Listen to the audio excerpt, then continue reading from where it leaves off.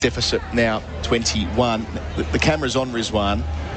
We saw twice yesterday when he was in some strife with the physio coming out. Any further intel when you were down on the ground this morning about how he's going? No intel, but I think just judging by his reactions late yesterday, it's either heavily bruised or potentially, if there is, a small fracture or a break, something like that. He's certainly showing signs of pain every time the ball comes near him. They do have Sarfraz Ahmed in their squad, who's very experienced. But Rizwan's numbers in Test cricket are, I think I mentioned on day one, there's only 3 keepers with a better average than his mid-40s, or 43, that have played more than 15 Tests in history of the game. And one of those is A.B. de Villiers, the other one's Andy Flower, and the third one's Adam Gilchrist. So he's in very good company. Yeah, they're good names. Norman Ali gets the first opportunity from the pavilion end on this final morning. He's got a slip Babar Azam and a short leg Imam Al-Haq. Through the umpire, around the wicket, left arm orthodox to Cummins, who's forward defending. Yes, that burst out of the gates from Rizwan. The way he batted at Brisbane, a test we were covering a couple of years ago, when he was caught at deep backward point, 5 away from what would have been his first test ton, but he was class until that stage. Stays long in the memory, that contribution. Norman bowling and defending is Cummins again, back down the pitch. Well, he's got a massive role in this team because he bats in the top 6. And given the balance of their team, if they do want to play the extra bowler or the all-rounder, which is what they've been doing when Fahim Ashraf is fit, it gives them much more firepower with the ball. Norman to the crease and bowls, and Cummins on the drive, straight to cover. He's gone. He picks out Imam Al-Haq. Cummins to depart on 8, and that's a lovely moment. Norman Ali kissing the turf to recognise the fact that he has a 5-wicket bag. 5 for 107 for the left-arm orthodox spinner. He's bowled 37 and a half overs, Simon Katich. He's toiled hard and he's been rewarded for it. 8 for 455 to score. Yeah, very well bowled by Norman Ali. He pitched that one up. Pat Cummins, just a tame dismissal there, just chipping it straight to short cover. Couldn't have asked for an easier catch. He trudges off. I think he's in disbelief. But Norman Ali, he started poorly in the first spell, really. David Warner took him to the cleaners. He went for about 26 of his first 4 overs. But he's come back beautifully and a very richly deserved 5-wicket haul. Australia now 8 down, 455. Still 21 runs behind, but in terms of that theoretical conversation we were having just before play there, in many respects, this is the phony wall. I mean, anything that might happen on day 5 happens when Australia take that new ball and bowl in the 3rd innings. So we'll watch this space on that front as Australia's number 10, Nathan Lyon, makes his way to the middle. He was in great nick at Hobart a couple of months ago. Hit 3 massive sixes over what we were calling, what do we call it in the end? We call it the Alex Doolan stand, the temporary stand there at Bellerive. So he'll be backing himself to make quick runs, as he always does, the veteran. Well, these two are a dangerous combo because if they do get going and get used to this pitch, there's still runs in it, and they're both very good strikers of the ball. I don't think Pakistan will go as short to Nathan Lyon as potentially England did at times, because that's what he's looking for. They might be more prepared to pitch it up and try and attack his stumps and bowl him. A test best of 47 at Cape Town in 2018. Lyon, wide stance, faces up to Norman Ali and defends him back down the pitch. Yes, he made 31 in that first innings at Bellerive, and in a low-scoring test match that I'm not saying it was vital to the final result. England did get pumped by an innings, or not by an innings rather, by about 200 runs. But nevertheless, it was a bit of fun there early on the 3rd day. Lyon beaten outside the off stump, comes forward and can't quite get to it. Norman giving it a nice rip there, and we're getting a look again at that dismissal of Patrick Cummins. He hit it straight at Imam Al-Haq in the spectacles, and then he went down onto the turf and looked up and prayed and kissed the ground beneath him. We've seen that a few times from the Pakistan players in this test match. When celebrating milestones, Norman bowls to Lyon to complete his successful over. Australia still trail by 21 with Stark on 12. Lyon yet to score. They've lost a wicket this morning, though. 8 for 455. SEN Test cricket for Henley Holmes, delivering affordability. Get the power of safer tyres before you go on holidays. A road safety message from Tyre Power. Having out-of-balance tyres causes uneven tread wear and an uncomfortable ride. You'll also cop excess wear on your suspension and other parts of your vehicle. If you experience severe vibration while driving, especially highway speeds, get your tyres dynamically balanced at your local Tyre Power store straight away. Get the power of expert advice. Get the power of Australia's biggest independent. Tyre Power. There's the power. Adam Collins here with Simon Katich. A smaller crowd in today, but they're making plenty of noise. The Vuvuzelas are in. They've had a great week celebrating this historic test match here. It's not been that eventful in terms of the contest between bat and ball, but it's the start of something here at Rawalpindi. Shaheen Shah Afridi starting his 30th over. And that'll be a factor as well. They've only got 2 seamers playing, but they've both racked up quite a few overs. Shaheen, the attack leader, away from us, bowls to Stark, who drives back to the bowler, and Shaheen collects it in his follow-through and threatens to throw, but it's all for show. Yeah, I love his energy. He's got a fair bit about him. Left arm, tall, athletic, bowls good pace, and he gets movement. He's working on that ball at the moment. And that head of hair as well, I mean, it does not move. It's reminiscent of, remember in the mid-90s, the full frontal sketches of Ray Martin with the helmet hair, or the hair of helmet with Eric Banner in the chair. It reminds me of that. Shaheen Afridi got a leg slip now, and Stark pulls in that direction out towards fine leg, gets a single 8 for 456, he's 13. You have no idea why that made me laugh, but my nickname when I was playing club cricket in Perth from my club teammates was Ray Martin, because I had the big helmet hair. And then it morphed into Lego, because it was like Lego hair where you just clump it back on. Have to get some photographic evidence of this. Oh, mate, it was in one of my first WA player cards. It's just like this mop of blonde hair just sitting on top of my head, Ray Martin style. So Ray Martin, Shaheen Shah Afridi and Simon Katich. I call that an ultimate dinner party. Let's get the 3 of you together. I saw Ray down at the Hobart Test, actually. Was he? He was up in the Chairman's Lounge when I went up there for a function during the Test. He's a huge cricket fan. He was a great mate of Shane Warne's too, wasn't he? He appeared on the Amazon documentary about Warney. When Warney took his 700th wicket, they cut to the crowd. They do a pan shot on Channel 9, and there's Ray Martin front and centre, sitting in the front row at the MCG. Oh, I didn't realise that. Yes. Getting some pics of a military plane flying above us. Had a bit of that this week, of course. This is the military capital, if you like, of Pakistan. The military hub. Slip gully, short leg, round the wicket. Shaheen to Lyon. Hits him on the pad, but that's going down the leg side. Not even Afridi will appeal for that. Even though they do have a review up their sleeve. Yeah, been impressed with these 2 young Pakistani quicks. Whilst they haven't got huge rewards in terms of the wickets, it could well have been a different story when they started bowling. I mean, David Warner's first scoring shot went just wide of gully, and then Usman Khawaja on 22 should have been taken in gully by Fawad Alam. So they could have had a different scenario had those been gone to hand. Afridi bowls, and through the onside goes Nathan Lyon, clipping with some authority. He'll get 2, might get a 3rd. Norman Ali in pursuit, cuts it off in front of the big scoreboard. Nathan Lyon off the mark with that 3. Australia 8 for 458. Sorry, they just took the 2. They were happy with a couple.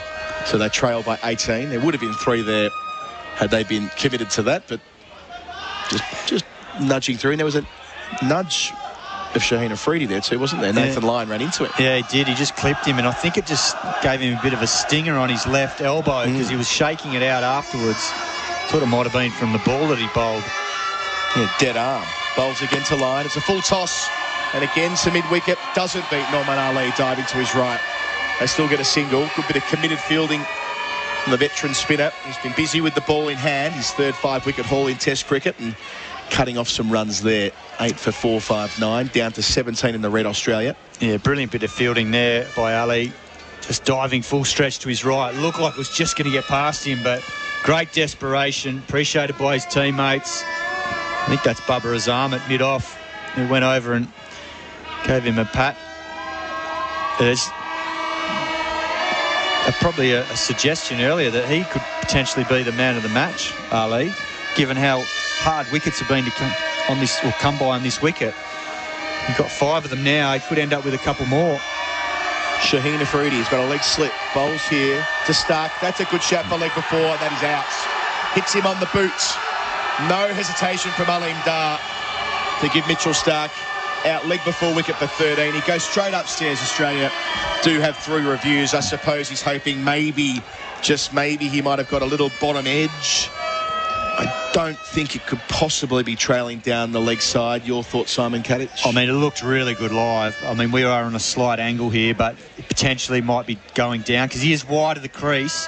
And Mitchell Stark does stay leg side of it, but it's hit his back leg, Ooh, so yeah. It looks absolutely stone dead, that. Asif Yaqub into the action, the third umpire. We can't hear his deliberations. We've seen Shaheen Afridi already celebrating in that familiar fashion. Oh, and Mitchell Stark's already walking off. I think he knows. Always a great set. He's seen the replays like, I'm not going to stick around for this one. Reviewing almost out of obligation, given they've got 3 up their sleeve. And yes, if there were to be an inside edge, it's difficult to detect it from the replays we've seen. Yes, back pad in front of middle stump. That's only going to one place in between middle and leg, I fancy. But they'll continue to go through the formalities. Stark waiting by the boundary edge. The board reads 9 for 459. Will it be confirmed shortly? We're just waiting for the ball tracking projection. Obviously not there yet. Go and tell your TV colleagues to get it together, Simon. I know, this is taking a long time. Ultra edge first, and there is... Well, this is one of those ones where there actually is a spike. Yeah, but for the common sense, yeah, that's right. It's that trying to marry up where the spike is in relation to it, the sound that would have been made off the pad. And of course, the TV umpires are trained in this, in interpreting technology, so he won't be confused by that spike. But there is one there, more or less, as the ball passes. They should be able to get up to ball tracking now. Here we go. Red, red, red. Confirmed that Mitchell Stark is out leg before wicket for 13.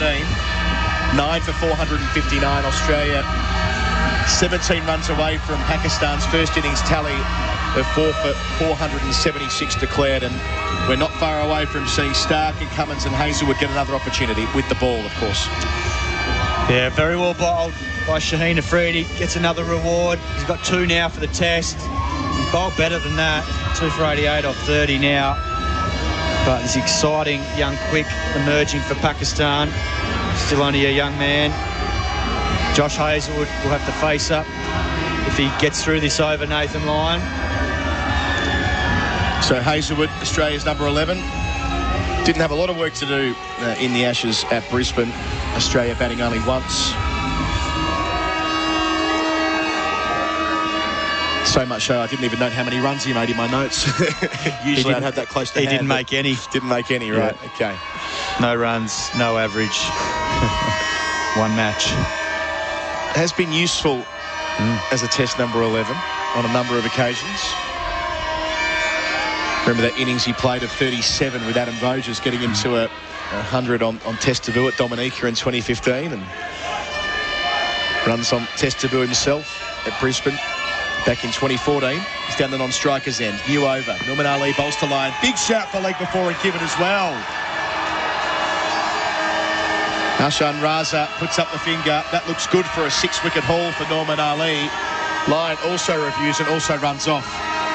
Rather comical situation where he sent it upstairs out of obligation, but he knows he's out and he knows they have to field, so he's jogging off the field. He'll make his way to the boundary rope. He might want to retract his review and say, you know what, I could do with an extra couple of minutes getting ready. Yeah, correct. I mean, the first replay here, Simon, it's pitching just outside, on with the arm. He missed the sweep shot, hitting in line with about off stump. That's surely hitting middle as well. Yeah, I think so. I don't think that ball spun enough to be able to miss off stump as it goes after it pitches. I think that's just heading straight back onto the stumps. And that was a very good decision once again. Umpires have had a good game here. That's out.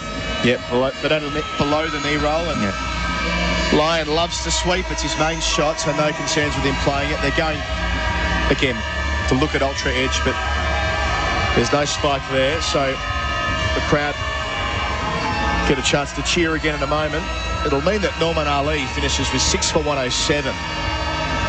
Here's ball tracking. Yes, red. This time it hits between middle and off stump halfway up. So Norman Ali, 38.1 overs, 9 maidens, 6 for 107. Simon, the point you made about who might be adjudged player of the match later today, I think that's a very good shout. Well, I think he deserves it because he's made things happen. Yesterday he had to do it defensively, particularly when the right-handers were going, and he managed to get rid of Green and Smith. But then he's deserved to get the opportunity to clean the tail up today, and he's done that. Ends up with 6. Got the big wicket of Khawaja as well when he looked like he was going to go on and get 100. So I think he should be in the mix for that. You know, there's always talk about the batsman because of big runs, and obviously there's a couple of big 150s there, but wickets on this Rawalpindi wicket have been hard to come by. So see his squad members there appreciating it. He's happy. He can go off and now rest up and watch his batsmen go about their business. So Australia all out for 459. They have a 17-run deficit going into the third innings of this match. Australia, Khawaja's top scored for 97. Labuschagne made 90. And Smith, 78. The 3 men to pass 50 make that 4. David Warner, of course, made 68. He was the first to fall. And Norman Ali, remembering, of course, that they went after him, especially Warner, before lunch on the third day. They tried to do to him what they did to Jack Leach, and it didn't come off. Yeah, look, he deserves a lot of credit for the character he showed because, you know, he copped a bowling in that first spell, but I thought Babar Azam used his bowlers really well throughout that Australian first innings. He rotated. He only had the 2 quicks to work with. He rotated them well so that they were always a chance to have some overs of pace at different stages, whether it's to a new batsman or trying to remove a set batsman. But then he was able to break up his spinners as soon as he got that wicket. As soon as Warner got out and then Labuschagne came out, he got Ali back into the action. And that's when, you know, that's good captaincy because he gave confidence to his bowler, and then the bowler didn't let him down. He got Khawaja out for 97, then got through the rest later on yesterday. Let's do a quick call of the card, Simon, as we wait for the change of innings. I mentioned Usman Khawaja, top score with 97. He was the second man to fall. The first was David Warner, bowled by Sajid Khan for 68. They put on 156 for the first wicket. As we said yesterday, this Australian opening pair, they look good for 2 guys who've been playing Test cricket for a decade together and only opening for the 3rd time, but they've got it right at last. Khawaja was the second man to fall, 2 for 203. Caught it short leg by Imam from the bowling of Norman Ali, reverse sweeping off the glove. Labuschagne was out yesterday after we started play belatedly. Caught by Shafiq at first slip from the bowling of Shaheen Afridi, 10 runs short of what would have been his 7th Test ton. Travis Head didn't last long. He was caught behind an excellent catch low from Rizwan from the bowling of Norman Ali as well for 8. Cameron Green was 5 for 407 when he was caught around the corner again from Norman Ali. Caught there by Iftikhar Ahmed, miscuing a sweep shot. He made 48. Stephen Smith was out for 78. Also Norman Ali getting it into the rough. Caught down the leg side by Rizwan. Another nice take from the Pakistani wicketkeeper, 6 for 422. Alex Carey got a beauty from Naseem Shah, the 19-year-old, through the defences of Australia's wicketkeeper for 19 not long before stumps. It was 7 for 444. He resumed at 7 for 449, and they didn't last long this morning. Pat Cummins chipping a catch to cover Imam Al-Haq again in the game. Norman Ali's 5th wicket. He was gone for 8. Then Mitchell Stark was leg before wicket to Shaheen Shah Afridi for 13, his 2nd wicket. And the final man to fall was Nathan Lyon, leg before wicket to Norman for 3. All out for 459, 17 runs in arrears. For Pakistan, Sajid Khan took 1 for 222 from his 45 overs of off-spin. Naseem Shah, he didn't bowl today, but he took 1 for 89 from 21 overs across days 3 and 4. Shaheen Shah Afridi, 30 overs, 5 maidens, 2 for 88. He's very much in the series and right up in the face of the Australian batsman. Norman Ali, the star. An unlikely star in some respects. 38.1 overs, 9 overs, 6 for 107. Iftikhar Ahmed bowled 3 overs, no maidens, none for 20. Imam Al-Haq, 2 overs, no maidens, none for 9. And Babar Azam, the captain, gave himself 1 over of part-time spin yesterday and took none for 5. So Khawaja, Warner, Labuschagne and Smith making half centuries for Australia and 6 wickets for the spinner Norman Ali. We've let Simon Katich go back to television. Joining me after a break and some highlights will be Peter Lalor, and it'll be birthday girl Isabel Westbury as well, taking over on commentary for Pakistan's reply. Well, their third innings and building their lead that sits at 17. SEN Test cricket for Henley Holmes, delivering affordability and tyre power, your trusted tyre experts.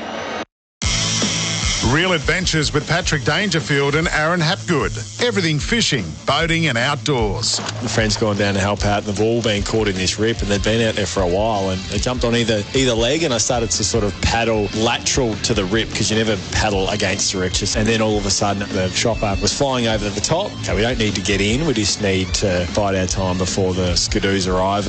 Patrick Dangerfield and Aaron Hapgood. Subscribe and listen today wherever you get your podcasts. Get the power of safer tyres before you go on holidays. A road safety message from Tyre Power. Having out-of-balance tyres causes uneven tread wear and an uncomfortable ride. You'll also cop excess wear on your suspension and other parts of your vehicle. If you experience severe vibration while driving, especially highway speeds, get your tyres dynamically balanced at your local Tyre Power store straight away. Get the power of expert advice. Get the power of Australia's biggest independent. Tyre Power. Get the power.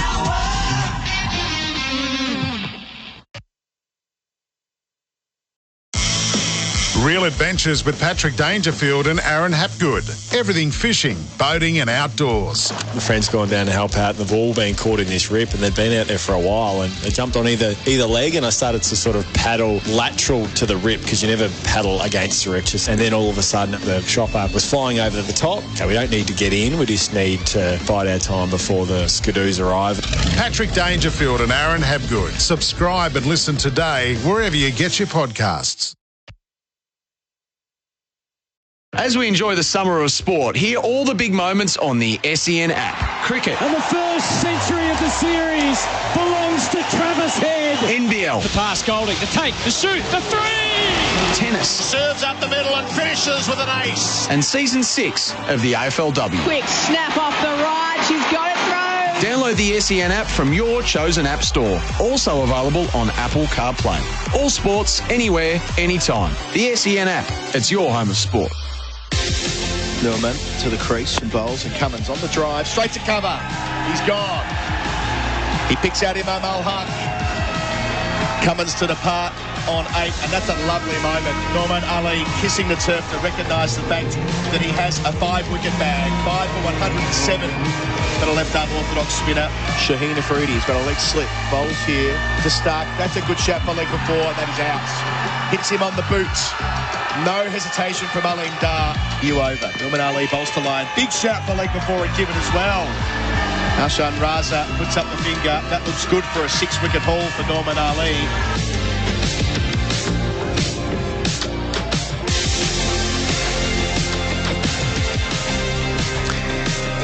It's the innings break on SEN Test cricket for Henley Holmes, delivering affordability and tyre power, your trusted tyre experts. Australia bowled out for 459 in quick time this morning, with Cummins and Stark and Lyon only able to add 10 runs to the visitors' overnight tally. They trailed by 27. And Peter Lalor, I'm going to leave the commentary with you. You can reflect on Norman Ali's 6-wicket bag. You can speculate on what might be possible in the next couple of hours. But before we do that, we wish Isabel Westbury the happiest of birthdays. IWD, International Women's Day, Isabel Westbury Day. Her birthday today, taking over from me in commentary. Come on down, Isabel Westbury. And just a quick score update from New Zealand, where Australia are playing Pakistan. Australia are none for 58. Fantastic start off 9 point in the 10th over. They're chasing 6 for 190, well on the way there. Alyssa Healy's 23 not out. Rachel Haynes 34 not out. And Isabel Westbury, can we have your personal score as well? What birthday have we got? I'm pretty sure that Shane Sharafridi and I share the accolade of having been born this millennium, obviously. Okay, that's fake news. All right, let's run through the scorecard. Australia all out 459. You've done that, have you, Adam? Yes, thank you. Some fantastic bowling there from Norman Ali. 6 wickets, 6 for 107, in 38.1 overs. He's guaranteed himself a permanent place in that Pakistan side for this tour, hasn't he? He has, name on the honours board as well. And he's also up there, has a sort of special affection in my heart for another cricketer that doesn't quite look like a professional athlete and yet still manages to produce the goods. In the sort of guise of a Ravichandran and Ashwin, or trying to think who, or David Steele even, from back in the day. He's very unassuming character. Yeah, that's the disappointment, isn't it, of the modern elite sports person, is that you don't get those sort of not more that rounded often. Figures anymore, Mike Gadding types, and even Shane Warne at times too. Although, to be fair to Namanali, I wouldn't say that he's a rounded figure. You don't think he's going to produce what he just has, a 6-wicket haul against a pretty good Australian batting lineup. Well, he's 35 years old, but that moved fast, and I was kind of thinking that Australia wanted to put on a 100-run lead there and maybe have a little nibble at Pakistan and try and keep this game alive. Don't know what's going to happen now. They're going to have to really rip through Pakistan to get a result, aren't they? Yeah, although last night I remember we were having this discussion and thinking that actually that the best chance of a result, even in Australia's favour, would almost be if they got out last night and had a go at Pakistan early doors, and you never know what can happen to Pakistan in the second innings.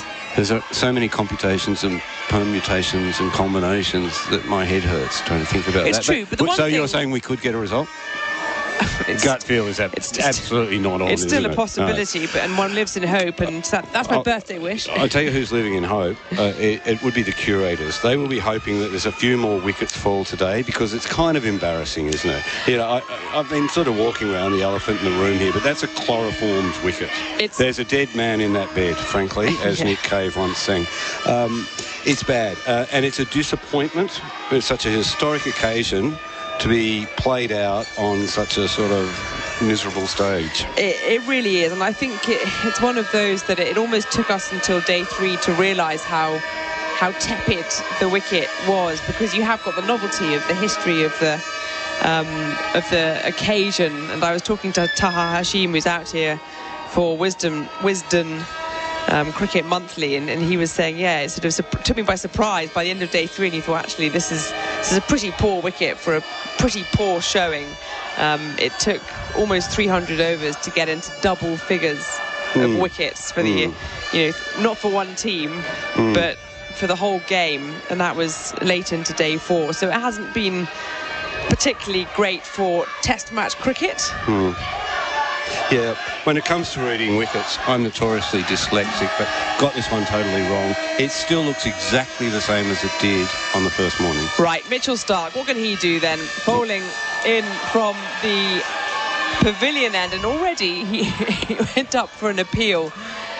It's Abdullah Shafiq who's facing. It went down the leg side. He thought he might have a feather. I think it was more wishful appeal than anything else, but I guess we saw those wickets tumble in quick succession just now, and the ball is a new one. The sun is beaming down. In his defence, Mitchell Starc's not a guy who appeals a lot if he doesn't think it's out. He's a pretty honest appealer, so I think he thought there was something there. And here we get on the ultra edge, and let's hope that there wasn't, for the team's sake, and there was not. It wasn't all that far away, and it looks as though it did get the thigh pad, as Starc is in again, this time outside off and well left alone by Abdullah Shafiq.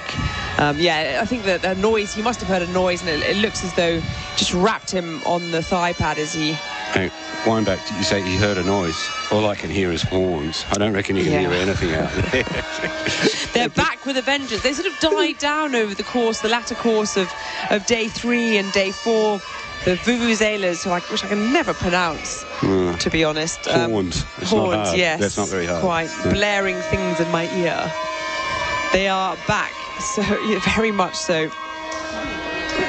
2 slips and a gully. Mitchell Stark running towards us, left arm over the wicket, and this one crouching down. Shafiq shapes to play, decides against it, wide of off stump, through to Carey, the keeper. What? He's still got that good rhythm, Mitchell Stark, that he had in the summer against England. You probably didn't see the previous summer, but he struggled for rhythm, I think, the year before. He's really in the groove. He's sort of groove. He's the kind of guy who's a bit sensitive to his landing areas too, but it must be pretty good up there. Although the Pakistan bowlers were complaining at one point, weren't they? Well, it doesn't seem to me, just as the pitch isn't deteriorating, that tends to be quite good for the bowlers' footholds and where they land. Only 2 slips. Smith and Warner then in those slips. Here's Stark again, and Fuller, and driven back at the bowler, fielded off his own bowling, taken cleanly, but still a dot ball. So they've bust in some school kids for the last day, just to the right of us. International Women's Day, and it looks like they brought in the girls' school. We came across some of them as we were entering the stadium. There were a whole raft of women and girls, which was great to see. It's a lovely day as well. The sun has been out from the beginning. That haze is certainly back. Yeah, it's a warmer day. But it is a warmer day, and I guess if you're just here to see some of the greats of cricket play, it doesn't matter necessarily whether there's going to be a result or not. It's a nice day out for school. Stark into us, to the roar of the crowd. This is turned into the onside, but mid-wicket is there. There's only 3 men on that leg side field. But that's found a mid-wicket fielder in the shape of Pat Cummins. Yeah. Well, it doesn't bode well, does it, when you've got Mitchell Stark bowling and you only put a brand new ball and you've got 2 slips there. You're not expecting much to happen, are you? No, and that would be judging the pitch pretty well. Pretty realistic, I guess, yeah. No wishful thinking from this bowling cohort. They had 2 days in the dirt, bar -3 overs, 2 of which were the change of innings, and 1 of which was for 1 over bowled by Pakistan on the evening of day 2, as this one is wide of the crease and through to the keeper. End of the over. A maiden to start things off. Pakistan 0 for 0. Henley Holmes delivering affordability. And it's a very intense second innings here. Mackenzie to bowl. He lets rip. Oh, Miller has absolutely smashed this high and long towards mid-off. Daniels may get there before Edwards. Or is that Williams? I think one of them has long hair and one may have a hat on. And it's a catch, I think. There's people in white running everywhere. And the score is now something for something. Don't miss the best bits. You won't miss a moment if you drink Wise. Visit drinkwise.org.au. 0 for 0 then. Pakistan, the lead is 17. A clatter of wickets this morning. 3 fell in quick succession. They were 27 behind Australia when play started. Then Pat Cummins fell for 8, Mitchell Stark for 13, and Nathan Lyon for 3. In the scheme of things, it probably doesn't matter all that much. But a bit of excitement and a 5-4 for Nauman Ali as Josh Hazlewood takes the ball from the shell end. It started with the sort of backward square position right on the boundary, but brought them in now. There's been a little bit of consultation between captain and bowler, bowling captain and bowler. So we have the left-handed batter Imam al-Haq on strike. There are 2 slips of gully, point, extra cover. Then mid-on, and there's a mid-wicket here. Usman Khawaja is quite square mid-wicket, about 3 strides in from the umpire. Then there's a square leg on the boundary and a fine leg as Hazlewood running away from us, right arm over the wicket. This is pushed into the offside, only so far as extra cover. Marnus Lavishade onto it, no run. Yeah. Again, just the 2 slips. It's a bit of a worry. Yeah, to think that these are the 2 premier strike bowlers for Australia. Now they've got 2 back for the hook shot, pull shot, 2 back for the catch. So I think we might get a little bit of short bowling here. Stand by. Gee, I tell you what, Pakistan kids have the best school uniforms. Those girls in their white shower kamisas and the little green blazer. Is it a blazer? But Hazelwood in, full defended, no run. Don't interrupt my fashion coverage with your cricket, Westbury. They're lovely blazers, but I get so worried when I see either school or military uniforms in white, because it must be such an effort to keep them that way. Well, do you not think? I always think that's the first thing I think is, that seems like quite tiring. Yeah, well, for certain people, me included. Yeah, must be very hard work. Hazelwood, white soles away from us to the blaring of horns, and this is back of a length, well left, elaborate leave from Imam, no run. Warner at first slip, Smith at second, Cameron Green in that gully position. He's so big there, he can cover a lot of ground. He's big and he's athletic. It's not normally a sort of combination that comes together, but we saw that in the Ashes. He just could extend to anything. What I want to know what the stretching regime must be of these Australian fast bowlers to make them so tall. No, not to make them tall, but the fact that we're on day 5 as Hazelwood away from us again, and this is uppishly played into the onside as Munkawaja's onto it pretty quickly. And there is no run. Still no run so far. That was very old school fielding there by Usman Khawaja. Just put the foot down. Well, you don't want to make a mistake doing that. Get a captain very grumpy. If it's effective, you may as well use what you have at your disposal. Well, that goes to show. I mean, they must be stiff out there, because we saw Stark coming in. I thought he looked absolutely resplendent. Yeah. And Hazelwood as well. And we're on day 5. Remember, they spent 2 days bowling in pretty hot, humid condition, dusty conditions as well. As this one's down the leg side, there'll be runs on the board here. Pakistan are off the mark, as is Imam, with a single out to that man at square leg. 0 for 1. They didn't bowl that many overs, though. 0 for 1, and that's 2 overs gone. But he didn't bowl that many overs, but it was still two full days, and sometimes that's just as tiring. Yeah, all that standing around. Just standing around, and the demoralising aspect of it as well.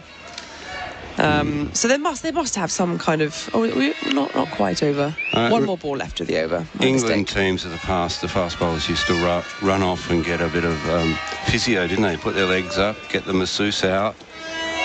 Didn't like that at all. They got cracked down upon. Yeah. Hazelwood, final ball then of the second over, outside edge along the ground to gully, and there is no run as Green cradles it. And that is the end of this match. Is heading for a draw. They're just enjoying a bit of good cricket. 2 slips in the gully. Mitchell Stark in towards us, left arm over the wicket, back of a length, and Imam al-Haq facing his first delivery of Stark, jumping up onto his back foot, turning it, or trying to turn it into the onside. There is no run. Better a rotten day at the cricket than a good day at school. Come on. 100%. It's like one of those bumper stickers you used to see. Better a bad day surfing than a good day at work kind of thing. Yeah. They had the 2 men back for the hook pull shot that last over and didn't really go there, did they? It's the old 2-card trick. Stark into Imam. And this one is nicely clipped off the legs. Out to deep square leg. Bit of ground to be made by Nathan Lyon, who was sitting in a backward square position on the boundary. A single then to Imam. He moves to 2, and the total as well is 0 for 2. Excellent fielder, Nathan Lyon, then. Just love that ease with which he threw it in over. Landed perfectly on top of the bails. Rarely makes a mistake. Did make one that will live on for some time. But we won't talk about that. Yes. The Lion weeps tonight. I remember that one. Yeah, good on you. England seem to like to make songs about Australians suffering, don't they? You English, cruel race. Because it's so few and far between. We've got to capitalise when it does happen. 2 slips, wide gully in Cameron Green.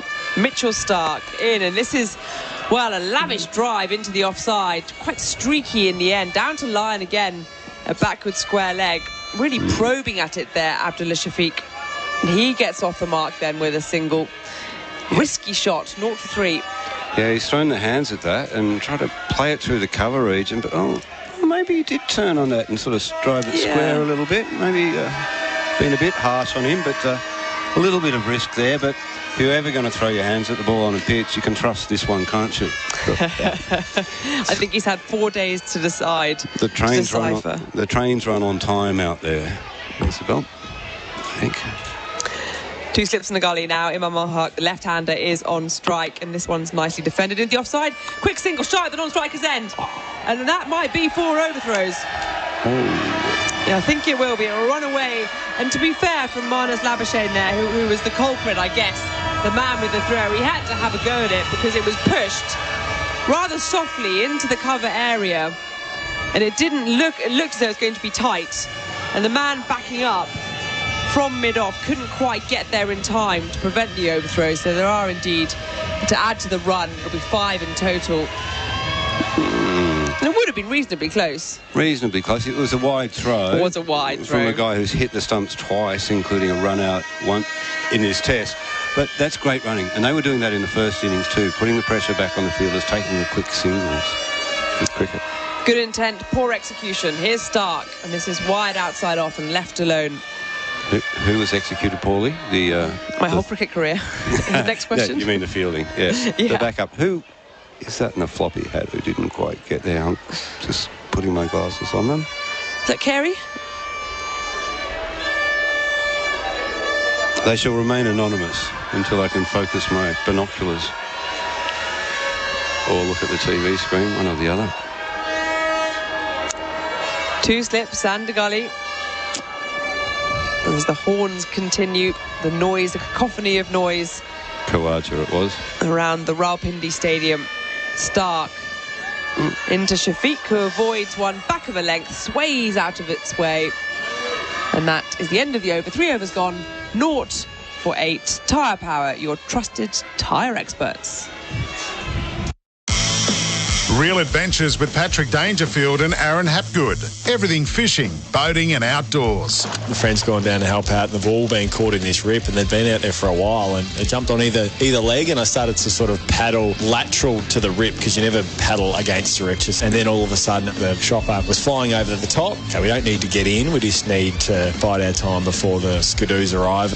Patrick Dangerfield and Aaron Hapgood. Subscribe and listen today wherever you get your podcasts.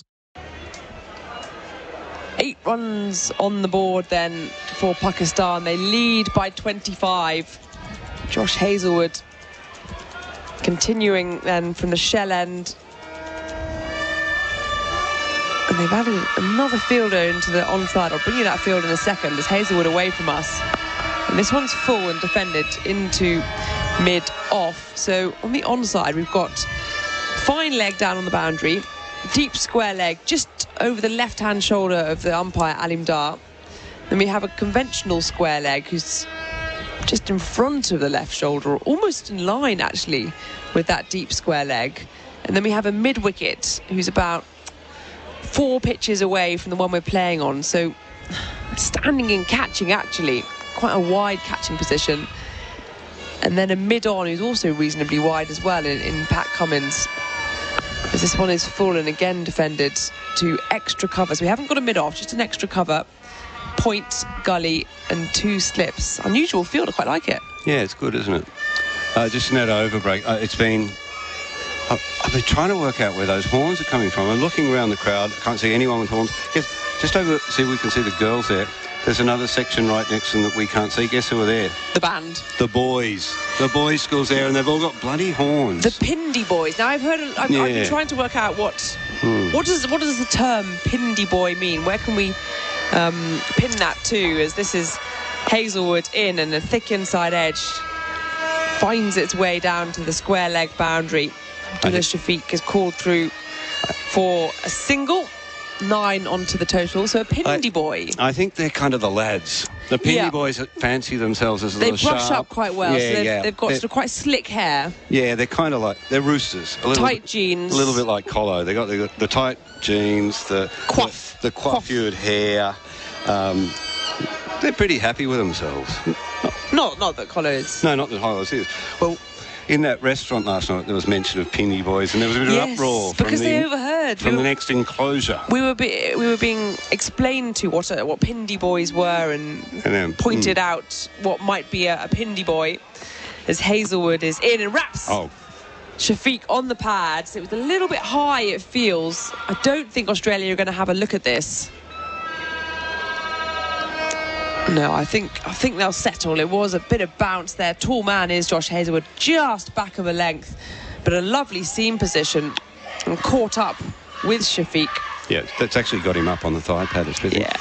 Looking at the bounce in that last over, like Mitchell Stark's short ball, Alex Carey took that over his shoulders. The carry is there on this wicket right through to day 5. Much more so than we've seen, actually, for most of these days, as Hazelwood again through, and a good defensive shot from Shafiq in the penultimate ball. And you can hear the chanting. I heard a Pakistan Zindabad there. Go Pakistan. Those schoolboys. Great advertisement for their sex, the women, those schoolgirls. They're sitting there quietly, demurely enjoying the cricket, while the boys are carrying on like clowns. As you'd expect on International Women's Day. Conforming to stereotype or anything? No, not at all. All being stereotyped. Final ball then of this Hazelwood over. 9 on the board. Here he comes. And this one is full and tacked into the offside. Onside even. Mid-wicket, diving to his left. And again, Nathan Lyon. It was that man that Pete a moment ago was saying such a good fielder, such a rare blemish on his record. He takes that one cleanly along the ground, sliding to his left, and that's the end of the over. 9 on the board, no wickets down the lead. It's 26. I remember watching Nathan Lyon's. I had the honour of being at Nathan Lyon's first test, and he got a wicket with his first ball, brilliantly caught by Michael Clarke. But to complete the 5-for, he took this excellent catch, arching one-handed over the umpire, caught and bowled, and I thought, this guy looks like he's got something. It's nice to see a spinner who can field really well, because in my head, growing up as a boy, I was a huge fan of Jim Higgs. You'd be way too young to remember Jim Higgs, but Jim Higgs was one of the more uncoordinated cricketers of our time. He took strike like Charlie Chaplin. I reckon he had the bat between his feet. What did he bowl? He's. And he's famous for not actually scoring a run on an entire tour of England. That's how bad he was. Back in the day when we actually had bunnies in the headlights. I'm going to look up his career figures now for you. He was a dead-set bunny. Just the one slip now to Imam. There's a short square leg in place. Gully there as well. Stark into him very wide down the leg side. Well taken by Carey. That was rubbish. Yeah, it wasn't a great ball. Short, wide. Made Alex Carey do a little bit of work. James Donald Higgs, born in Kyabram, Victoria. He's 71 years old. Gee, that shows you how old I am. Played 22 test matches. His highest score was 16. He made 111 runs across 22 test matches. He averaged 5.55. He had good rip and a good wrong-un, Jim. He was a cult hero to us Victorian boys. Steve Smith at slip, he waits, and this is down the leg side again and whipped off the hips of Imam Haq down to Hazelwood on the fine leg boundary. Imam adds another run to his total, 9, and we're into double figures now. Pakistan, none for 10. I think it's all right to dwell on the past, isn't it, as this meanders on a bit. Jim Higgs was so famously incompetent that he was bounced by a New Zealand bowler. Who was it? Was it Crowe? I can't remember now. I thought you said he was famously incontinent, and I thought, oh dear. Yeah. Anyway, carry on. Good on you. No, incompetent. That he was he was bounced. He sort of somehow managed to get the bat in front of his face, and it popped up and was caught. He ended up on his back. He was ruled not out. You weren't allowed to bowl short deliveries to Jim Higgs. It was intimidatory bowling. Those are the days. Yeah. Stark into Abdullah Shafiq onto his back foot, and he softly plays that into the covers. No run. But his most famous effort was he stuck it out there one day with Doug Walters. I think he came in, I don't have the details in front of me, but he came in with Doug Walters on about 70 and he was last man in, and oh God, poor Doug. He was well on his way to a century. He stuck it out. And then Walters got out and Higgs famously said, I had my century nipped in the bud, didn't I? Anyway, enough of Jim Higgs. Back to Rawalpindi, day 5. No, I thoroughly enjoy the snippets, the quirks of the past, the cricket that I may have missed.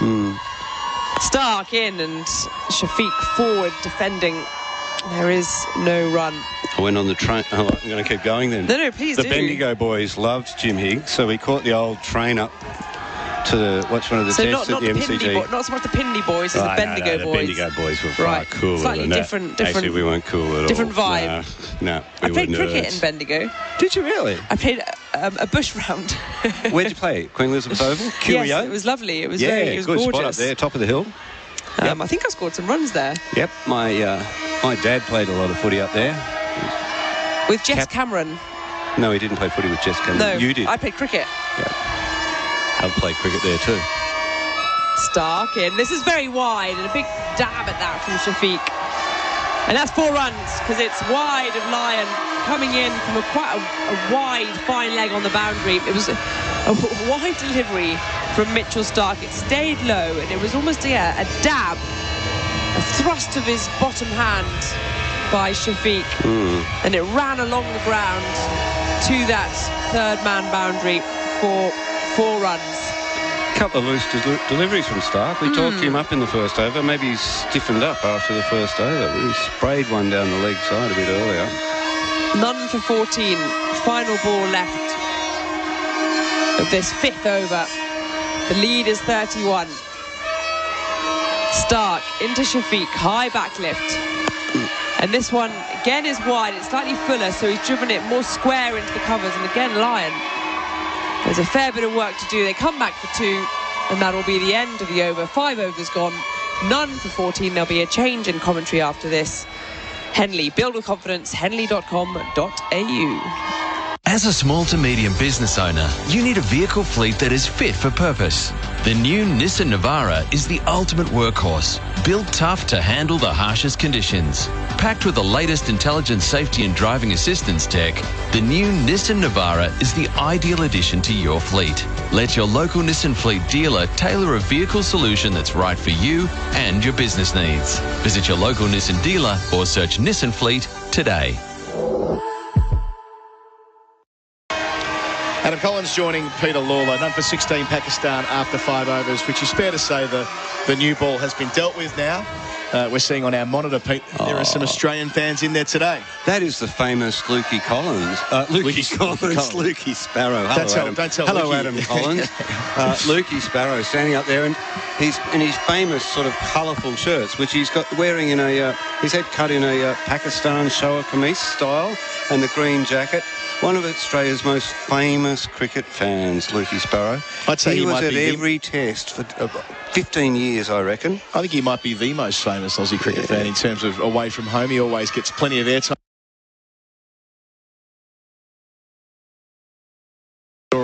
Yeah, on telly as well. And his old mate next door there, I forget his name. I haven't seen him for a while, but he's always with Lukey. They sit out there, they watch the cricket. They're absolutely serious about it. They won't drink, when they're at the cricket, because watching cricket's a serious business, and you drink when it's done. Nathan Lyon into the attack. 6th over, bowls here to Imam, who's forward. Outside part of the bat, spits out through the cordon. There'll be runs there. Might be 4 of them. And it is. Big diving effort from Cameron Green, but can't drag it in. So Imam Al-Haq moves Pakistan into double figures after making 157 the first time around. It is very loud here. Not a lot of people in. I did notice, by the way, speaking of Australian fans, I got the binoculars up behind the bowler's arm in the pavilion end. Michelle. There's Michelle. She's at every Australian away test. We often see her and her partner Graham, who's in the press box around and about doing what we're doing. Michelle has an uncanny ability to get the best seat in the house at every ground in the world. I saw her at the MCG, I guess it was a couple of summers ago, when taking my baby daughter in for the first time, and I thought seats in what is now going to be known as the Shane Warne stand. Of course, she was there right behind the TV cameras. She's a great woman. Line bowls, Imam dances and defends out towards cover. Not the only Australians here this week in Pakistan, of course. We've been having a conversation each morning at breakfast with some members of another sport who have been here. Line delivers 3 catching men to Imam, who goes back and defends as a single out to deep point. He's 14. Australia make that Pakistan.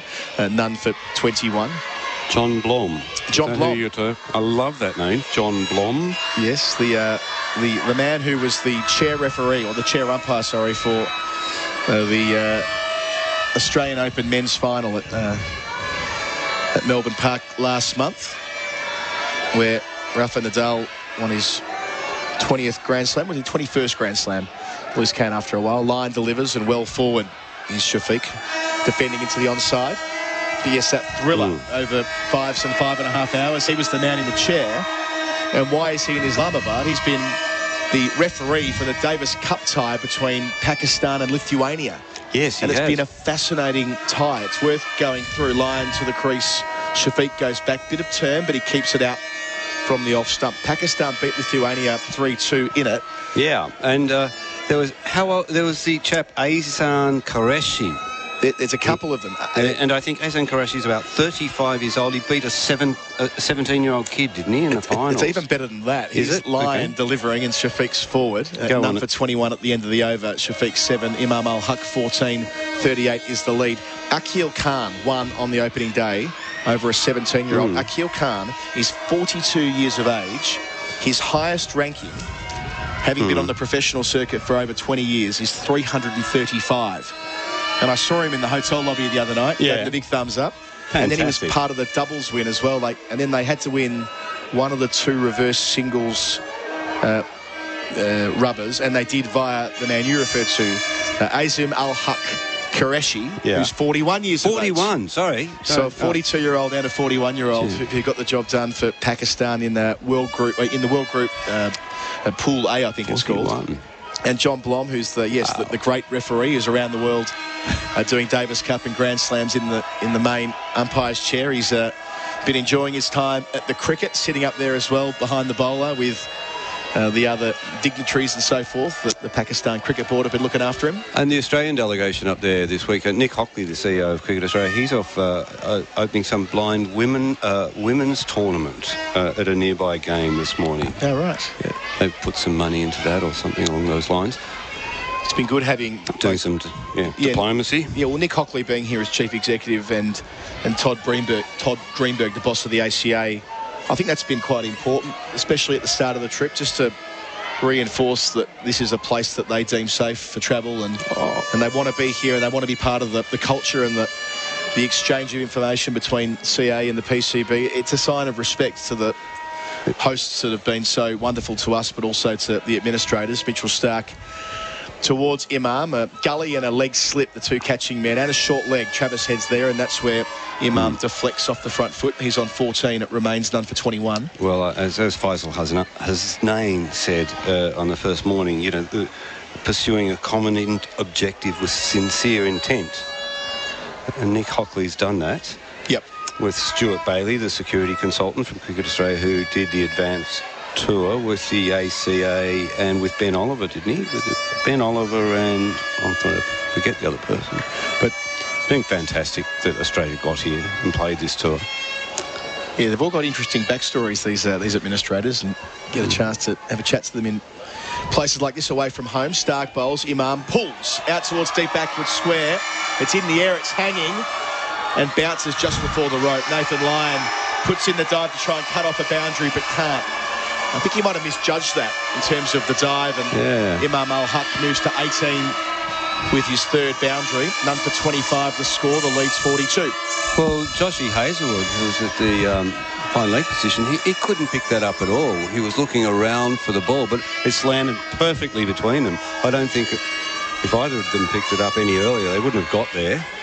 Perfectly positioned sky ball.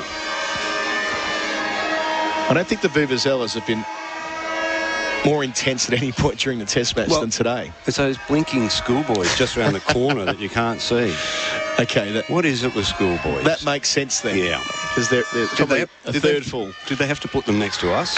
Stark bowls. A couple of catching men on the leg side. Goes the short ball, ends up in the gloves of Kerry. Imam getting underneath it. So, yes, I did double take on, I think it was the day before the test match, when seeing a couple of Pakistani uniforms. I'm thinking, the players can't be having breakfast with us. They're in a hard bubble. Yeah. And of course, the tennis players. Ah. Yeah. So we did wonder for a moment, surely the team aren't just hanging out with us. No. It's not possible in COVID times. Not at our cheap hotel. Easy now, Pete. Stark passes Aleem pavilion end. Left arm over. Bowls here. Imam clipping. That's a nice shot. Well placed and timed. Is it back-to-back boundaries? It is. He moves into the 20s. 22, Imam Al-Haq. 157 in the first innings and picking up where he left off. That was quick too, up at 144 kilometres an hour. But no concerns for a man who's seeing them nicely.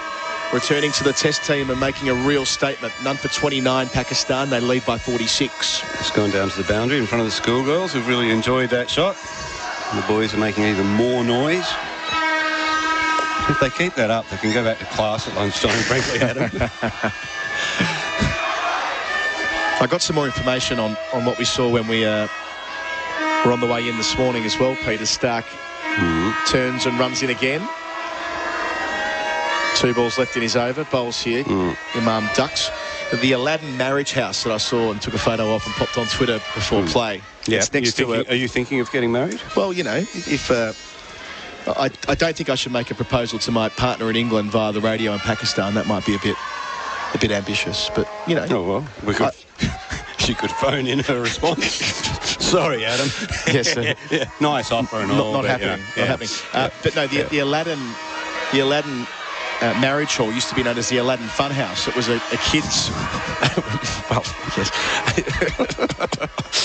Go on. Mitchell Stark coming in to bowl to finish his over. Yeah. Bowls to Imam, who defends again into the onside. We're going to pick this up after the break. Pakistan are none for 29 in their second innings. They lead by 46 with Imam on 22 from just 22 balls and Shafiq on 7.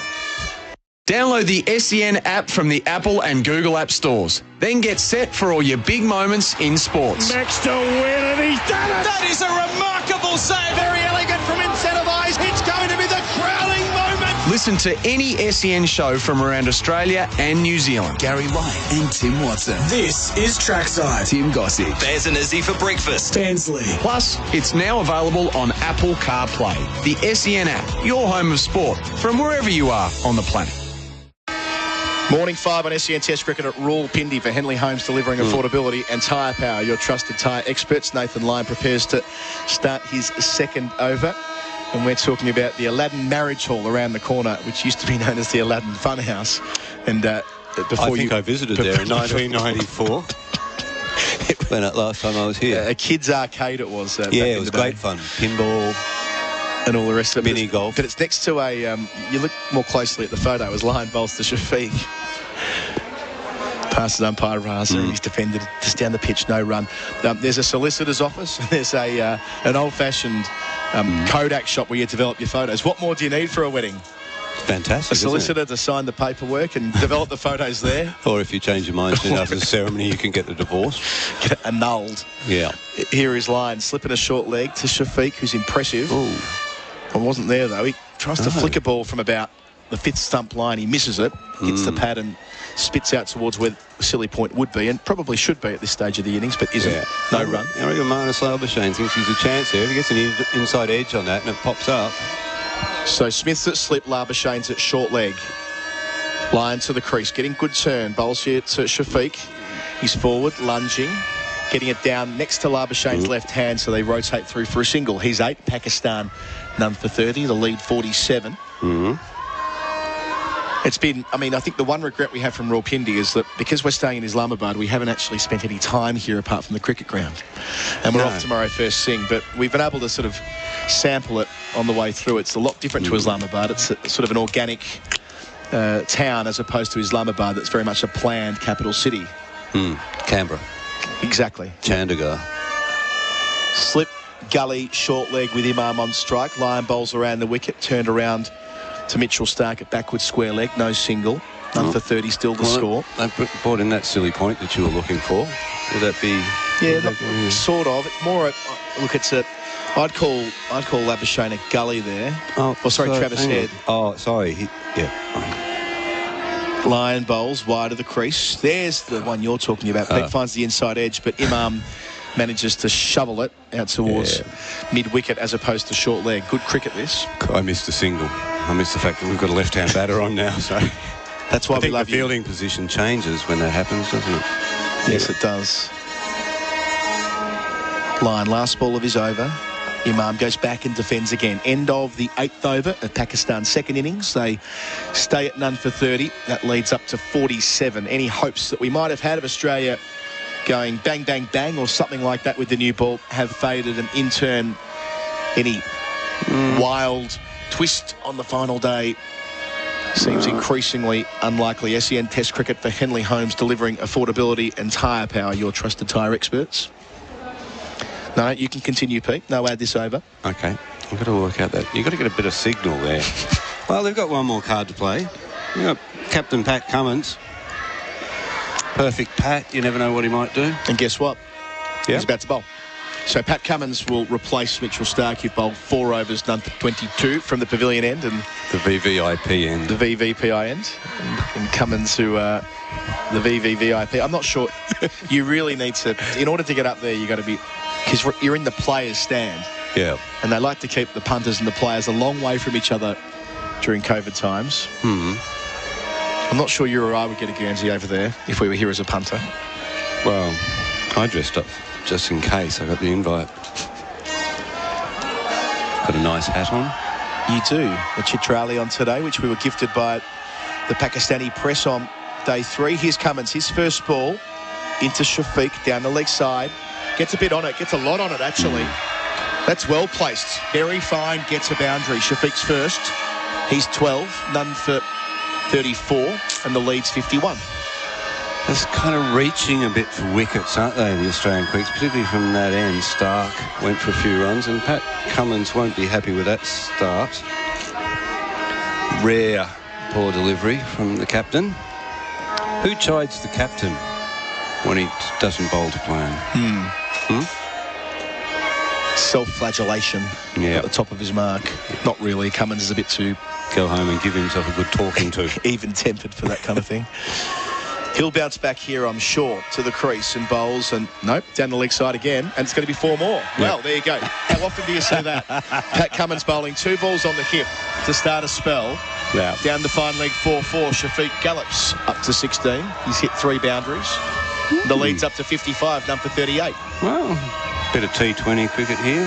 Pakistan could go hell for leather. Get bowled out before tea. Let's just play that game. A comet hits the wicket and it starts to break up. Let's just play that game. Just allow ourselves that flight of fancy just for a moment before we make another change in commentary. It'll be Izzy back shortly to replace me. All right. I mean, the lead's 55 and there are 84 overs left. Cummins bowls to Shafiq, who's beaten outside the off stump. That's the Pat Cummins we know and love. It sure is. And by the way, that second boundary was a front foot no ball as well. So he's only bowled 2 legal deliveries and conceded 9 runs.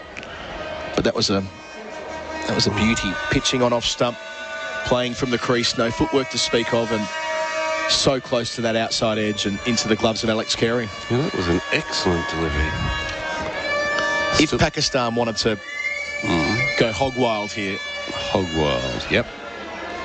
Cummins bowls and Shafiq defends out to cover. As I say, 84 overs left. Let's say they wanted to leave themselves 50 and 34 more overs at the current run rate. Let's give them 5 and over for the sake of the hypothetical. So what's that? I'll do the sums. 35.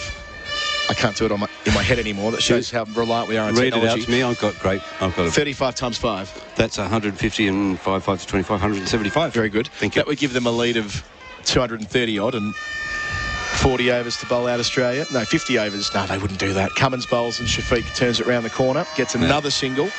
He's 17. It's none for 40. That'd be Sheffield Shield late season trying to set up a result, desperate for full points, that might be when you would consider such a thing, but not in the first test of a series on a dead track when they move to Karachi in 3 days, and they'll more than likely be turning up at 2 result pitches that should turn.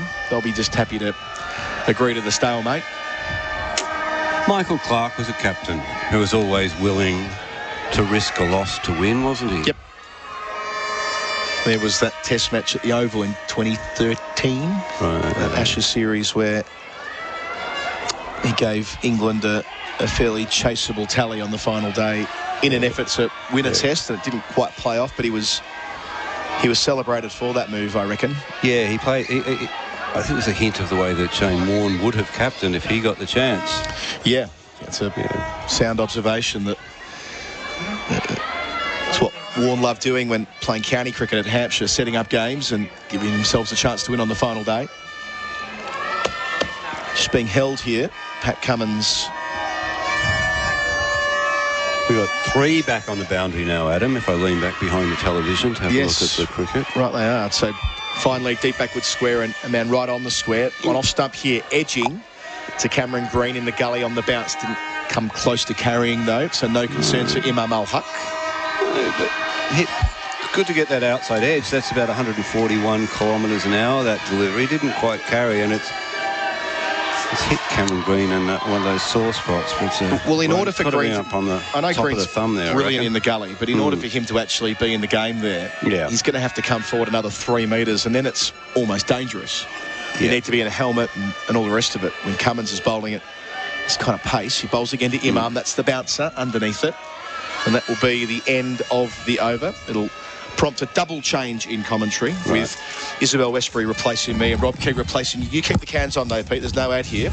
A few further words from you. None for 40 Pakistan. The lead is 57 with Imam on 22 and Shafiq on 17. And after you, it'll be Izzy, and after Izzy, it'll be Keezy.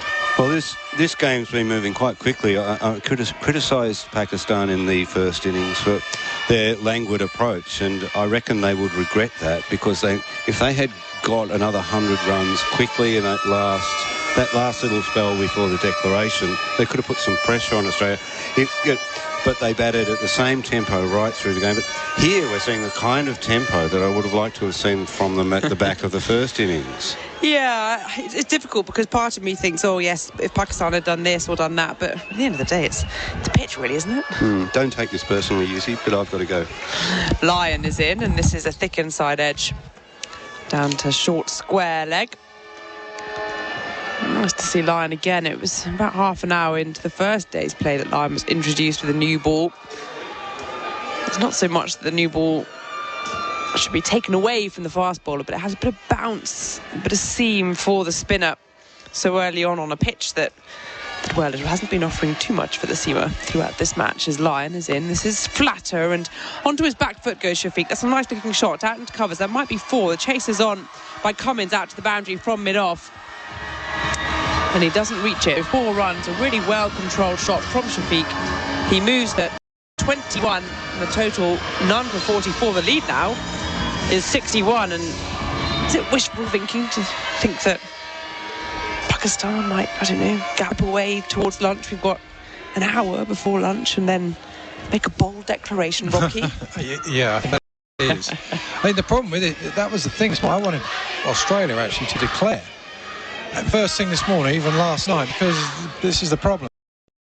I'm assuming they've let them in for free, that is. I mean, school children are always allowed in, but they've let them in for free and given them a day off school. I mean, perfect. What better way to spend a day? I think that's what Pete was saying earlier. Better a bad day at the cricket than a good day at school, hey? No, absolutely. Lyon away from us, orange soles, and this one's turning nicely into the right-hander, into his body, and defended on the bounce to short square leg, no run.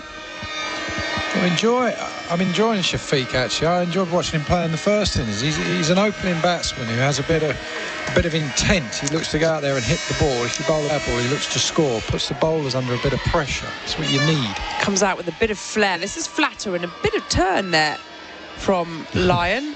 Again into the body of Shafiq, and he's defending it nicely. 10 overs gone, none for 44. Henley Build with confidence. Henley.com.au. Lining up for the Drinkwise at-home stakes. It's a wide-open field. Corn chips and salsa is popular with the punters. A six-pack before the quaddie was an early scratching. There's no love for passed out on the back lawn today. And drifting further as red wine spills on the couch. But the market mover and clear favourite is Have a Water Between Drinks. The fans are embracing this horse from the Drinkwise stable. Be a winner at home watching the races. Remember, you won't miss a moment if you Drinkwise. Download the SEN app from the Apple and Google App Stores. Then get set for all your big moments in sports. And that is the ball game. Takes the Panthers towards the premiership. First ball. Catch up on SEN-created podcasts, recreation, lifestyle, racing, and all of our SEN shows. The Sounding Board. Real adventures. Trailblazers. Great Australian lives. Plus, it's now available on Apple CarPlay. The SEN app, your home of sport, from wherever you are on the planet. Stark in. This is very wide, and a big dab at that from Shafiq. And that's 4 runs, because it's wide of Lion. Outside part of the bat, spits out through the cordon. There'll be runs there. Might be 4 of them. And it is. Big diving effort from Cameron Green, but can't drag it in. Stark bowls. Imam pulls out towards deep backward square. It's in the air, it's hanging, and bounces just before the rope. Nathan Lyon puts in the dive to try and cut off a boundary, but can't. Bowls here. Imam clipping. That's a nice shot. Well placed at times. Is it back-to-back boundaries? It is.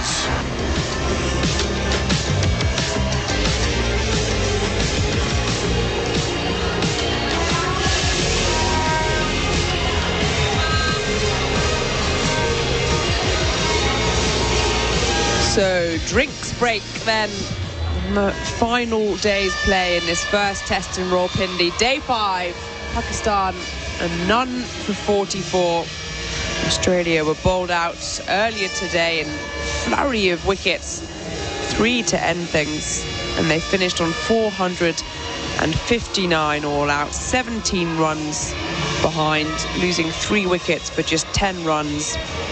Pat Cummins on 8, Mitchell Stark on 13, and Nathan Lyon on 3. Muhammad Ali, slow left armour, picked up 6 wickets in his bowling, and it was a really accomplished effort from the veteran, the 35-year-old, on a pitch that's offered very little to the seamers for either side, but they've kept at it. Both teams, in fact. Remarkable. And you think about day 3, you knew, or even earlier, actually, frankly, you knew whereabouts the test was heading. But Australia now looking to make their first breakthrough. The lead for Pakistan is 61, and an unbroken opening stand so far of 44. Both opening stands in the 2 completed innings were century stands. So can we make it a trio? Almost odds on, I'd say. Don't you think that's quite rare for us as English people to be doing a game where there's 100 opening partnerships? I don't think it's rare. I know it's rare, Keezy. Abdullah Shafiq on 21, Imam Al-Haq on 22. And Pat Cummins, who's bowled 1 over so far, he went for 10 runs. He's going to try and sharpen things up. Here he is, running towards us, right arm round the wicket, onto the back foot goes Imam, defending nicely onto the onside. No run. What real credit to Pakistan, I would say, is that of all the bowlers we've seen, I'd say Shaheen Shah Afridi has been the best by an absolute mile. When you consider Pat Cummins is in the group, that shows you how well he's bowled. I mean, he came charging in, and it's not going to be a pitch where you get your 7 first, you get your reward as a bowler. But that was some of the best bowling I think I've seen on a flat pitch. No, he's been impressive. This is a wide delivery, and almost tucking up Imam, and thoughts of a strangle down the leg side, whether it might have got gloved before it came through, on the bounce to Carey, the keeper. I wonder if Shaheen Shah Afridi's age has something to do with it, sort of the bounce back ability. He's only 21 and still he's able to put in the hard yards, perhaps without feeling it too much. You think about that Pakistan first innings, Cummins 28 overs, Hazelwood 26, Stark 24. Just the one wicket between those three sort of spearhead strike bowlers. It's down the leg side and through to Carey, the keeper, and it feels like a tactic here. Cummins just trying to find that glove of Imam with a straighter delivery. So then in Australia's innings, Shaheen Shah Afridi bowled 30 overs. 2 for 88 were his figures, an economy of just 2.9. Yeah, he just kept on coming back at them, sort of bouncing back. Nasim Shah, I thought, bowled reasonably well, considering his inexperience at 19. He bowled an awfully long time till he got his first wicket. 1 for 89 from 21 overs. This is wide of the crease and pushed into the onside. Nicely played by Imam. A little bit too straight by Cummins and out to the square leg boundary for a single. None for 45. It's the sort of thing, though, as a captain and a coach. You go up to your bowler, you understand what he's done for you, that he's put in a proper shift, we would say. Yeah. And you make sure that, all right, because at the end of the day, he'll come away thinking, I've only got a couple of wickets or whatever it was. But they're the times where you actually, that's where you earn your stripes as a captain, and you just say, make a big deal of the fella and just make sure that he knows how much you appreciate what he's done. Cummins slipping a gully in place over the wicket this time to the right-handed Shafiq, trying to whip it into the onside, doesn't manage it. It's a dot ball. Same thing when you get an opening batsman, when they go out there on a green seamer, maybe like in Melbourne in the Ashes, not that England did, or Labuschagne, let's say, at number 3 at Hobart. I think he got 40, and they were 2 or 3 down for not many at all, and that knock won them that game almost. People then came in and played well, but actually that completely wrestled momentum, and they're the moments you say, yeah, well played, guys have got 100 or 70, 80, but Marnus, that was proper from you, well done.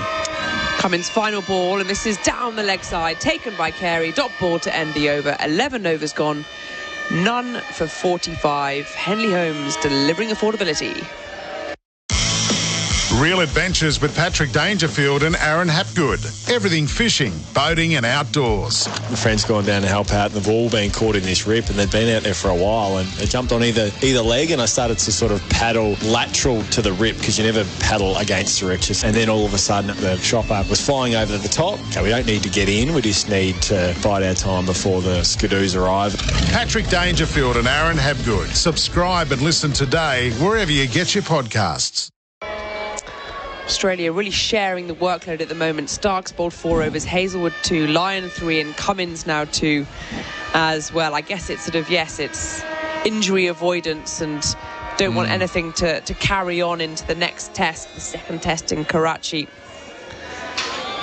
Because this test in many ways could have taken its toll on a few of those bowlers' bodies, as Lyon is in around the wicket from the shell end. Wide, and this is down the track comes Imam Haq, and he tries to punch that down the ground, only finds Cummins at mid-on. We saw that a lot in the first innings. Good use of the feet and good decision making from the left-handed opener. The one thing they've had, the one thing which I don't think they're going to get in Karachi, is that it has been so mild. The weather is perfect for cricket, 20 degrees, something like that. Karachi, they reckon it's 34 at the moment. It's going to be hot and humid, as this one's very wide and over the top of the bowler. 6 runs, I think that is. It's landed just in front of the sight screen in front of us. We didn't see it land, but I can see the umpire raising 2 arms aloft.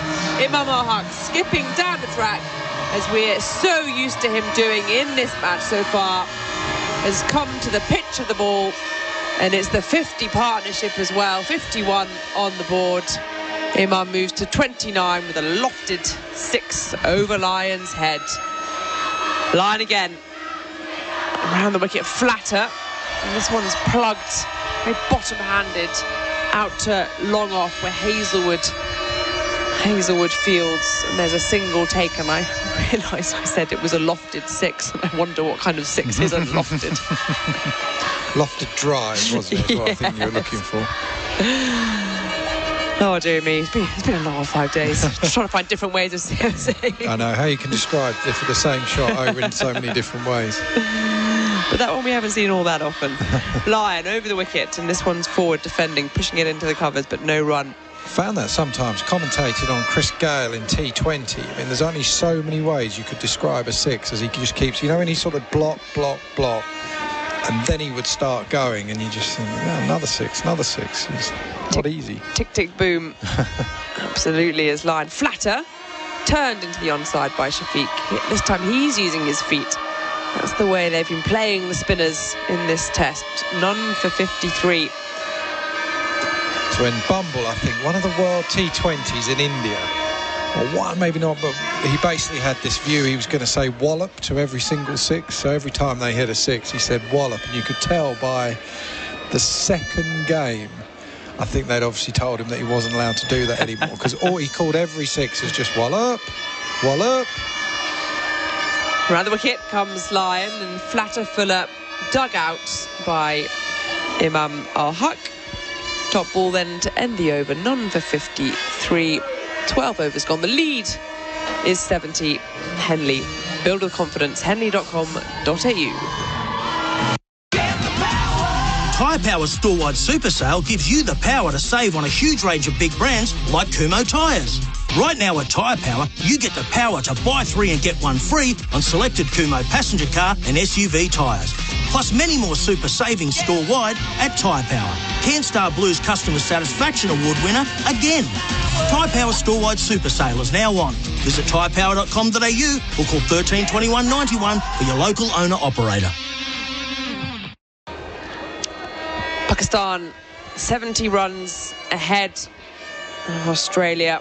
Started this innings just 17 ahead, and this opening partnership has been building nicely as Cummins induces the outside edge of Shafiq, trying to turn it into the onside, and a diving Cameron Green, who's been so acrobatic over this Australian summer, pounces onto it once more. None for 53. He's going straight. He's trying so hard to bowl as straight as he possibly can without sliding it down the leg side, and he's been off here for Pat Cummins. Normally he's so accurate, but if anything, he's just going onto leg stump and just outside at times. 11 off his 2 overs so far. This one's forward defending, pushing back at the bowler. No run. 10 off his first, 1 off his second. See, I sometimes think, we want them to bowl fuller. Just change your length. And so many bowlers have such a natural length.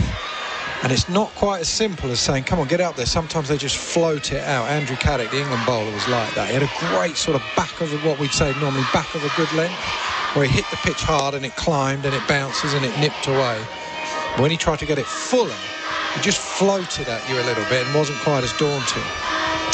Stark in, pushing Shafiq onto his back foot. Again, back at the bowler, no run. I think Broad can be a bit guilty of that on occasion. Yeah. And that's why, again, his natural length is a little bit shorter than perhaps you want him bowling in Australian conditions. But then sometimes, he pushed it up and you're like, oh, that doesn't look very very threatening at all. Well, and I think that's the battle, isn't it? Because someone like Broad, if he's not quite on song and he hasn't quite got his rhythm, then he just errs a little bit short of that fuller length, because otherwise he's just going to bowl half volleys. Yeah, that's a comfortable length. Slip in a gully, and this is nicely avoided. Ducked under, or weaving away is Shafiq. It's the same thing we have. A similar way we think with spinners can just change their pace so easily. I know there's some spinners that will bowl, they've got good variation. We're talking about their stock ball. Someone might be, 85 Ks, whatever it is, or in England we'd say 50 miles per hour, and they go, but you've got to bowl 55 miles per hour. I say, well, hang on, you can't get a 85 mile an hour bowler to bowl 92. It doesn't work like that. And the mechanics are all disrupted and everything. Correct. And the spin and the height and release point angles, etc. Here comes Cummins, and this one's turned into the onside. I think that was full face of the bat rather than a genuine edge. Down to rather square fine leg on the boundary. See, they're doing in the TV, I can just see they've got Scott Boland's stats up. 84 matches in first-class cricket, 296 wickets, averaging 25. And the view is that he sort of bowls that fuller length that you might need here in Pakistan. But this is what we do as pundits. We just sort of trade it backwards and go, hang up, we need to check. They didn't pick the right. Well, this is a very, very good bowling attack. None for 54. One more ball left of this Cummins over, and you rather feel that any seamer Doesn't matter what their record is going to have struggled on this pitch. Correct. Any bowler. I can't think of any bowler, even the great Shane Warne, Muralitha and people like that. They're about the only ones that might have made a difference, those mystery spin. Final ball of this Cummins over around the wicket, and this one again on the bounce, guiding it backwards of point to gully. Dot ball to end the over. There'll be a change in commentary after this as Adam Collins takes over. None for 54. The lead is 71. Tyre Power, your trusted tyre experts. And it's a very intense second innings here. Mackenzie to bowl. He lets rip. Oh, Miller has absolutely smashed this high and long towards mid-off. Daniels may get there before Edwards. Or is that Williams? I think one of them has long hair and one may have a hat on. And it's a catch, I think. There's people in white running everywhere. And the score is now something for something. Don't miss the best bits. You won't miss a moment if you drink wise. Visit drinkwise.org.au. SEN Test Cricket, Pakistan, none for 54. The lead's 71. The game's drifting. Beautiful day though. I've just been up on the roof. It is fantastic. Of our broadcast end, which you might have been seeing on telly if you've been watching back in Australia. Well, at our end, it's a fraction higher, and we're on level 2. But I just went up all the way. I found a secret staircase and spiraled my way up. Was it Hogwarts or something? It's not for the faint of heart. I'll tell you what. Once you're up there, there's no barrier or anything. If you slipped over, well, it wouldn't be pretty. Lion bowls, and Shafiq, with those lovely wrists of his, turns it down towards mid-on from about the 5th stump line. Josh Hazlewood does the fielding. He's 24. It's none for 55. But yes, it's you can get a much better sense of the area we're in Rawalpindi from the roof. I recommend it. And on this beautiful day for seeing as well, compared to what we had a couple of days ago, which was pretty grotty the whole way through. Feels like we've been here for a long time, which is often the case with a test match where there's a lot of runs and not a lot of wickets. No complaints, of course, but yes, we've logged a lot of hours around the media centre here over the last week and a bit since arriving in Islamabad. Lion bowling to Imam, slip on a short leg, and he takes one out to deep point where Usman Khawaja's fielding in the short sleeve jumper. He's 31, the lead's 73, none for 55, and Imam, well, when I'm 56, sorry, he'd be thinking if I could bat for a session or two, twin tons. But that is the best way. When you get in these situations, that is the best way. You don't think, I've just got to bat out of the day. You think, I've got a chance of 100 here. Good pitch. Nothing to worry about. I'm going for another 100. Make the most of it. Line bowls and forward again is Shafiq in defence. But that is then how you bat out the day. Yep. You go there, we don't give anything away here. We don't want to give them a sniff. No. Go out there, play like it's the first innings of a game. Give us a sense of what it's like for a team having to back up after 3 days. I mean, of course, the cricket you predominantly played in the county championship, there's a lot of that. Line bowls and going back is Shafiq, not far away from spooning a catch to him, actually. Line went down for it, but didn't quite carry it. Stays at none for 56. Just for the fast bowlers, I suppose, having done all of this work across more than 3 days at the bowling crease it'll be by the time they're done. How tough is it to go again on Friday for them? Depends. I mean, it's tough, don't get me wrong. I'm sure I always used to say, being a batsman, we should say to the bowlers. Lion bowls and Shafiq, that's better. Forward, blunting the spin, out to cover, no run. They obviously have to come again. You don't need to tell them that. And what happens is, generally, if they get on another pitch like this, they'll come out with all the best intentions. And they'll be like, right, come on, the first half hour, but if that partnership starts again, if it goes, it's like, oh, here we go. Another flat pitch, and that is hard. And that's what you're asking them every time. Line to finish. It's full and defended. I think you're staying with us, Keezy, for the time being. Into the over, none for 56. We'll take a break with Imam Al-Haq on 31 and Shafiq on 24. SEN Test Cricket for Henley Holmes, delivering affordability. Hear the major moments in sport crystal clear, anytime, anywhere on the SEN app. Bouncing! Oh, don't tell me! Goal! Djokovic a mile back, and he smashes into the net! On air, podcasts, live sport, news, video content, your city, your town. Oh my God! Download the SEN app from the Apple and Google app stores. It's also available on Apple CarPlay. The SEN app, your home of sport, from wherever you are on the planet. Adam Collins with you, and it'll be Waqar Younis joining me. Rob Keys made way, gone back to television land. I didn't get a chance to tell him that we received more response last night to our conversation about neighbours than anything we've said about the cricket over the last 5 days, Keezy and me. Waqar, if you don't know what I'm talking about, don't worry about it. Here's Waqar Younis joining me as Patrick Cummins makes his way to the crease around the wicket to Imam Ul Haq, hits him with a short ball, goes over the top of Carey. When I say hits him, I think it might have been arm guard or possibly even a bit of flesh there. We're behind Imam here. He's dropped the bat. He isn't wearing a big arm guard. He's wearing one of these modern arm guards that only covers part of the wrist. He's obviously in some discomfort, Waqar. Let's watch the replay back. Where did he ping him here?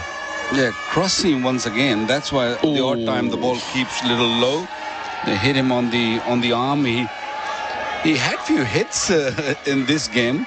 I think he just missed the arm guard, the small arm guard nowadays. Why are they wearing those small arm guards? Had that been a conventional arm guard, if that was the, for want of a better comparison, the Chris Rogers big old thing he'd wear in front arm, that's not a problem. But for some reason, these days they wear quite small arm guards. And yes, it has clipped it rather than the flesh bit, but that's still going to sting. Yeah, I've got no idea why these guys wear this sort of arm guard. It's only, 6 inches, maybe 7 inches? Yeah. Sure, and it only sort of saves that fleshy part, the meaty part of the arm, rather than saving the actual elbow, because you can get hit on the elbow and it can be very dangerous. It's been a tough test match for him. Yeah, brilliantly batted, but in the field he got hit once, I think on the back of the neck and then on the shoulder. I mean, he's having a tough gig out there. Well, the physio's out there for the umpteenth time, because you're right, he did get hit a couple of times in the head when fielding and once when batting too. It'll give me a chance to go around the grounds to Mount Maunganui and the Women's World Cup, where Pakistan are also playing Australia. Pakistan made 6 for 190 in their 50 overs. The captain, Bismar Maroof, who's just come back from having given birth, she made 78 not out from 122 balls, batting at number 3. Aliyah Riaz, the other Pakistani to reach 50, making 53 for Australia.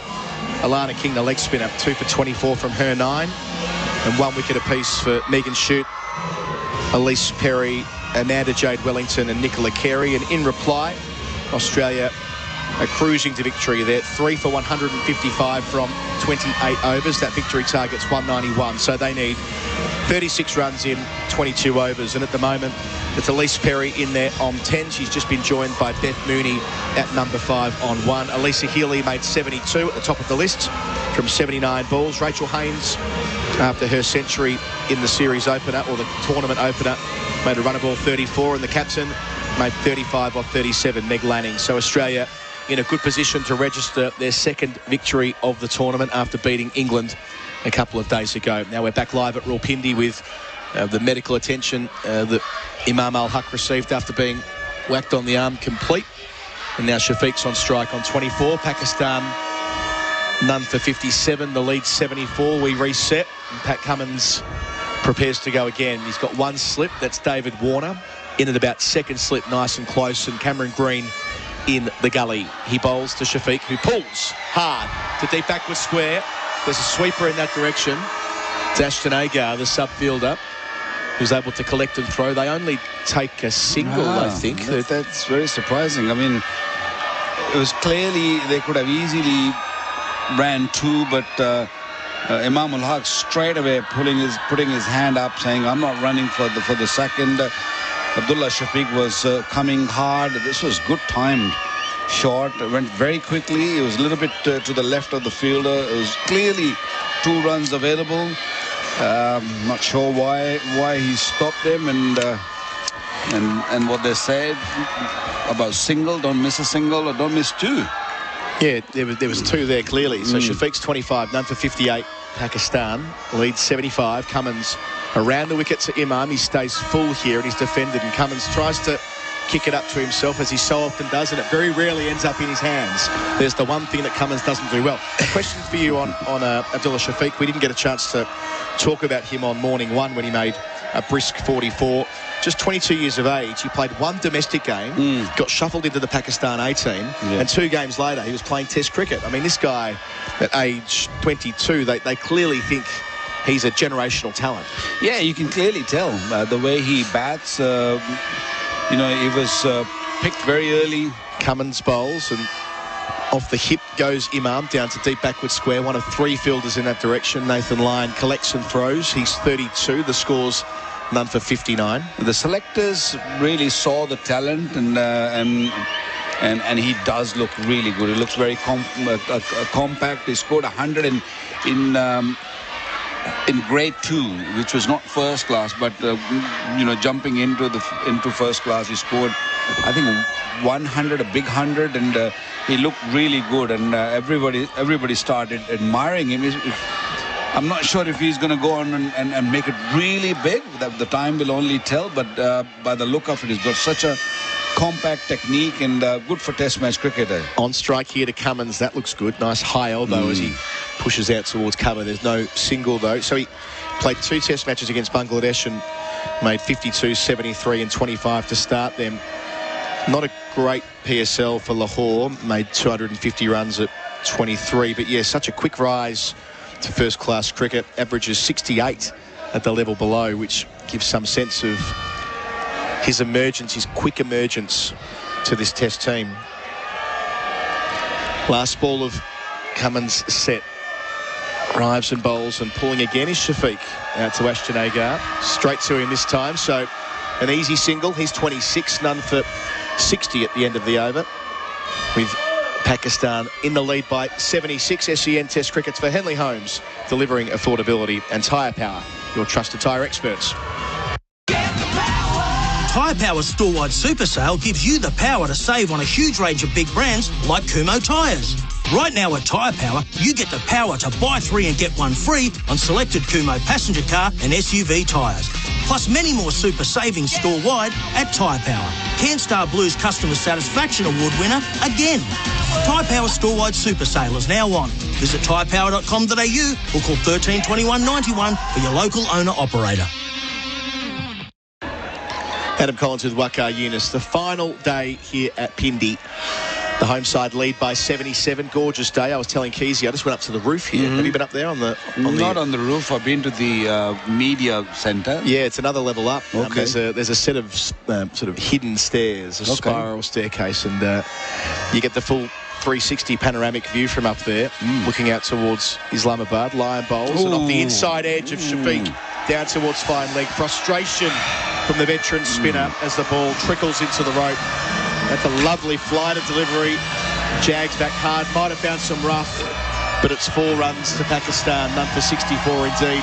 That could have easily run into the leg stump. Beautiful bowling. That's probably the best delivery Nathan Lyon has bowled, and spun sharply inside edge, and it was not at all far from that leg stump, middle stump, and the head went down straight. Nathan Lyon has done everything this morning and bowled beautifully just from outside the off stump, trying to bowl in that rough, getting some spin, but no success so far. Passes umpire Raza, bowls again. Going forward here is Shafiq. So Lyon took 1 for 161 in the first innings. Of course, no wicket here in the second. Pakistan is the team he has the worst record against in Test cricket, averaging 47 before this match. His second worst average, if you like, is against South Africa, against whom he takes his wickets at 42. Bowling here to Shafiq, playing from the crease down to Labuschagne, who flicks it up to Carey, no run.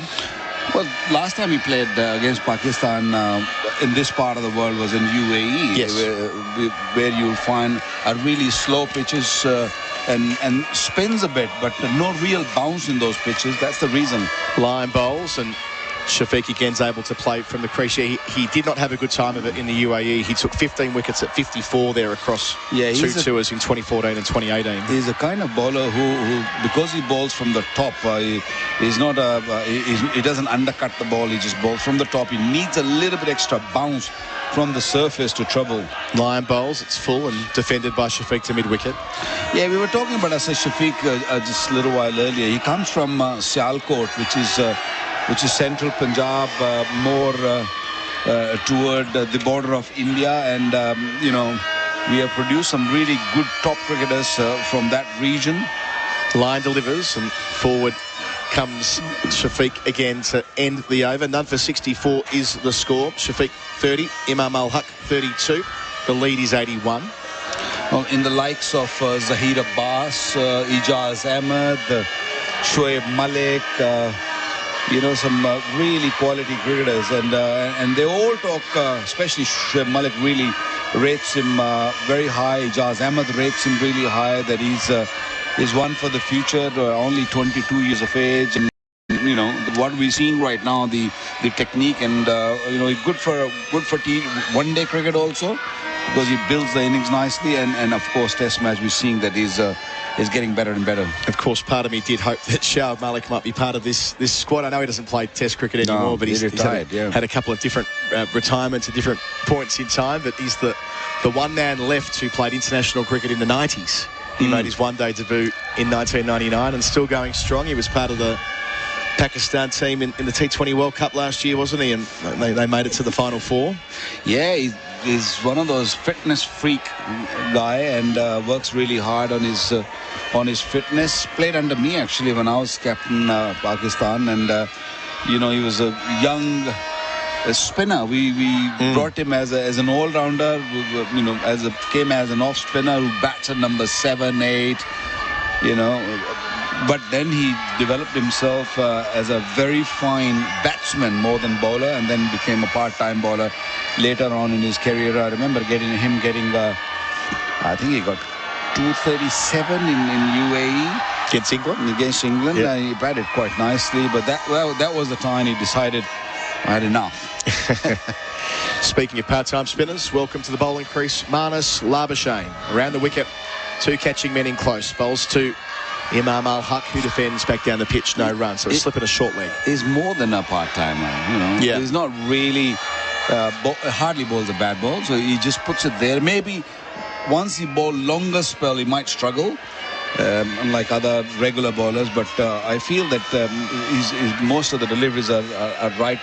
Delivers here to Imam, and he's taking down to long on for a single. He's 33, none for 65 the score.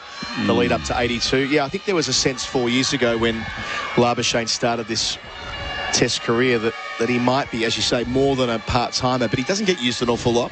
Only you don't think of him as a batting all-rounder because, well, he just doesn't have those bulk overs, even though he's taken some quite important Test wickets, including one at Old Trafford to effectively retain the Ashes in 2019.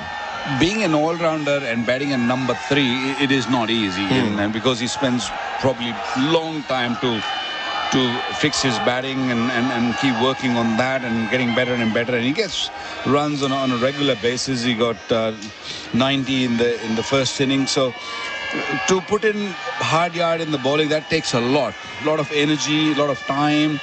And sometimes you bowls here, forward comes Shafiq, no run. Sometimes if you do a lot of focus, put a lot of focus on the bowling, you just sort of intend to move away from your batting. So you don't want to do that, because he's an asset to Australian team. Scored heavily in the early days of his career. Labuschagne to Shafiq, who leaves alone outside the off stump. Yeah, he's a wonderful cricketer. I like the energy he brings to the team. Bowls quite nicely, and a gun fielder. Don't forget that. Yeah.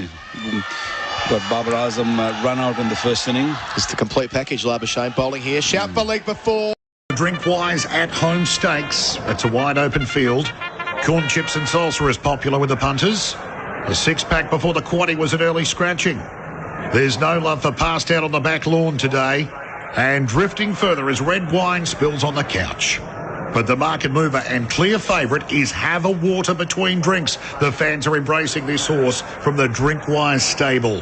Be a winner at home watching the races. Remember, you won't miss a moment if you drink wise.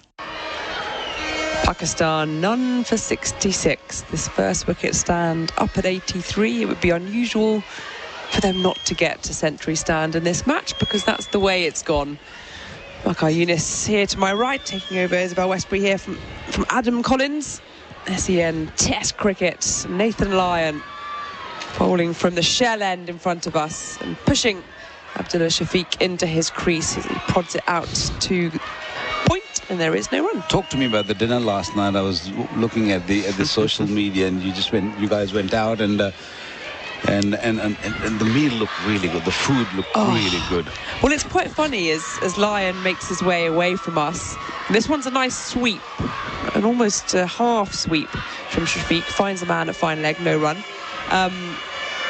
Both Melinda Farrell and I, who are out here covering this series, unusually, I guess, for Westerners, we love our spice. Yeah? Really like our spice. And this is the place to come, as this is, again, pushing Shafiq into his crease, this time into the offside, no run.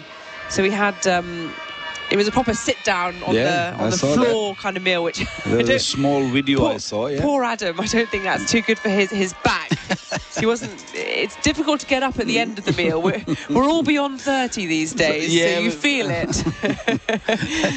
As Lion is through, and this is a Lupia delivery, no run. Especially when you're not used to sitting down and eating. You need a bit of leverage at the end. But that fish looked really good. That was the pièce de résistance, because we've been really lucky with our curries and the mutton that really falls off the bone here. Every meat that I've had as Lion is through flat and turned into the onside, there is no... I don't eat that much meat at home, but I think you'd be want not to here, because it's so succulent. But the fish was the real masterpiece here, because it was slightly spicy than everything else, so tender on a bed of rice and beautifully cooked and steamed around it, as Lion is forward prodding, no run to end the over. 18 overs gone, none for 66. Henley Holmes delivering affordability. Sometimes needing new tyres can catch us by surprise. That's why Tyre Power gives you the power of Zip Pay and Zip Money. It means you can get what you need now, get back on the road safely and pay for it later, taking advantage of the interest-free periods. So if you need new tyres or mechanical repairs, don't wait till it gets worse. Get them now with Zip Pay or Zip Money at Tyre Power. No fuss, no wait, no worries. Terms and conditions apply. So visit tyrepower.com.au or call 13 21 91 for your local owner-operator. Spin from both ends continues. Marnus Labuschagne from the pavilion end. Short square leg, slip in place as well. Extra covers, not quite in catching, but a few pitches away as Labuschagne bowls from around the wicket and pushing Imam Al-Haq into his crease. No run. Nothing much is happening at the cricket. Let's talk about that food again. I would happily talk about food.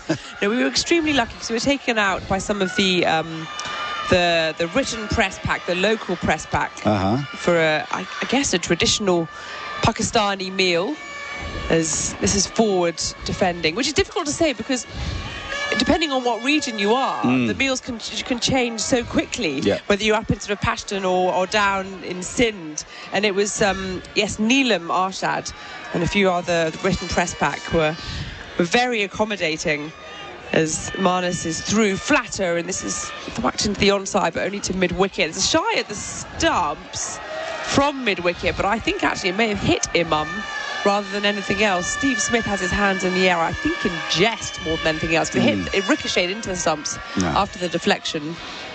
So it all happened in the crease, so not to worry about run out here. No. So I was hearing them that they were trying to explain you what it is. Was it Mandi, I think? Yes, that would make sense. That would make a lot of sense. As Marnus is in flatter and turned into the onside. And there's a single then to the total, none for 67. It was, you had a platter of rice with fish on top on one dish, and then a platter with all kinds of different meat spread around, the lid on top. And it was, it's very mouth-watering, though. Oh, it is. And what's been so lovely is every time we do go out, we just say, you order it for us. You put our lives in your hands. But every time we've been rewarded so richly. So lucky, as Smith is there at slip and in his crease cutting his Shafiq out to backward point, no run. That's very normal here. One person orders for everyone. It's not that you pick this or that. And I want to eat this, and get it in big platters and just go for it. Just put your hand in there and just eat. Very dangerous though, because you end up eating far more than you should do. True. His Labuschagne is full, and that's a very full delivery. Dug out and defended. No run. 19 overs gone. None for 67. Henley, build with confidence. Henley.com.au. As a small to medium business owner, you need a vehicle fleet that is fit for purpose. The new Nissan Navara is the ultimate workhorse, built tough to handle the harshest conditions. Packed with the latest intelligent safety and driving assistance tech, the new Nissan Navara is the ideal addition to your fleet. Let your local Nissan fleet dealer tailor a vehicle solution that's right for you and your business needs. Visit your local Nissan dealer or search Nissan Fleet today. 19 overs into this Pakistan second innings on day 5 here in Rawalpindi. Pakistan now leading by 84, an unbroken opening stand. Once again, none for 67. Lion with his sunglasses on is going to continue. So I feel as though we've tried all sorts of different foods in Rawalpindi. What has everyone got to expect when they go down to Karachi and to Lahore? I wish you could have gone to Peshawar. Maybe once you'll come back for the ODIs. I think there's a gap there. A few Just of the drive down contingent there. are coming back here. And also go up north. You know the Murrays and if you can go to Lion flat outside off, no run. Go to Karan, Naran. It's about like 2.5, 3 hours drive, but it's beautiful. The mountains and and you might find a snow if you go really up at the top. But the place is to really see. Lion around the wicket, flat again, outside off, left alone, no run. Karachi, I would say, is known for mandi once again, that platters and all that. And then, of course, Nihari, don't eat too much of that because that can really go through very, very quickly. Right. That's where you have to be careful, but it's very tasty. It's very yum. Once you start... Lion, flat again, outside off, left alone, no run. Once you start that, you don't stop because it's so yum. The spices, You know what I found very difficult to stop eating is there's a sort of pistachio sweet mix of sort of quite creamy, like a rice pudding after a meal. Oh, it's good. As Lion is floating it in, and this is driven into the covers, but fielded by cover, no run. You're probably talking about kheer. I think that's probably right. Made of rice and we have rice pudding in England, but it's nothing like this. This is on a whole different level. Yeah, that's true, though.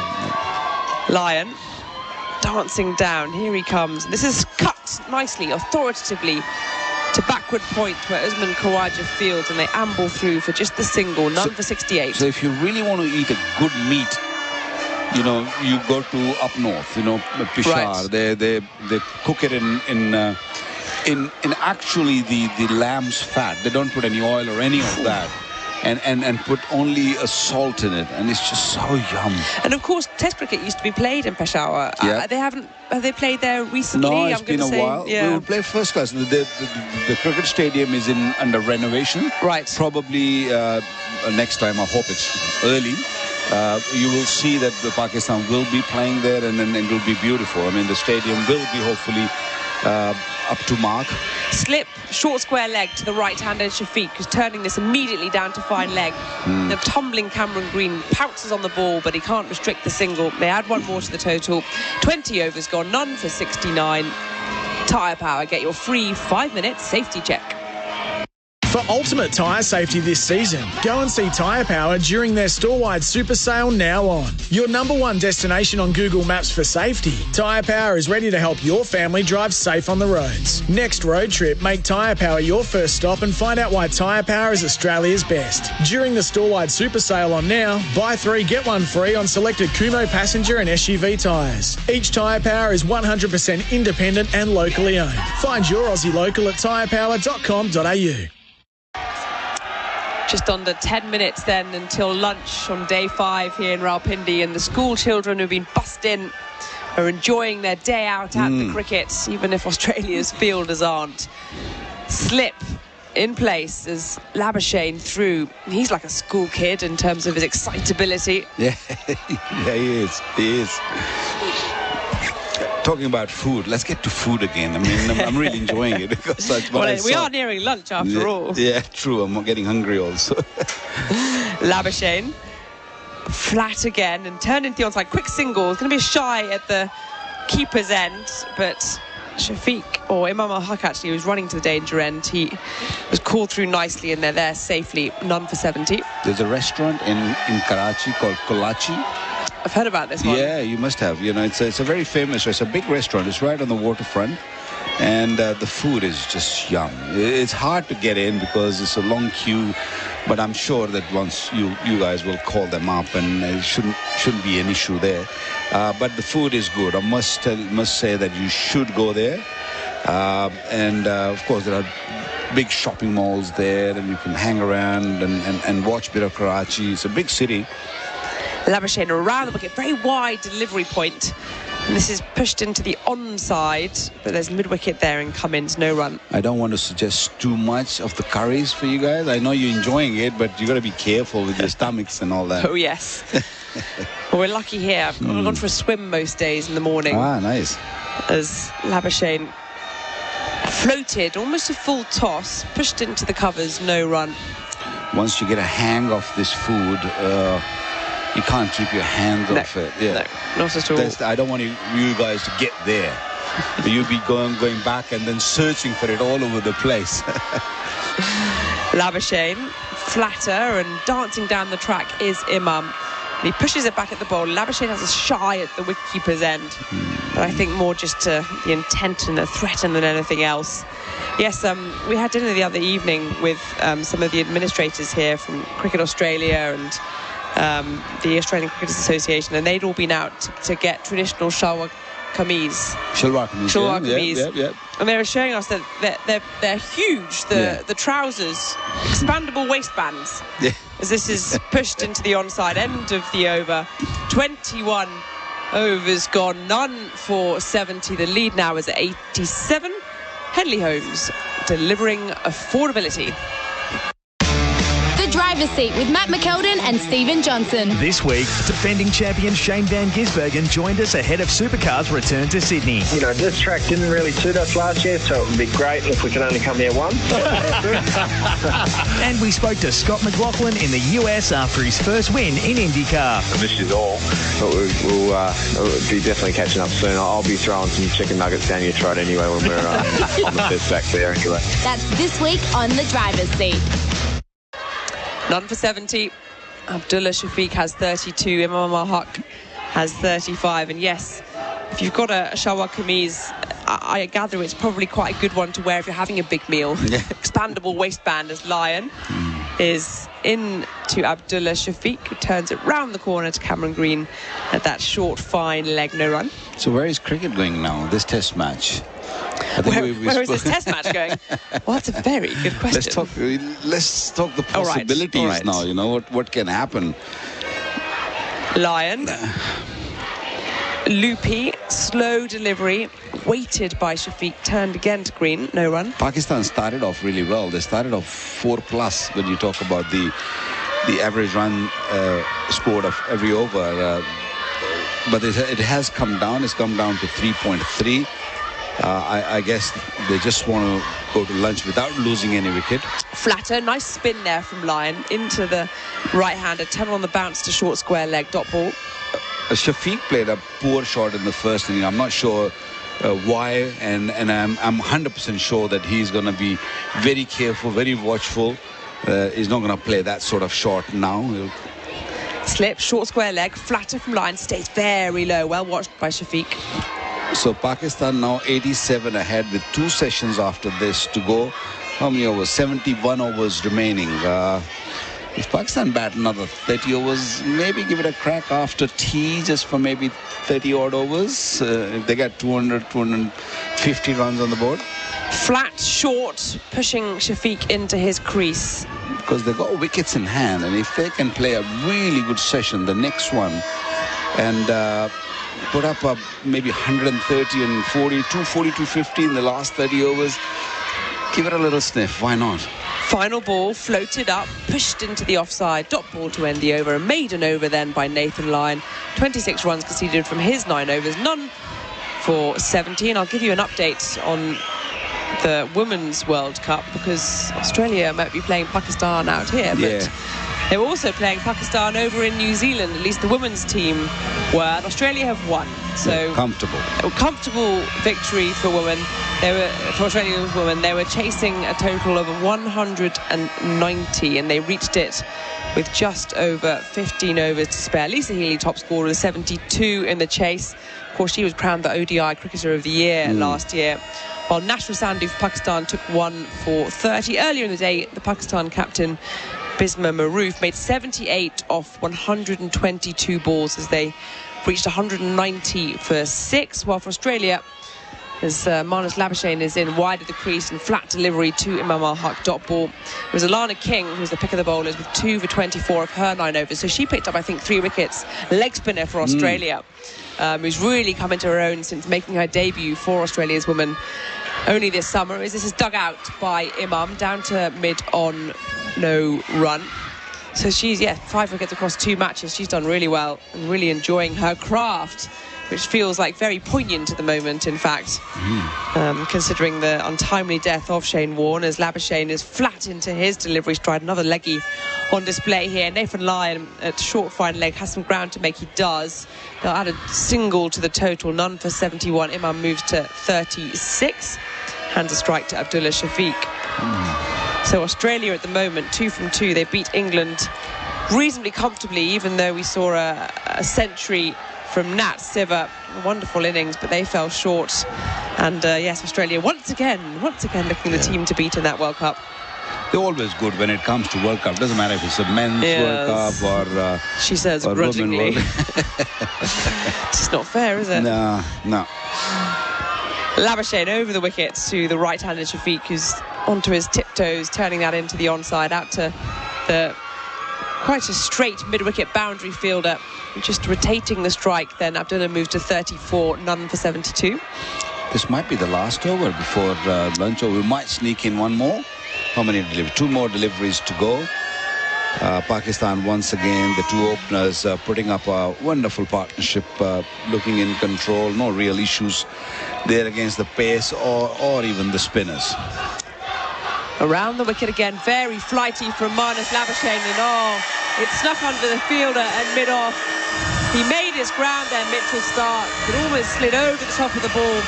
Good footwork from Imam Al-Haq as he pushes it out to that extra cover boundary. He moves to 40, and the score now none for 76. I like the way he used his feet. Saw a little bit of flight outside the off stump and got it on the full, didn't allow the ball to pitch. It was a big effort there at mid-off, but the ball was just going very quickly.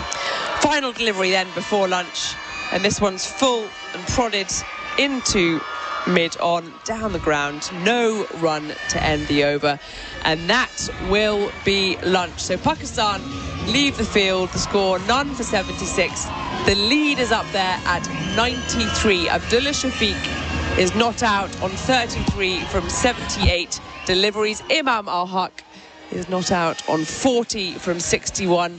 Another stellar opening stand. We had 26.1 overs played in that session today. Earlier on we saw 3 quick Australian wickets fall in the space of just 10 runs. Pat Cummins for 8, Mitchell Starc for 13, Nathan Lyon for 3.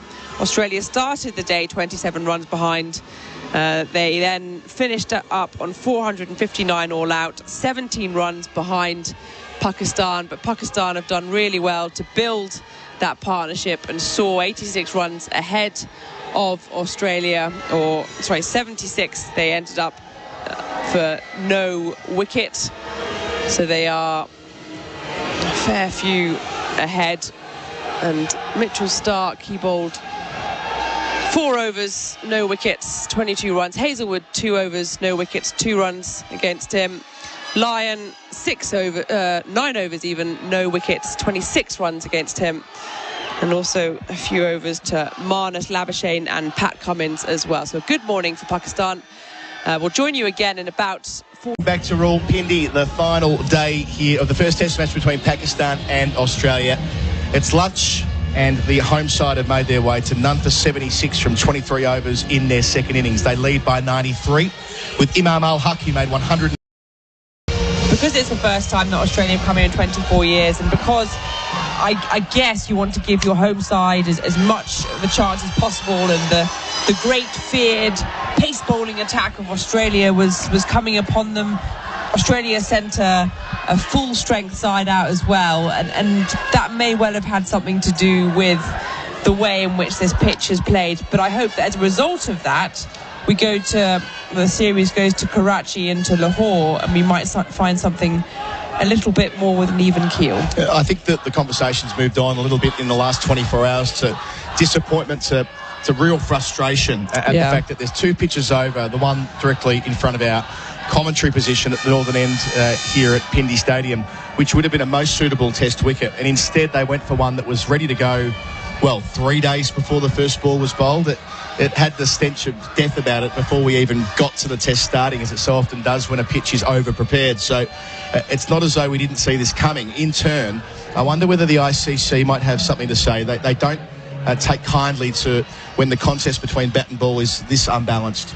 Yeah, I wouldn't be surprised. And we talked earlier about how the novelty of this series going ahead kind of got us through the first few days, and it was about day 3 when it hit, and you thought, 300 or almost 300 overs to get into double figures of wickets. I mean, wonderful if you're trying to rack up the runs and boost your average as a batter, but it almost feels like a waste when you've got the likes of Shaheen Shah Afridi, you've got Cummins there, and even Nathan Lyon as well. These are premier bowlers who they look benign on this pitch. Yeah, Lyon had a couple to go out of the footmarks before lunch, but it isn't what you would normally anticipate a pitch to do on the 5th day, certainly in the subcontinent, where you're hoping it will break up and give in to spin. By the way, I should say we're welcoming listeners in Melbourne, Adelaide, the top end, Sydney and Queensland as we start this second session. And it is a nuanced conversation as well, because I am very aware that so often an England or an Australia or a western side will come to the subcontinent and they may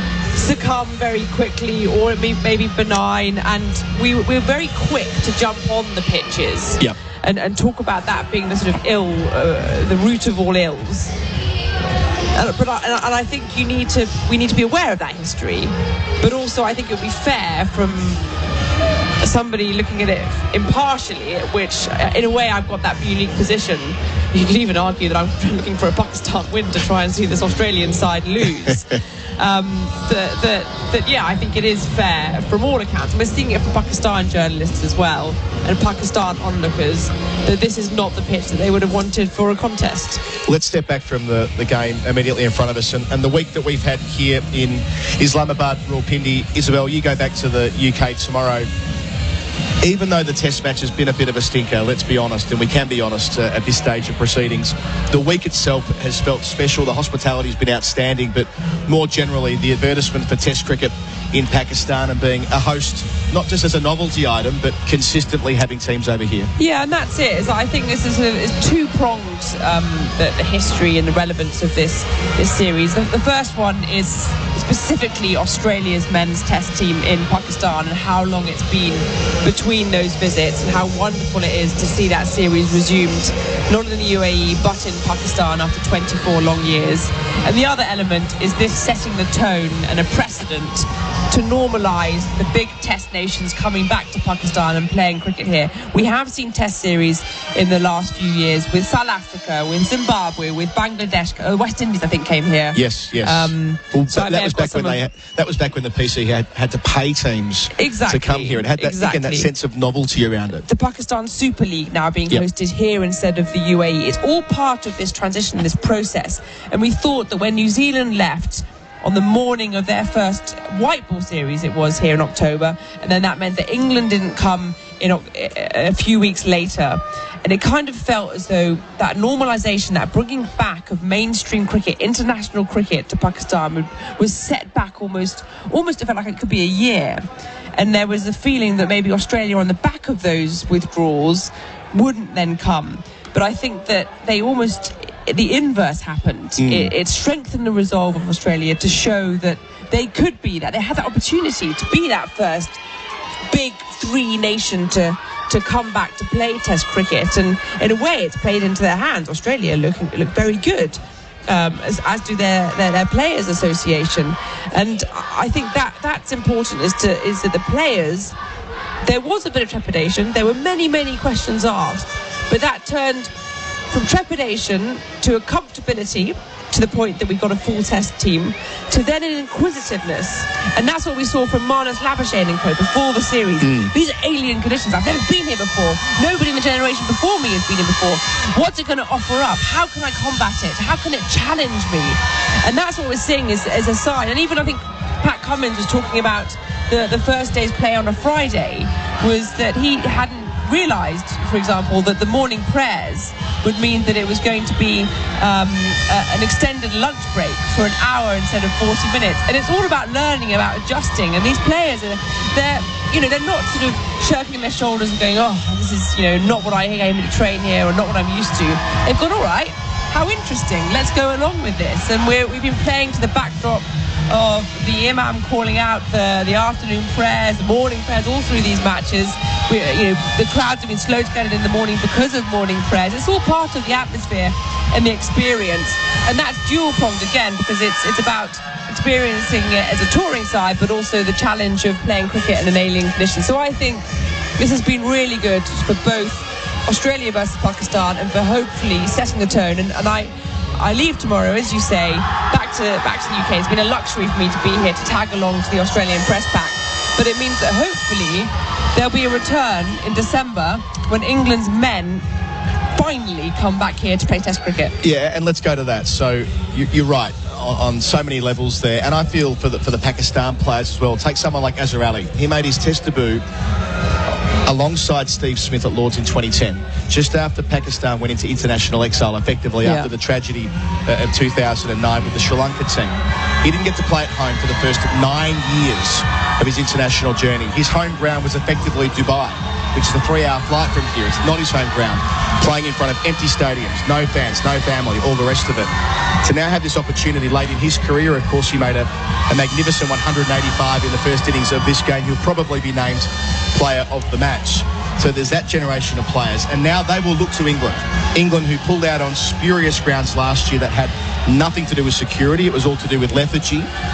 Let's hope that the ECB, who have been watching this series, I'm sure, back home in London, will see that the only decision they can make later this year is to repay the favour and the faith that Pakistan showed in them when they came out to England in the middle of the pandemic, before the vaccine was even thought of, before it was dreamt of, let alone injected into people. They were there for 6 weeks when it was Plague Island. Now, they have to be here in December, and they have to be here in September. But that is a hurdle the ECB now have to clear.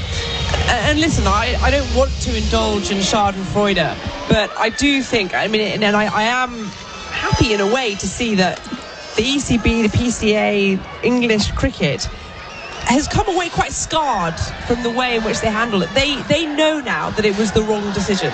They know that the way they handled it, the way they approached it, the reasons, the excuses that they gave were not up to scratch, considering what Pakistan has done, both in coming to England, in playing as they have in the UAE, but also the provisions that they put in place to make sure that this would go ahead, that their series would go ahead without a hindrance, as we've seen so far in this Test series in Australia.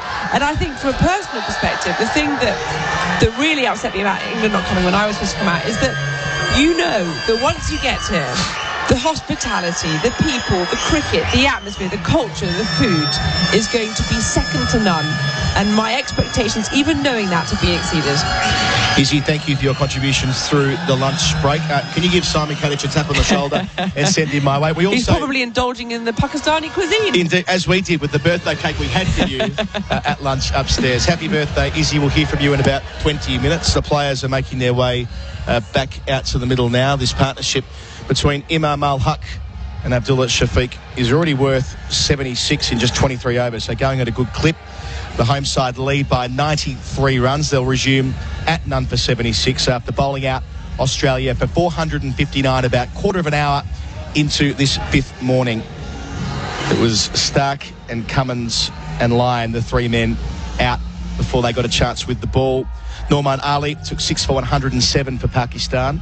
A lovely response when he picked up his fifth, kissing the turf, as we've seen a few times from Pakistani players through the course of this test match, this historic test match, the first that Australia have played in Pakistan for 24 years. And as this second session of the final day is about to begin, I welcome Simon Katich back to the Summariser Check. G'day, Simon. Good afternoon, Colo, and to all our listeners. It did drift a little bit before lunch, didn't it? Any chance that Australia had to bring upon something special, any hopes of that faded within about 4 overs? Yeah, it certainly did. I think the intent of the Pakistan openers was fantastic, and that contributed to it. I think they both come out, they both feel like they're in good nick, and this wicket is still playing very, very well. So they've come out positively and put pressure on the Australian bowlers, and Nathan Lyon is going to have a challenge here. Lyon away from us, bowls to Shafiq to start the session, turns him into the onside no run. Lyon's bowling with a slip and a short leg. Just said as you were coming in, we had a birthday cake for Izzy upstairs at lunch, which was lovely. The PCB have been so good at not just catering for us and looking after us, but sort of understanding that people are away from their families and all the rest of it. As always is the case on tour, Lyon delivers and Shafiq comes forward again in defence out towards where Silly Point might be if they had one in position, but they seldom do when Lyon's bowling at the moment. Yeah, we've been very, very lucky to be here and have the Pakistan hospitality during the day, in the evening as well. I'm going to make a recommendation for you, Simon. Lyon bowls and Shafiq goes back and can't beat short fine leg. Go to the roof. There's the roof up here, the viewing area is extraordinary. We've got a couple of blokes who are controlling the drone, which you might have seen, it's been on you quite a bit on TV commentary. Has it? It has. They've been showing you on screen and the other TV commentators quite a bit through the test match. Lyon up to the crease again, bowls to Shafiq. And again, he's turning him around the corner to short fine. There's no one on offer. But if you get up there, there's no safety rails or anything like that, so you have to have your wits about you. But naturally, there are a lot of guns up there as well because of the security situation here at the ground. They're facing the other way, the military officers with guns, though. They don't want anyone to be on the roofs or anything like that. Lyon delivers the penultimate ball of this over. It's clipped out to David Warner at mid-wicket, no run. But yes, there's a little secret staircase. I'll show you where it is when you're off air. It's worth spending 10 minutes for the broader look across the mosques and all that in Rawalpindi. It's pretty cool. I'm sure it is, but I'm not fond of heights, Colo, so I might not make it up there. Line to finish. Shafiq again, this time on the front foot towards Silly Point. End of a maiden to start after lunch. SEN Test Cricket for Henley Holmes, delivering affordability.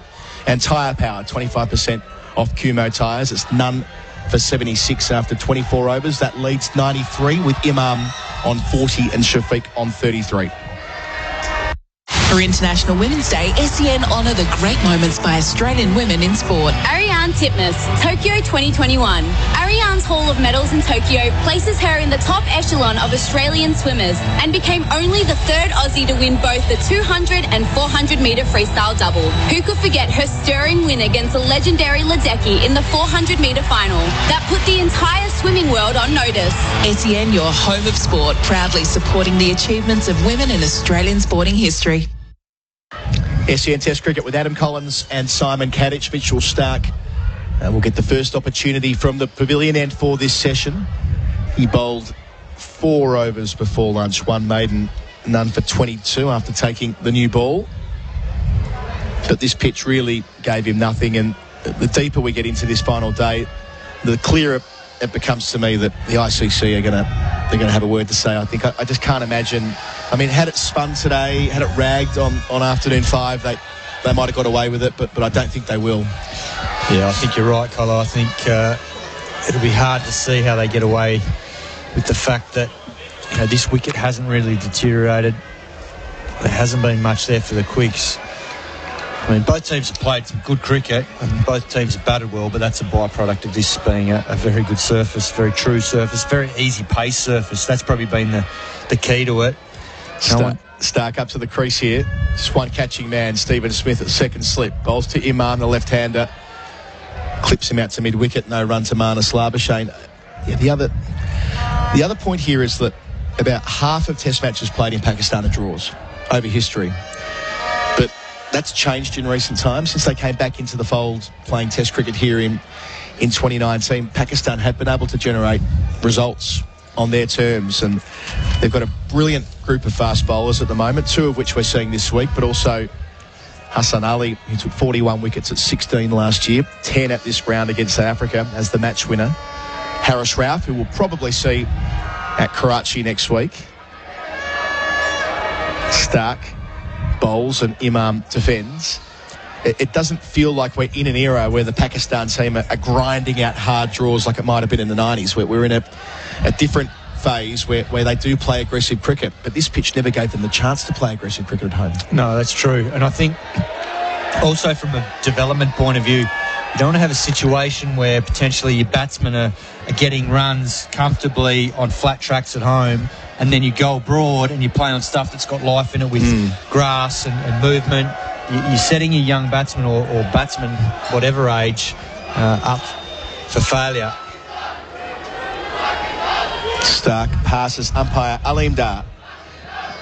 Bowls to Imam. He tries to drive, but comes off the inside portion of the bat and ends up with Usman Khawaja at mid-on. No run. None for 76 remains the score. And we saw that when they were in England during the pandemic. Izzy and I, during lunch, were talking about the massive effort that Pakistan and the West Indies made in that summer to come out for multiple months in a hard bubble, no vaccine or anything like that at that stage, and they were exposed. Their top order were worked over by the usual suspects, Anderson, Broad, Wokes and all the rest.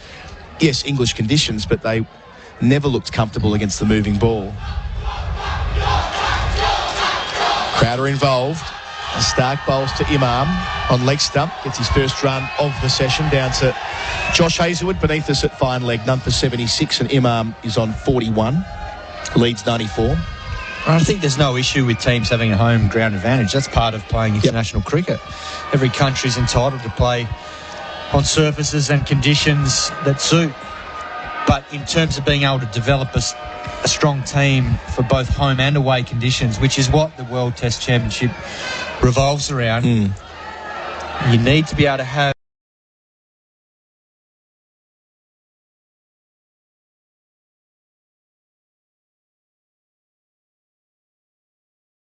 So those pitches have had the opportunity to help broaden the game of young players coming through. Yeah, certainly. And I mean, we take for granted the Gabba's always had a fantastic Test wicket. The new Perth Stadium wicket is fantastic for Test cricket. Everyone's in the game there. It's a good batting surface. It's good for the quicks. And Nathan Lyons bowled well there in the past as well. So I think there's a good variety of surfaces there, whether they are drop-ins or not. But I think the other thing that stands out, this Pakistan team, when you talk about their recent Test cricket, in 2021 they played 9 tests. They won 7, only lost 2. And those 2 they lost, one was, I think, by 1 wicket in Kingston, Jamaica, and then the other one was in New Zealand. And New Zealand have obviously been playing fantastic Test cricket. So there's no disgrace that they've lost those 2, but they've beaten some good teams. South Africa in Karachi and Rawalpindi, where they won both those tests. They did a number on Zimbabwe, which you'd expect, given where Zimbabwe's at the moment, and then managed to win win against the West Indies away from home in Jamaica, where they played 2 tests at that venue. So, they're a serious team. I mean, they're third in the World Test Championship, and that's now being decided on a percentage of points rather than a total number. And on that basis, they've started this second cycle, if you like, really, really well. Line around the wicket, new over to Imam, who pushes out to cover. Cameron Green's fielding there, so there'll be no run.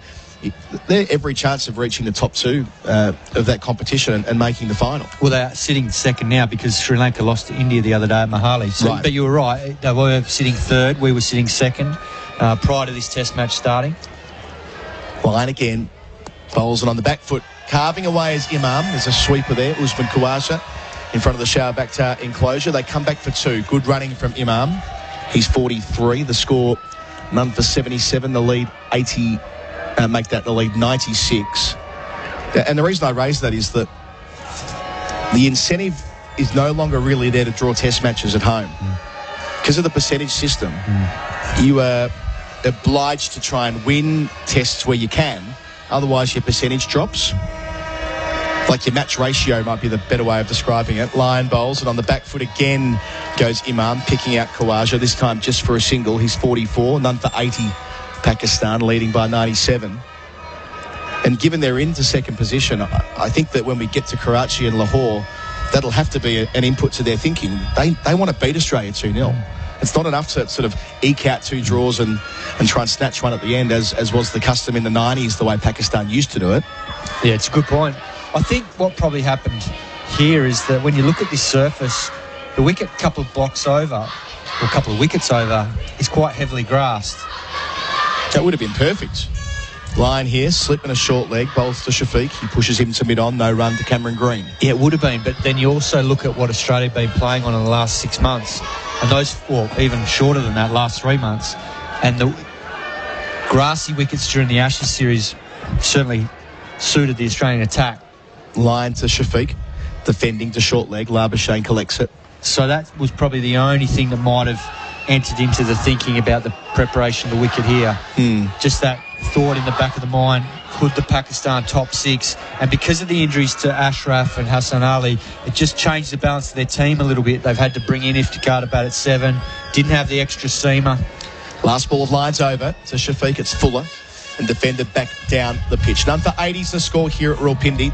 Pakistan lead by 97 with Shafiq on 33, Imam on 44. SEN Test Cricket for Henley Homes, delivering affordability and tyre power. 25% off Kumo tyres. G'day, Scotty Cam here. My mates at Weeks Homes are here to make 2022 your best year ever. To help, they're extending their fantastic $45,000 cash discount off all next-gen designs. Plus, to ensure you have the freshest face on the block, they'll throw in fully rendered Hebel at no additional cost. How good is that? So, come and discover what makes a Weeks home so different. Drop in and visit a Weeks display home today. Conditions apply. Final day here at Pindi. Pakistan just absorbing time here. There'll be no funny business this afternoon. They're just going to put as many overs in the legs of Stark and Cummins and Hazelwood and Lyon as they can. I wonder how long it'll be until we see the part-timers bowling and trying to preserve the big quicks. Stark starting a 6th over here. They won't want to bowl too many. The big 3 to the crease to Imam, who clips out towards square leg. Travis Head's there, no run. Well, they didn't have a huge amount of preparation leading into this series, so you just wonder whether, you know, they're considering today being that sort of preparation, almost like the tour match before you play. Yep. The test series, they didn't have that due to the schedule and the way it was mapped out, but potentially this is the chance to get them up to speed, and then they'll be better prepared for that second test. I mean, it shouldn't work like that, but the way the match situation is presenting, that potentially is what they will get out of today. Yeah, there's still 66 overs available in theory. They'll probably shake hands before that. Stark passes the ball over late, trying to find some reverse swing. Doesn't hear. Imam greeting it with a nice straight blade back down the pitch. He's 44, and after 157 in the first innings, putting in a claim for player of the match. He set it up. Yeah, he is. He's looked impressive again. He looks really confident in the fact that earlier he was batting on, I think, looked like off stump to Josh Hazelwood. So he's right across, even to Mitchell Stark there. He's right across in front of his stumps. He's not worried about being trapped in front because he's presenting a full face. He knows that Mitchell Stark's trying to get him out at the moment that way, but he's looking to hit as straight as possible. 2 out on the leg side, a deep backward point on the offside. Stark bowls and Imam goes back before defending. But yeah, just going back to this Pakistan team, I think, and it's no surprise to see them sitting up there, I think they'll be in the top part of this World Test Championship because I think they've got a really good mixture of players at the moment. I think their 2 young quicks are exciting, and then you throw in a little bit more experience around them with, I guess, Hassan Ali and then Fahim Ashraf, who have played a bit more Test cricket in particular. We know that their spinners are quite experienced, particularly Ali, and he did well here. But it's the mixture with their batting. I think they've got some good young batting talent coming through. Stark up to the crease, delivers to Imam. It's a bouncer through to the gloves of Carey. Well ducked. Yeah, right, you look through it. I mean, the World Test Championship has only been going for 1 completed cycle, which was compromised by COVID, of course, but they'll play the whole way through here. So each of the 9 nations will play 6 series. Well, this is Pakistan's 3rd series. They were victorious against, they went 1-1 against the Windies away from home and won 2-0 against Bangladesh. But, I mean, it's a great opportunity to be the Test champion. We saw the New Zealand team achieve that last year down in Southampton. That was a a considerable moment in the history of their nation as far as cricket is concerned. Stark bowls here, and steering away to deep third is Imam Al-Haq, moving to 45. It's none for 81. Yeah, you don't want to take away from that achievement from New Zealanders because it is a phenomenal effort. But I guess the hard part was that in that cycle, things were compromised due to COVID. So the whole schedule at home and away probably didn't or wasn't as fair to everyone as possible. Yeah. But it was a great achievement nonetheless. I think in this next cycle, hopefully it's a truer reflection, and I expect Australia to be up there. I think with the attack Australia have got, and I think with the top 4 Australia have got at the moment, and the only reason I don't include Head and Green in that is because they're probably a little bit less experienced, but our top 4 at the moment, you know, there's 4 formidable Test players there with a lot of experience. And Head, the man in form during the home summer, and Green making substantial gains. Stark delivers here, and Shafiq steers out towards deep third man now, opening up the blade at the last moment off the front foot. Good batting. End of the 27th over, none for 81 the score. Shafiq is 33. Imam Al-Haq is 45. The lead up to 99.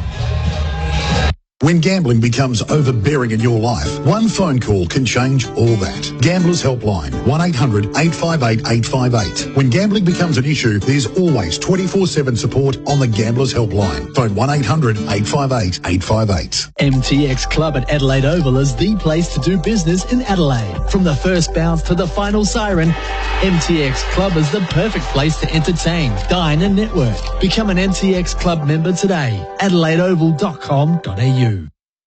SEN Test Cricket with Adam Collins and Simon Katich. For Henley Homes, build with confidence, henley.com.au. We can see the drone flying just above us here. And now we know where it's operating, on the roof. Nathan Lyon starting his 12th over. Bowls to Shafiq, who's well forward. Got to look down at my WhatsApp messages between overs during the break, Simon, and some great news. Bharat Sundaresan has arrived in Pakistan. Brilliant. Part of our SEN Test match coverage through the last few summers. He'll be with us in Karachi. Lyon delivers, and Shafiq comes forward and pushes out towards mid-on. No run. Lead 99. We didn't know whether Bharat would make it. It was touch and go, but he's in the country. Brilliant. Good news. Very good news. So he'll be part of our broadcast team at Karachi. The second test beginning on Saturday. Lyon delivers. Well forward again is Shafiq. I saw an interesting graphic come up before on Nathan Lyon against Pakistan, and his average with the ball is over 50. It's about 51. It's his worst record is against Pakistan, by some way as well. So it was 47 before he started this test match. Lyon, right arm over to Shafiq, the right-hander using his feet and driving out for a cover. Nice shot. Comes back for a couple, moving the lead beyond 100 up to 101. Shafiq has 36 and the score is none for 84. But yes, Lyon's record against Pakistan, and in this part of the world, truth told, isn't too crash hot. So averaging 51 in these contests, and it was the UAE which didn't agree with him. 15 wickets at 54 across 2 series there in 2014 and 2018. Bowls here, Shafiq goes back and clips him out to deep square for a single. He's 37, none for 85. Had a great tour of Bangladesh in 2017, taking 22 wickets in 2 test matches at 14, but that's 5 years ago. You know, it's a long time ago. So interesting that Lyon, for whatever reason, doesn't enjoy bowling against Pakistan. Look, it's hard to judge him too much on this wicket and what's unfolded over the 5 days, because he's had to bowl first on it, which is never easy for spinners when they're bowling first in a test match, particularly on one as good as this. But it's been surprising to see the left-handers really attack him, particularly Imam Al-Haq. We haven't yet to see Fawad Alam in his test match either, who's left-handed. Leaving alone outside the off stump is Imam Al-Haq to finish. The lead is 102. 28 overs gone Pakistan, none for 85. Our coverage for Henley Homes, delivering affordability. Hello, Frank Walker from National Tiles. Tradies, at National Tiles we know how extra valuable your time is in this current building boom, so we've streamlined how quickly we can serve you. Just go online and order from thousands of National Tiles, adhesives, grouts and tools for immediate delivery or pickup. No waiting, no delays. Yes, at National Tiles our tradies are our VIPs. where we consistently strive to save you time and money every day of the year. There'll be a change of commentary. Isabel Westbury replacing me after a couple of words from Simon Katich. And who knows, he might end up even calling the first ball of this new over.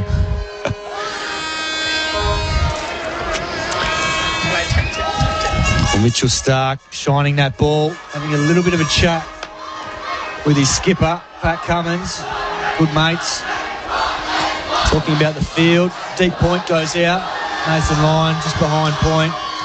It's quite a heavily stacked offside field. 6-3. Cummins evidently didn't fancy you calling that first ball because he delayed Starc in his run-up. As he does now approach the crease, left arm over, slip and a gully in place, and this is nicely cut along the ground. It's going to race down to the third man boundary, and a bit of good fielding from Nathan Lyon once again, who's been all over it this match.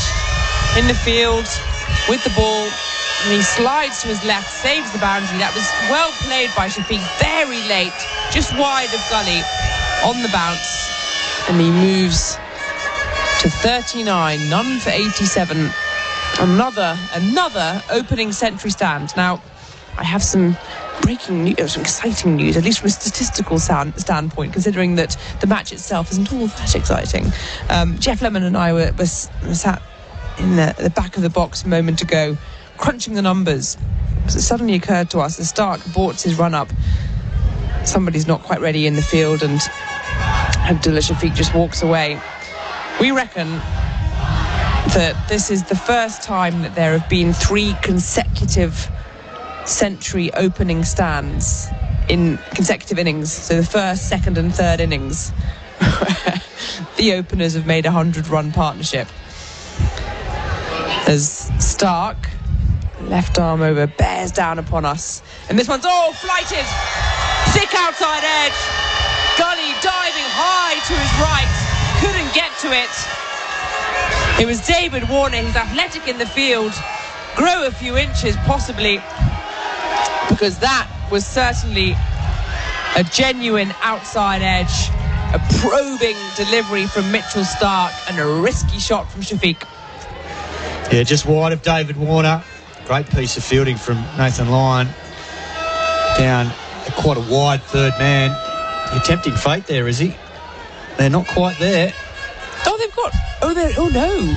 They're only at 89. I was looking at the lead of 106. Yeah, so yes, if they get there. Now I'm nervous. Now I am nervous because that was a great stat. Yeah, it is a fantastic stat. And happy birthday, by the way, too. Thank you. Yes, 21 again. So that's all I'm saying in response.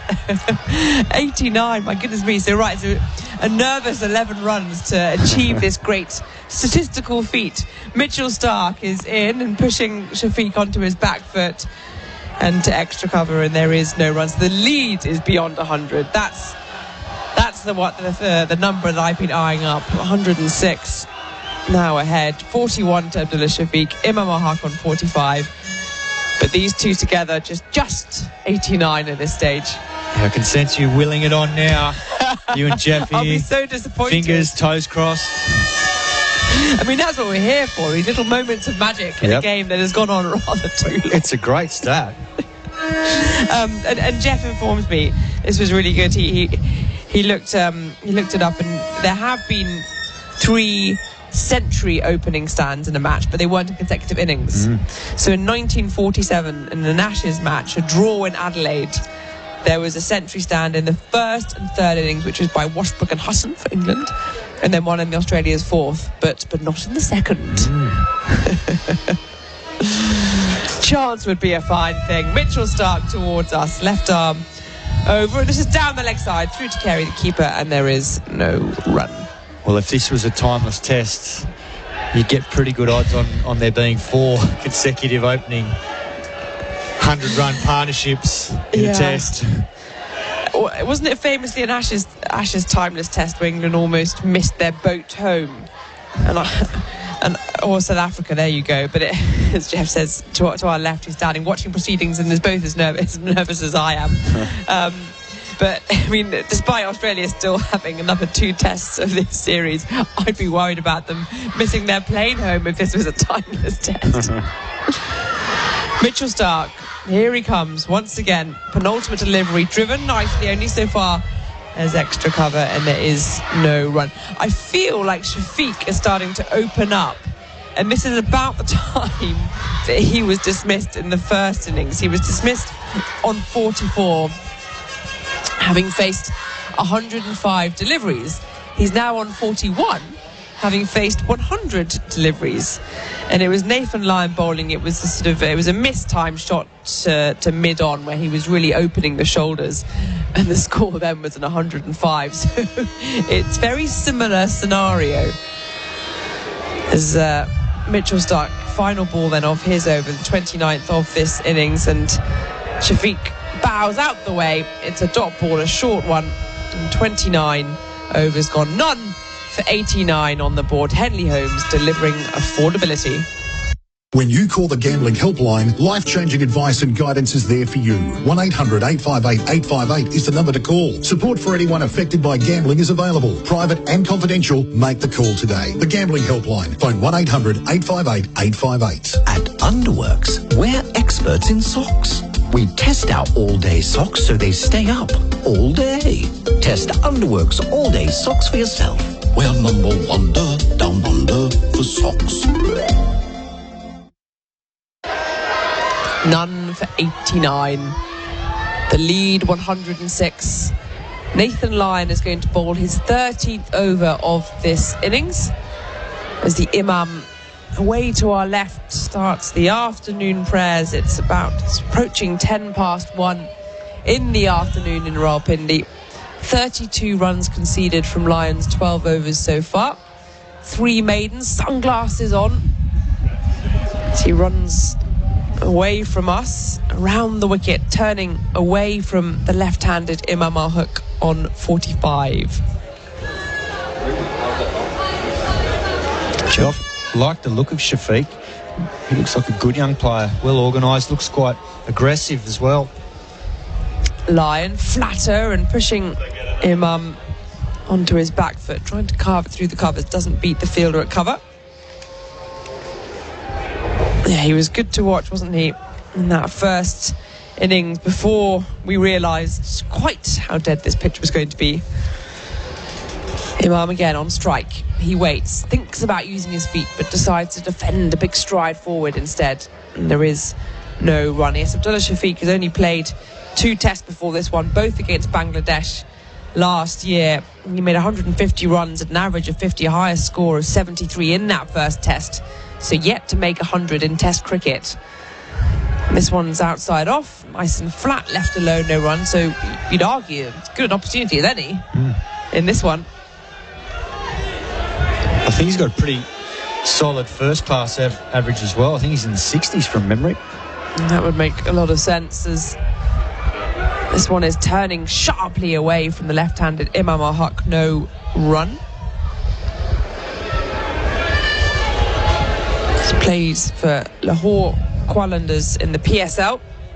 251 runs at an average of 23. And this one stayed low and cuts only so far as point, no run. Strike rate of 128, and that is the end of another Nathan Lyon over. And the end of the 30th over here in Pakistan's second innings. None for 89. They are 106 runs ahead. Tyre Power 25% off Kumo tyres. Hello, Frank Walker from National Tiles.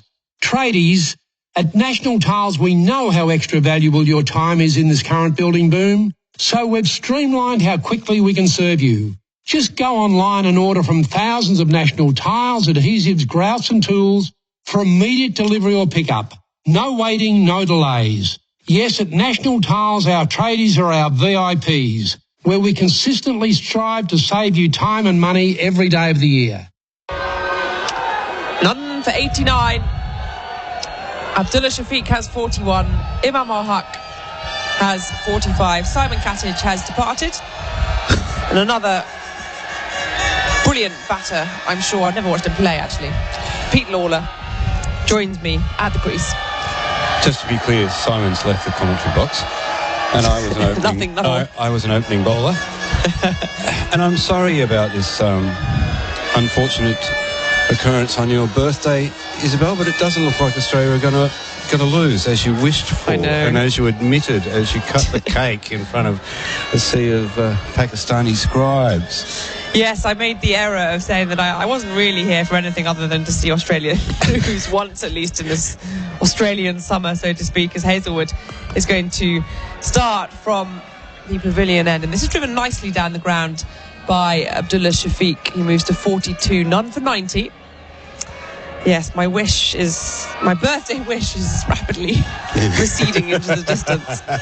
It is fascinating. As I cut the cake and I went, please, please, please, Pakistan win. Yeah, no, I think you're probably going to have to rub a lamp to get that sort of occurrence. Yes, maybe. There is an Aladdin's marriage hall that Adam Collins spotted on our way here. Yes. Perhaps a different kind of wish. Well, we were discussing it before because it was previously Aladdin's Funhouse. Right. Anyway, we'll move back. Well, that's a sad side, isn't it? Josh Hazelwood in bowling his third over, no slips.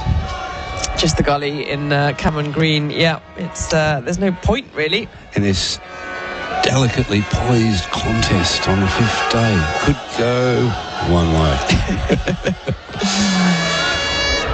Here comes Hazelwood running towards us, right arm round the wicket, left alone, stays low, outside off.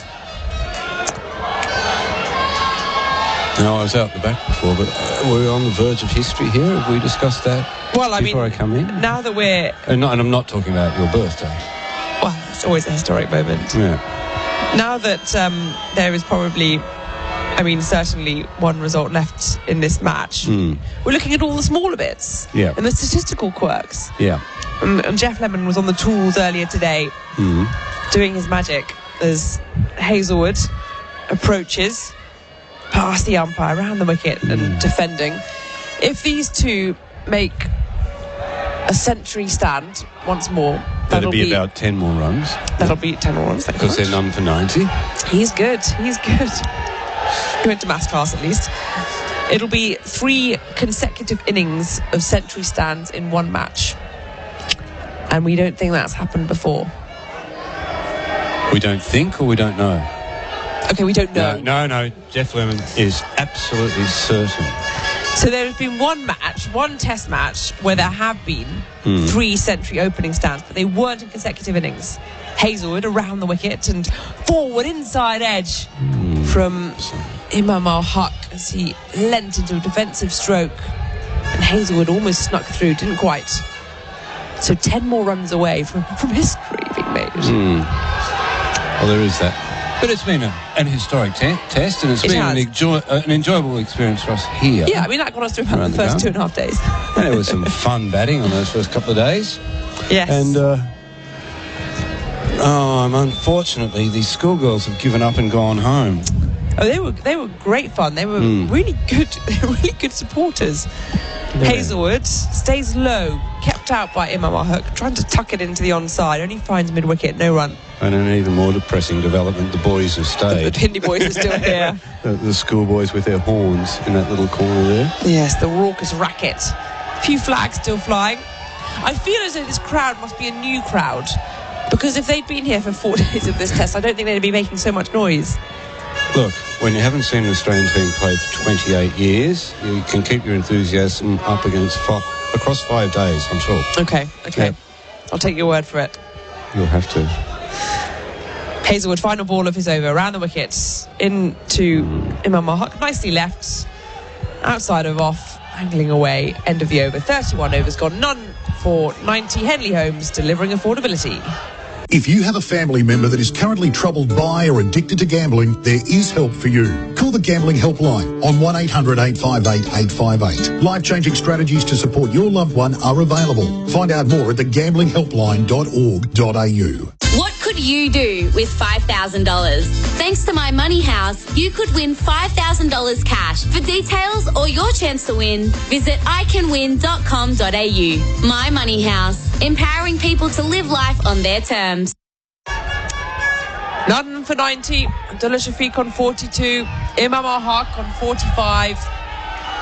Nathan Lyon is going to try and do what Naman Ali did for Pakistan. Poach some wickets with some spin. He'd really like to do what Norman Ali did, wouldn't he? Especially after taking, was it 150 odd in the first innings? Lyon over the wicket, and this is flat and off the back foot, played wide of Cameron Green at mid-on. He had to make up a bit of ground. He has quite a wayward throw at the stumps at the non-striker's end, and the man backing up had to make a lot of ground himself. Unwarranted running around. Yeah, 1 for 161. That was off 51 overs. That's where I got that number from. Nathan Lyon. Is he in your other life? You're a prosecutor of sorts, aren't you? Yes. A lawyer? Go after the baddies. That's what's supposed to happen. If you were a prosecutor at the ICC right now, what would you think? What would you make of this pitch? I think there'd be quite a strong argument for the offence as opposed to the defence. Really? Oh, come on. They need a good lawyer.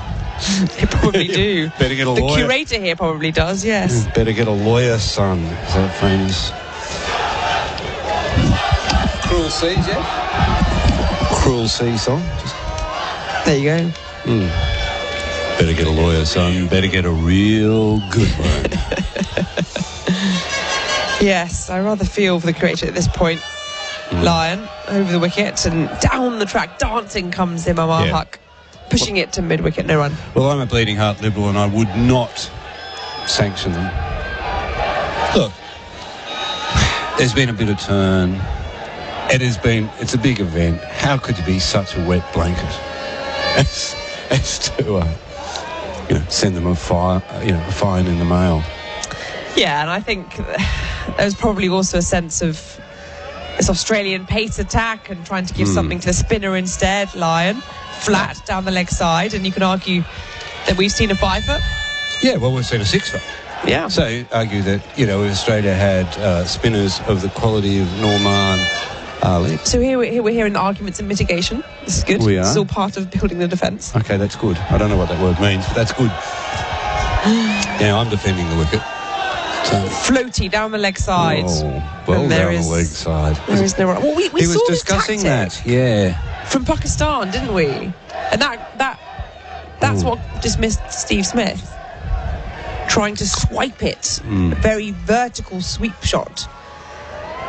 And this one pitching on leg and turning in to the left-handed Imam, no run. Well, there was a long chat between Lyon and Carey at the end of the previous over. So I think that they were working on something, and maybe it is even a leg side stumping or something like that. But I don't think that's going to happen. Well, Lyon again pitching it on leg, a bit flat at this time, and it's just pushed off the hips by Imam Haq to square leg. End of that Lyon over. He's bowled 14. Australia have bowled 32. It's none for 91. Henley, build with confidence, henley.com.au. Hi, Shane Heal here. Catch every game of the NBL live on ESPN with KO. This will be the biggest season yet with the return of NBA superstar Matthew Dellavedova. Even LeBron loves Delly. I love Delly. What he brings to our team is just brings toughness and grit. There's also NBA stars in the making with Osman Dieng and Kai Soto. 7-foot Chinese giant Joe Chi and the LeBron of the NBL, Bryce Cotton. Bryce Cotton from every single set. The NBL is here. Watch every game live on ESPN with KO. Josh Hazlewood, I think, is going to continue. It'd be rude not to. But again, a reasonably defensive field. Cameron Green, well, not so much. I think defensive is unfair to call it. Just there's nothing that will sort of make it an attacking field or pitch or bowling session, to be honest. Gully's in place. There's a mid-wicket in catching. And this one's full and turned into the onside. Head there has a lot of room to make up from backward square and does well, but they come back for 2, none for 93. Well, if there's a better dressed people in the world, I don't know who they are, because I love the various styles and fashions of the Pakistani people. And just looking around this stadium, I was thinking colourful, you were creative, about to compliment my dress sense, and she just went off on a complete tangent. I get it. Yeah. Oh, well, yours is single and individual, but if you look around this stadium, the various sort of costumes. Hazlewood in to Abdullah Shafiq. He's now past his first innings score. He's on to 46, made 44 in that first. I would have to agree with you. Yeah, the various vests and jackets and long shirts, the show kamises, the baggy trousers, the stovepipe trousers, and an incredible range of headgear. Just look good. I don't like it. You know, they haven't really cashed in, sort of bought into the old jeans, t-shirts and sharp haircuts. Oh, the Pindi boys. The Pindi boys aside, yeah. Yeah. I don't like the Pindi boys. Oh, I like the Pindi boys. Nothing good will come from them. They're in Pakistan's version of West Side Story. I was going to say Grease and the T-Birds. Oh, yeah, that's another generation. More my generation, actually. Hazelwood around the wicket and pushing Imam Al-Haq onto his back foot to guide it down back on a point to the boundary, and they're through for a single, none for 95. I've never seen West Side Story, but Alice Cooper and an Australian man called the Machinations did a song from it called The Jets or something like that. Right. When you're a jet, you're a jet all the way, from your first cigarette to your last dying day. When you're a jet, you can do what you can, little boy. You got friends, you're a family man. How can someone so cultured and I don't know, attuned to one's art have not watched West Side Story? I loathe musicals. Oh, right. I cannot stand musicals. Hazelwood pushing Shafiq onto his back foot, just a rising delivery. He does well to keep that down. No run. Well, so Tim Rice might have some words. He's a massive cricket fan. I heard Tim Rice do the Bradman oration, and it was magnificent. But the last thing I want to see is He's quite good at a musical or two. Singing and flapping about on stage. Drives me in despair. I like theatre. There are exceptions to every rule. Tell me one. West Side Story. I haven't seen it.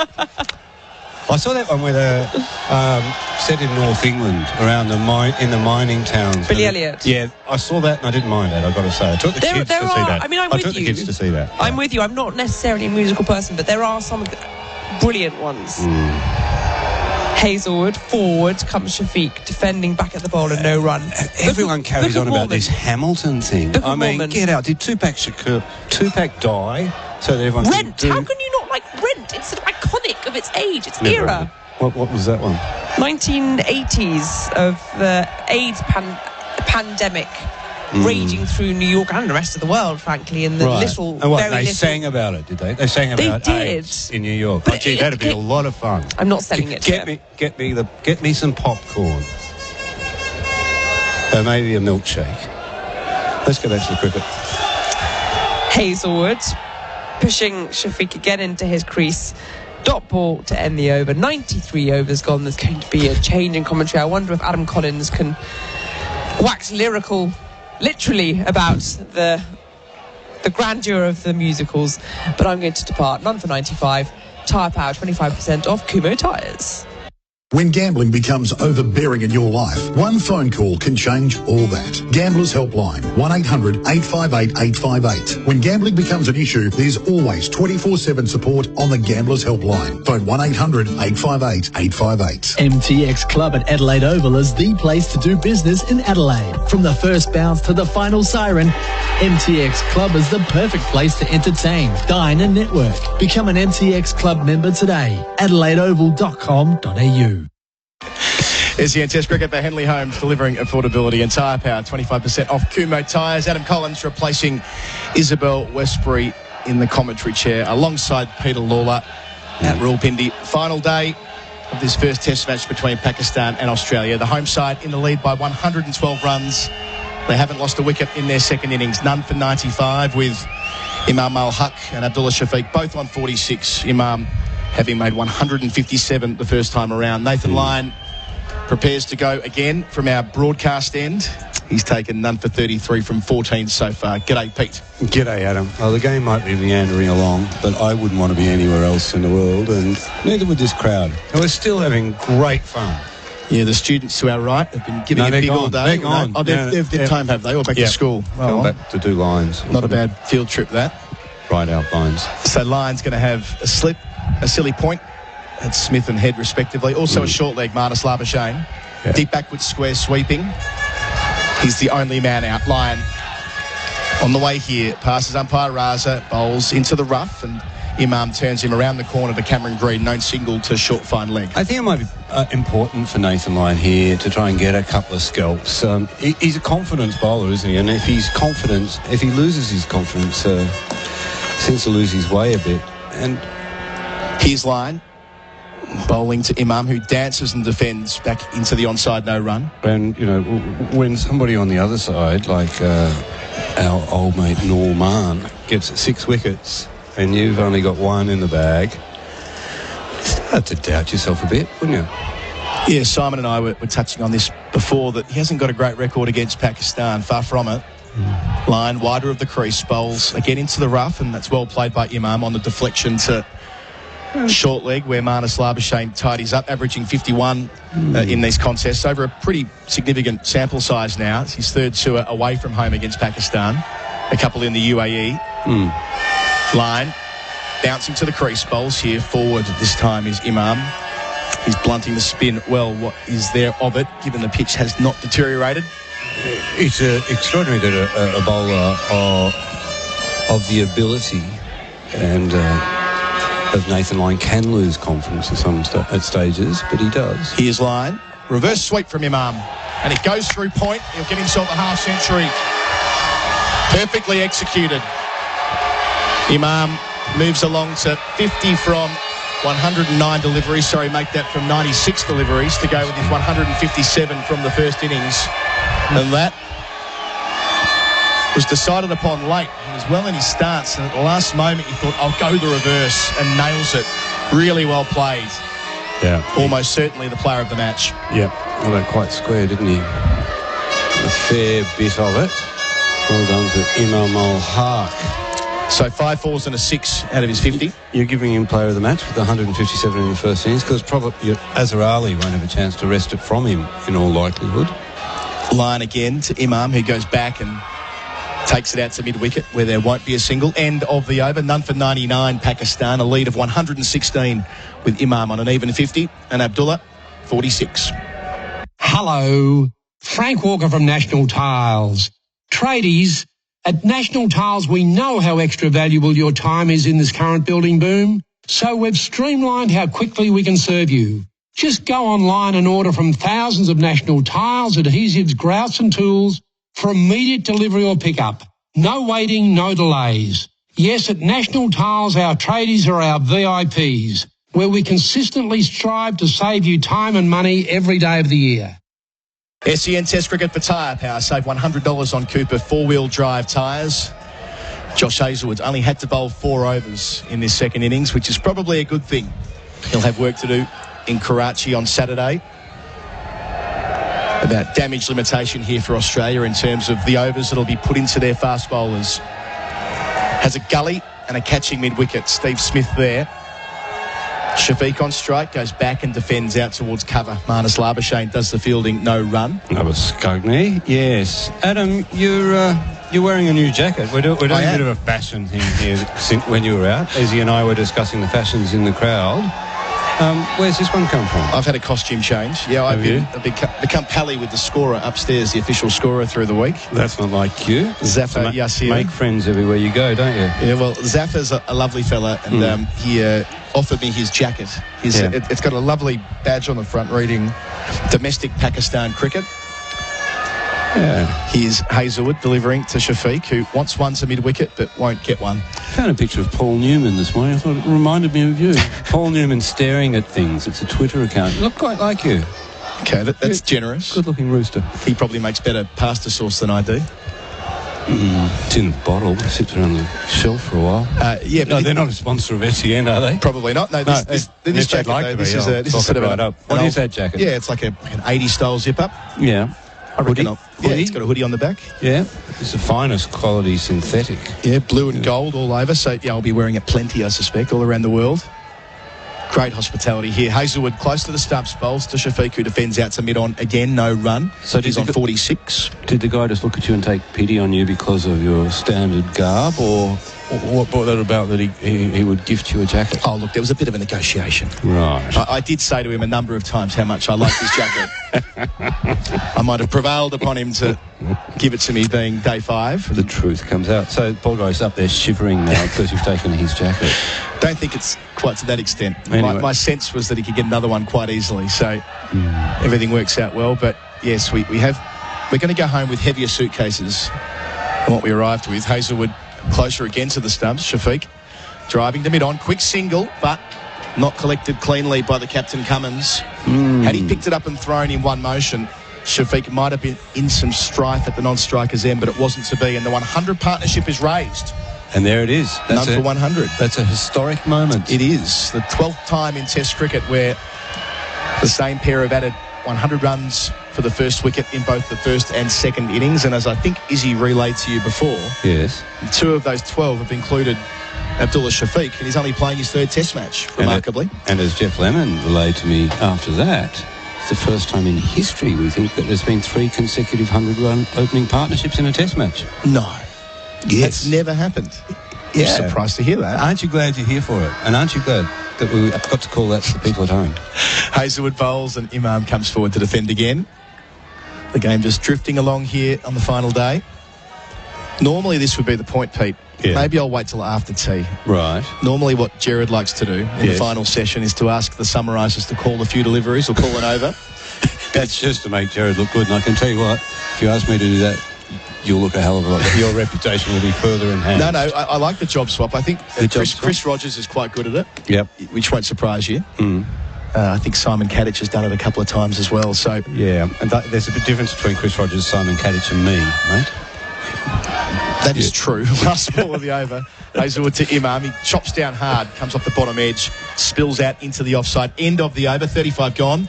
The lead's up to 117. Imam 50, Shafiq 47. SEN Test cricket for Henley Holmes delivering affordability. And tyre power, 25% off Kumo tyres. Adam Collins and Pete Lawler with you, and Nathan Lyon prepares himself to go once more. And the chaps at one end lower the blinds on the scoreboard, and the chaps at the other end raise them. I love that. I really enjoyed that. The other thing I liked yesterday, there's a second... Are they blinds or curtains? They're probably curtains, aren't they? Yeah. 6 in 1. There's a second sight screen which is beneath us, where it's always been the case in an outdoor commentary position. If you move too much, the game could stop because of you, and we're aware of that. So we've been pretty well behaved and not been shuffling around too much behind the bowler's arm. Yeah. But the sheet that's beneath us, I'm not sure if you saw this yesterday, Pete, but Spider-Man style, someone climbed up to the top of it in order to tighten it. I don't think they were adhering to work health and safety practices, put it that way. Right. There was no harness, there was no helmet. He was just up there doing his thing, and then climbed back down as though it wasn't even a risk, but believe me, it was. Like a deckhand fixing the mainsail or something. Yes. He says like he knows anything about yachts.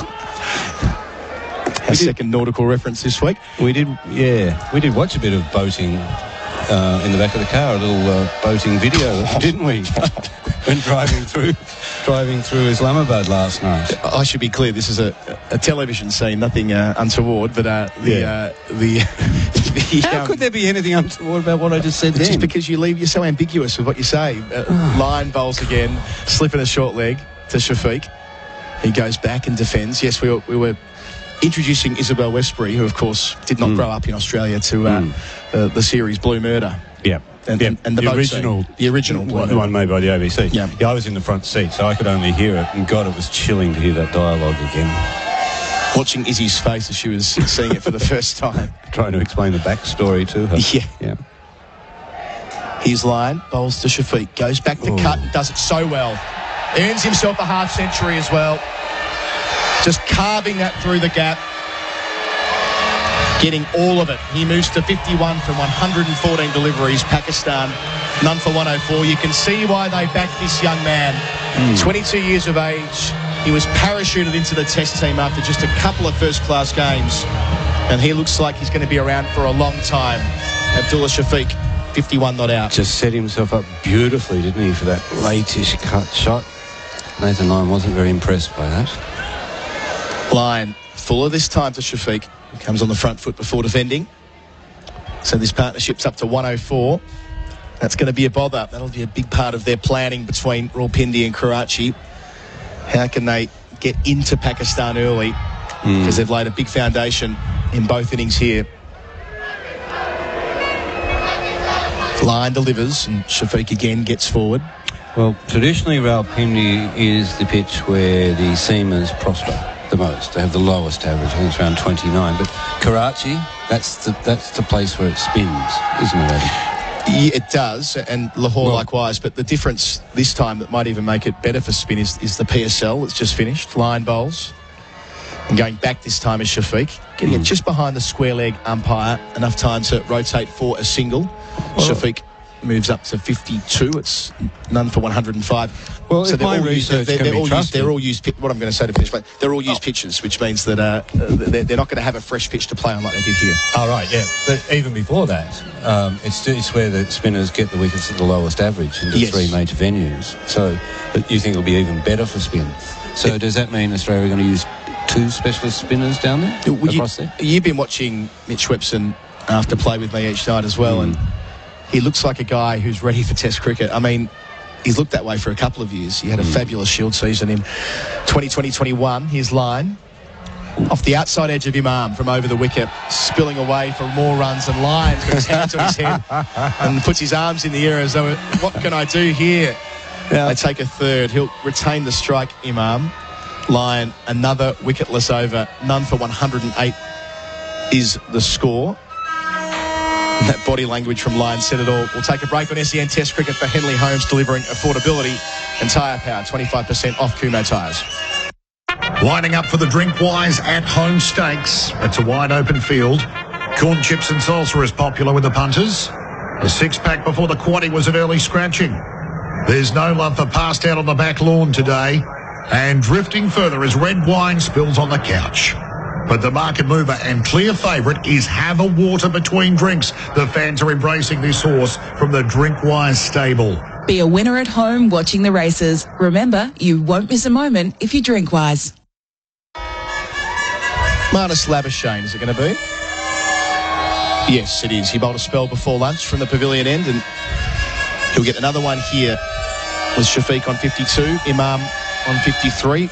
None for 108 to score the lead, 125, but that could have been one down from the last ball of Lyon's over. Thick outside edge, not far away from Stephen Smith, and nothing is going right for Lyon at the moment, is it, Pete? No, well, he threw both arms up in the air and looked in the direction of Pat Cummins. How do you interpret that? Wants a second catcher. So Labuschagne will start with a slip and a short leg. Oh, well before lunch, none for 9. Wide of the crease here. Imam goes back and deflects into the man under the lid. That's Travis Head at short leg when Labuschagne's bowling. No run. He's just a really good cricketer, Marnus Labuschagne. All aspects of the game. He's an improved leg spinner as well, isn't he? That's what you don't see many drag downs these days. Bowls here. Ooh. Back towards the off stump. Nicely negotiated by Imam, who takes a single out to Cameron Green at cover. Yeah. He's 54, none for 109. Lead 126. Turning it a bit. Wouldn't say he's exactly ripping it, but you can't really rip it on this deck, can you? It looks like they were getting plenty of work on the ball, isn't he? Plenty of work, yeah. When he first came through playing for Queensland, I mean, he bowled a lot of overs in first-class cricket. He was used a lot. Arrived as a Test cricketer in Dubai back in 2018. Took 7 wickets in that 2-Test series. He wasn't in the squad originally. Bowls here off the back foot. Plays Shafiq towards backward point. There's no run there. Was he? I think he was over there in the one-day squad, and he sort of caught the eye of Justin Langer. Yeah, he made 100 in the A-team when they were touring. 18, was it? I think they were touring India. Yeah. He got a ton. And he was picked from more or less nowhere. His Shield numbers didn't quite justify Test selection at that point, at least on paper. Labuschagne bowls, it's full, and defending is Shafiq back down the pitch. You could see how his personality and enthusiasm would impress itself upon the former coach, Justin. And then he gets that chance in England in 2019 after rattling off 4 tons in 6 matches for Glamorgan, and the rest is history. Bowling here, full, and defended out towards mid-on. Yeah, it's basically hold my beer, isn't it? I wonder what would have happened if he didn't play in England in 19, which what I'm really saying is if he wasn't the concussion substitute, it may never have happened that summer. Right, yeah. He was in great form, wasn't he? He already peeled off about 4 centuries, had he? Yep, 4 in 6 matches. Off the hip here is Shafiq, moving to 53. That will be the end of the over. He'll retain the strike. None for 110, 127 is the lead.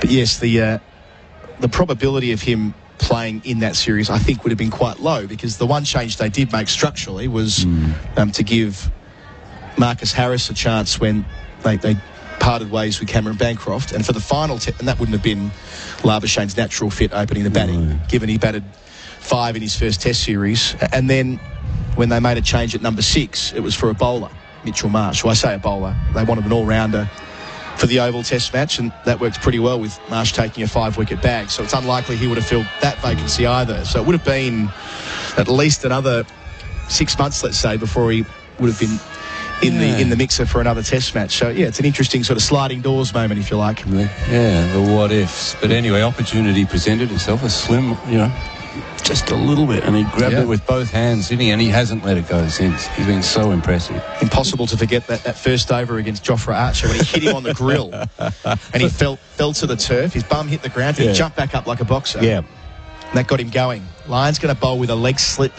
and a short leg to Shafiq. He goes back and rides the bounce out to about third slip, no run there. Yeah, he just bounced straight back up, didn't he? He was going to get a standing count, if anything. So he pretended he'd slipped on the canvas. Didn't hurt. Yeah, no, I'm right. Just get back there and bowl. And that showed great intent too, didn't it? Just up for the contest. That was a hostile spell of bowling too.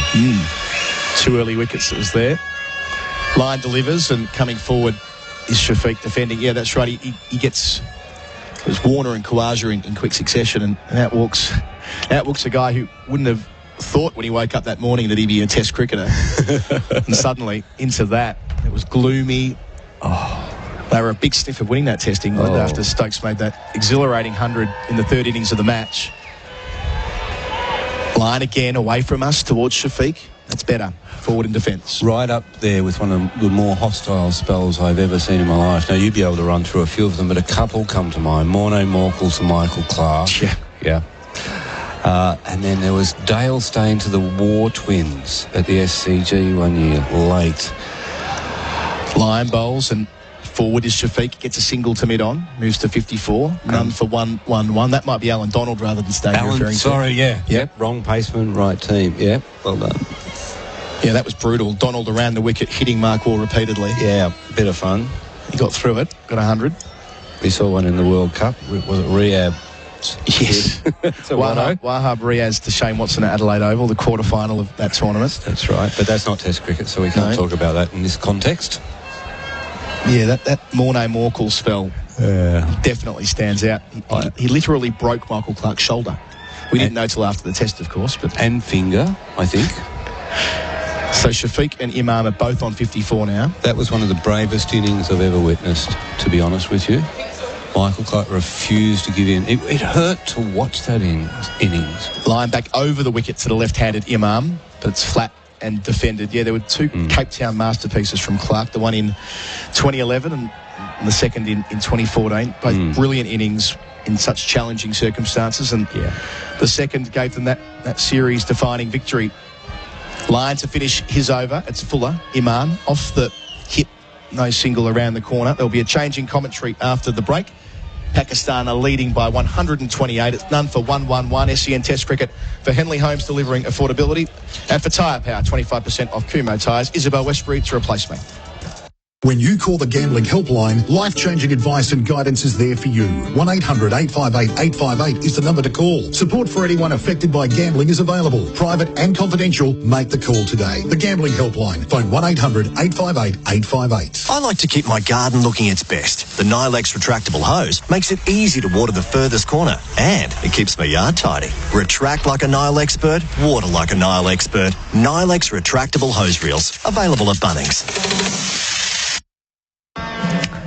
None for 1-1-1. A drinks break currently on day 5 of this first Test of the Australia versus Pakistan series. Abdullah Shafiq is not out on 54. Imam Haq is also not out on 54. Australia are trying to find their 5th wicket of this match after Pakistan declared on 476. For 4, Australia made 459. in reply. We had a flurry of activity, a brief flirtation with excitement this morning when 3 quick Australian wickets fell for just 10 runs. But all in all, it meant they were only 17 runs behind. And now Pakistan leading by 128.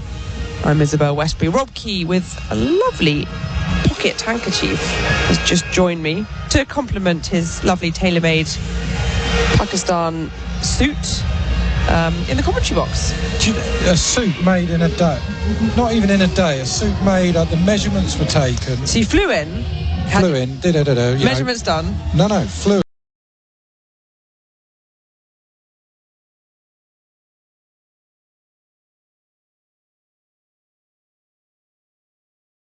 For those listening, on the west coast of Australia. And the guy's mum used to come and sort of tidy his house once a week. I mean, he's a 40-year-old man, but his mum was bored, so she would come and help out tidying. She sort of said to me, she said, "Oh, have you been down the beach?" I said, "Yeah, no." She said, "Have you got some thongs?" And in England, thongs are very different. We call them flip-flops, don't we? The thongs are those sort of things. Do you think it was a very special type of beach down there? I know.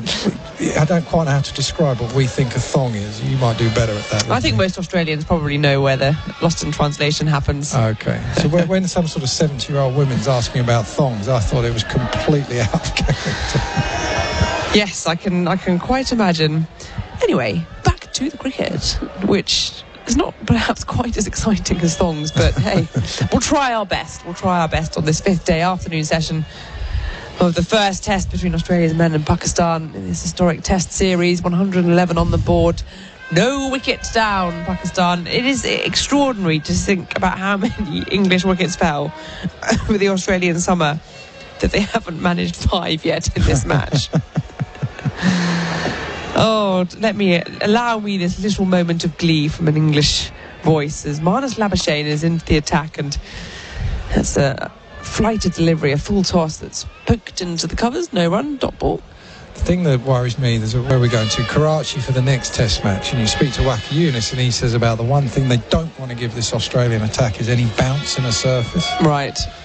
You just want a bit more, just something, a bit more for the spinners, I'd say.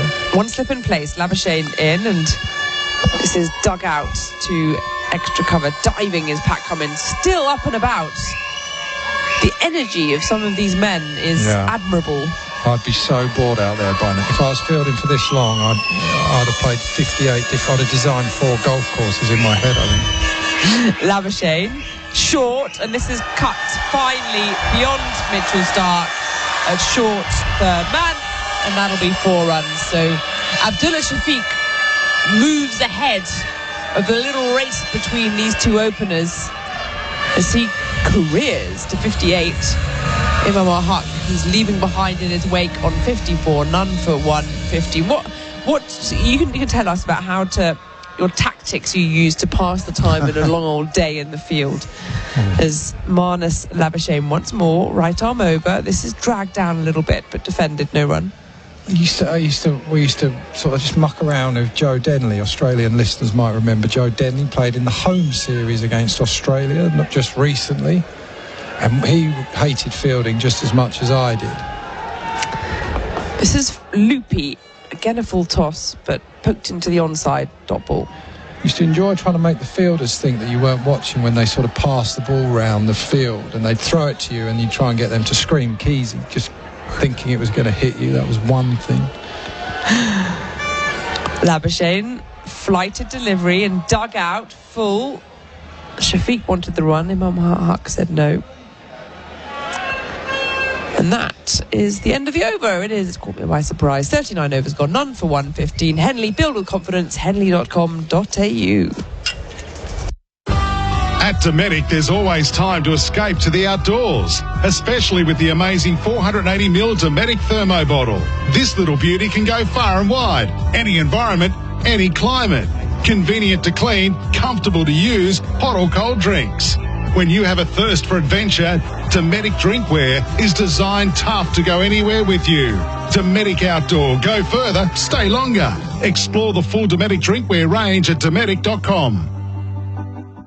Nathan Lyon going to bowl his 18th over. He's had 46 runs conceded 4 maidens, no wickets. No Australian bowler has a wicket yet in this innings. Hunting for their first. There are a lot of men around the bat now. They're crowding it. That's the tactic they're going to go for. So we have the keeper there, obviously standing up to the stumps. There is a slip. Now there's a leg slip in David Warner. There's also a short square leg and a short extra cover, both with their helmet and shin pads on. So they're trying. You can give that at least to the Australians. Lyon, right arm over wide of the crease, and on the leg side it's pitches, and Imam Haq turns it underneath his right shoulder down to Cameron Green at backward square for a single, none for 116. There was a world first, I think, today in international cricket. Do you know what that was? 3 consecutive opening century stands? Nope. Go on. No, well, you got to have what sort of a quiz is this? Well, I gave you an answer. It was wrong, so you've got to give me the answer now. I'll give you a hint. Oh, right, okay. This one is turned into the onside. Just back of a length from Lyon, and Steve Smith is scampering around again, still full of energy, and shies at the non-striker's end. Cummins feels it's crawling across the ground to retrieve the ball. He does. They come through for 1, none for 117. Okay, so you like a warmer, colder. It's across 2 games, so it's across. There was 2 big international games going on today. Oh, there's 3 with the England game later, but at the time there was 2 games going on. Well, Australia, Pakistan, men's and women's playing together at the same time. Yes, but that's not a world first. Or it might be, but that's not what I'm talking about. I'm trying to think, because Bismillah Maroof scored 76, I think, for Pakistan women, captain, first half century against Australia, I think, in the women's game. Right, okay, but that's not what I'm thinking. Babar Azam didn't match her, he only got 36 in that innings. Lyon is through, and this is dot ball down to backward square. Slightly more laterally, you're sort of going, you know.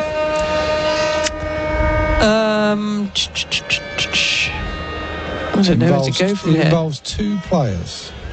A men's and a women's player? Yes. Okay. Lyon floated down the side. Oh, and it's the leading edge, and there's nobody there. It's unbelievable to think that you've got 4 catchers plus the keeper around the bat, and it hit the outside edge and spat out to where point would be. So almost the one place on the field that there's nobody. It would have come about hip height as well to any of the catchers that had been standing there. That is unlucky, and it really did spin in the turf. This is a good tactic from Australia. Oh, I don't know where to go with this. Lyon flatter down the leg side and turned to that backward square. Green, it's sort of in between a backward square and a fine leg on the one-day circle. It's quite a good plan, this, because there's a bit of rough there, so he doesn't they've been aggressive against Lyon for a lot of it, but now he's just surrounded him and he doesn't want to take on the rough and the ball spinning out of it. Lyon down the track. Ooh. Comes Imam Haq, and the field is all in, and it's plugged above the head of Mitchell Starc at mid-off, wide to his right. He was nowhere near it, but he didn't time that or middle it, but he went aggressively, and Lyon, he crouches down at the end of his over because there was a chance, well, not a chance, but he's creating chances, certainly. None for 119. 40 overs gone. Tyre power, 25% off Kumo tyres. If you have a family member that is currently troubled by or addicted to gambling, there is help for you. Call the Gambling Helpline on 1-800-858-858. Life-changing strategies to support your loved one are available. Find out more at thegamblinghelpline.org.au. At Underworks, we're experts in socks. We test our all-day socks for comfort with cushioned soles that stay comfy all day long. Test Underworks all-day socks for yourself. We're number one down under for socks. Marnus Labuschagne tosses the ball between his hands at the pavilion end. Slip in place. Leg spin to the 4. And this is dug out. And there is no run. We've had a leg spin across both games. Amanda Jade Wellington bowling leg spin, as well as Marnus Labuschagne. In again, and this is struck down the wicket and really well fielded by Labuschagne. And there is no run. Well fielded. Not the captains. No. Getting warmer, I feel. They're both from the same country. Both from the same country, and there's something very unique about the two of them. Husband and wife. Correct. Okay, so go on. Elisa Healy, she did you get 70 odd not out in that chase? So she was batting against Pakistan. Stark hasn't got a fiver, but he has been bowling against Pakistan. No, but they were batting and bowling at the same time against the same country. Exactly the same time. So Mitchell Stark, I think it's the first time ever. I don't think that's ever happened before, a husband and wife are doing that. That's so weird. This one's flatter and prodded back at the bowler, no run, especially across such different time zones as well. Exactly. So while Elisa Healy was in the run chase, Stark was coming in to bowl here early in the morning session. Yeah, exactly. Brilliant. Labuschagne lofted delivery, and that was nice footwork from Shafiq. He comes to the pitch of the ball, he plugs it down the ground as a vacant mid-off area, and that is well struck. Shafiq moves to 63, none for 1-2-3. That was a good shot. Labuschagne's actually almost done himself here by the fact he's been so consistent. When you face part-time leg spin, you worry about the drag down, you worry about them not landing one or something like that, so you just wait for bad balls, but he's been accurate, so then Shafiq can then take a few liberties. Labuschagne again twirling it as he can, and Shafiq there stumbled a little bit as he met the pitch and hesitant, but they do come through for a single. He's called through, and Imam al-Haq and Shafiq just raised their hand to each other and acknowledged there was a bit of miscommunication, but they were safe in the end. Another one to the total, none for 1-2-4. I'll tell you what, he's much better than part-time, Labuschagne. Well, not much better, he's just a bit better than part-time. This has turned around the corner, down to fine leg to end the over. There's a man there, so it's a dot ball, none for 1-2-4. There'll be a change in commentary as Adam Collins takes over from me, Henley Holmes, delivering affordability. Greyhound racing is always a great day out for the whole family. So get along to any of SA's 4 major greyhound racing venues for an exciting day out. Head along to experience the thrill of greyhound racing. Enjoy some great meals with family-friendly dining options available. You can also head trackside and see these amazing athletes in person. Head to greyhoundracingsa.com.au to check the schedule. We love our dogs. Gamble responsibly. SEN Test Cricket for Henley Holmes, delivering affordability. Adam Collins joining Rob Key. There are 51 overs left in this Test match. I don't expect they'll get through all of them, Keezy. I'm sure they'll shake hands with an hour before the end, which is the playing conditions as they stand at the moment. Might be an hour and 10, mightn't it? Because they can declare, can't they? Yes, that's an extra bonus 10 when you're in these situations. Gosh, that's the county cricketer in you speaking, isn't it? Here's line with a slip and a short leg bowling. It's Shafiq, who sweeps well out to deep backward square. Khawaja has just enough time, though, to cut it off. They come back for a couple. He's 66, none for 126. What Pakistan have, though, is the chance to get Shafiq to a maiden Test ton and Imam al-Haq twin ton, so there is a bit there for them. Absolutely. I mean, imagine that. Imam al-Haq is first 100 in the first innings in Test cricket for Pakistan, and then maybe another one here. That could bring up quite a good stat, actually. Let's check that out.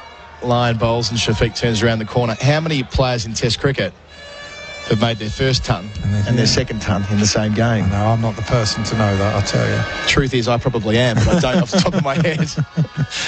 I'll get Izzy to look it up for us. You and your friend, you don't have these websites, you can just find these out straight away. Line delivers and forward comes Shafiq and gets himself another run. To the left of Patrick Cummins at mid-off. He's 67, none for 127. The lead, for what it's worth, is 144. I've got a question for you. We're doing this on the TV. I was trying to find something to talk about. In 1999, there was that great Test match against Pakistan and Australia at Hobart. Yep. Who opened the batting for Australia in that Test match? Remember Langer and Gilchrist got them home. Yeah, Langer batted 3. Correct. It's before Hayden came back. Yes. Let's work through it. So after Mark Taylor retired. Yeah. Greg Blewett, Michael Slater. Correct. I didn't know Blewett opened that. He got given sort of one extended summer. Right. They won all 6 test matches in 99, 2000. Lion bowls 4 men around Imam Al-Haq, and he bisects the leg slip and the short leg, but only as far as Hazelwood around the corner, no single. There was a seamer as well. I'd heard of him, but I would never in a million years would I have remembered. Scotty Muller. Right, what did he do? Yes, well, he's probably more well known for an incident with we'll work through this. Line delivers into the rough and working into the onside is Imam, no single there. A man by the name of Joe the cameraman. Oh, is this cameraman Joe? And can't bat, can't bowl, this is or whatever. Can't bat, can't throw. The allegation was that it was Shane Warne who set it through the stump line. Which he always denied. Which he always denied. And even in private, he denied it. Line delivers, and Imam dances and drives hard and long and straight. That's big. His second 6. His 4th of the match. And he moves into the 60s in style. None for 133. That leads 150.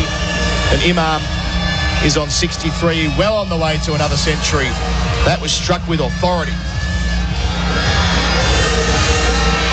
Yeah, I tell you what, they've had a good plan against him here. And in the over before, when Lyon was bowling to Imam Al-Haq, what he was doing into the rough, with him surrounded, and he came and had a wild slog at one and nearly holed out.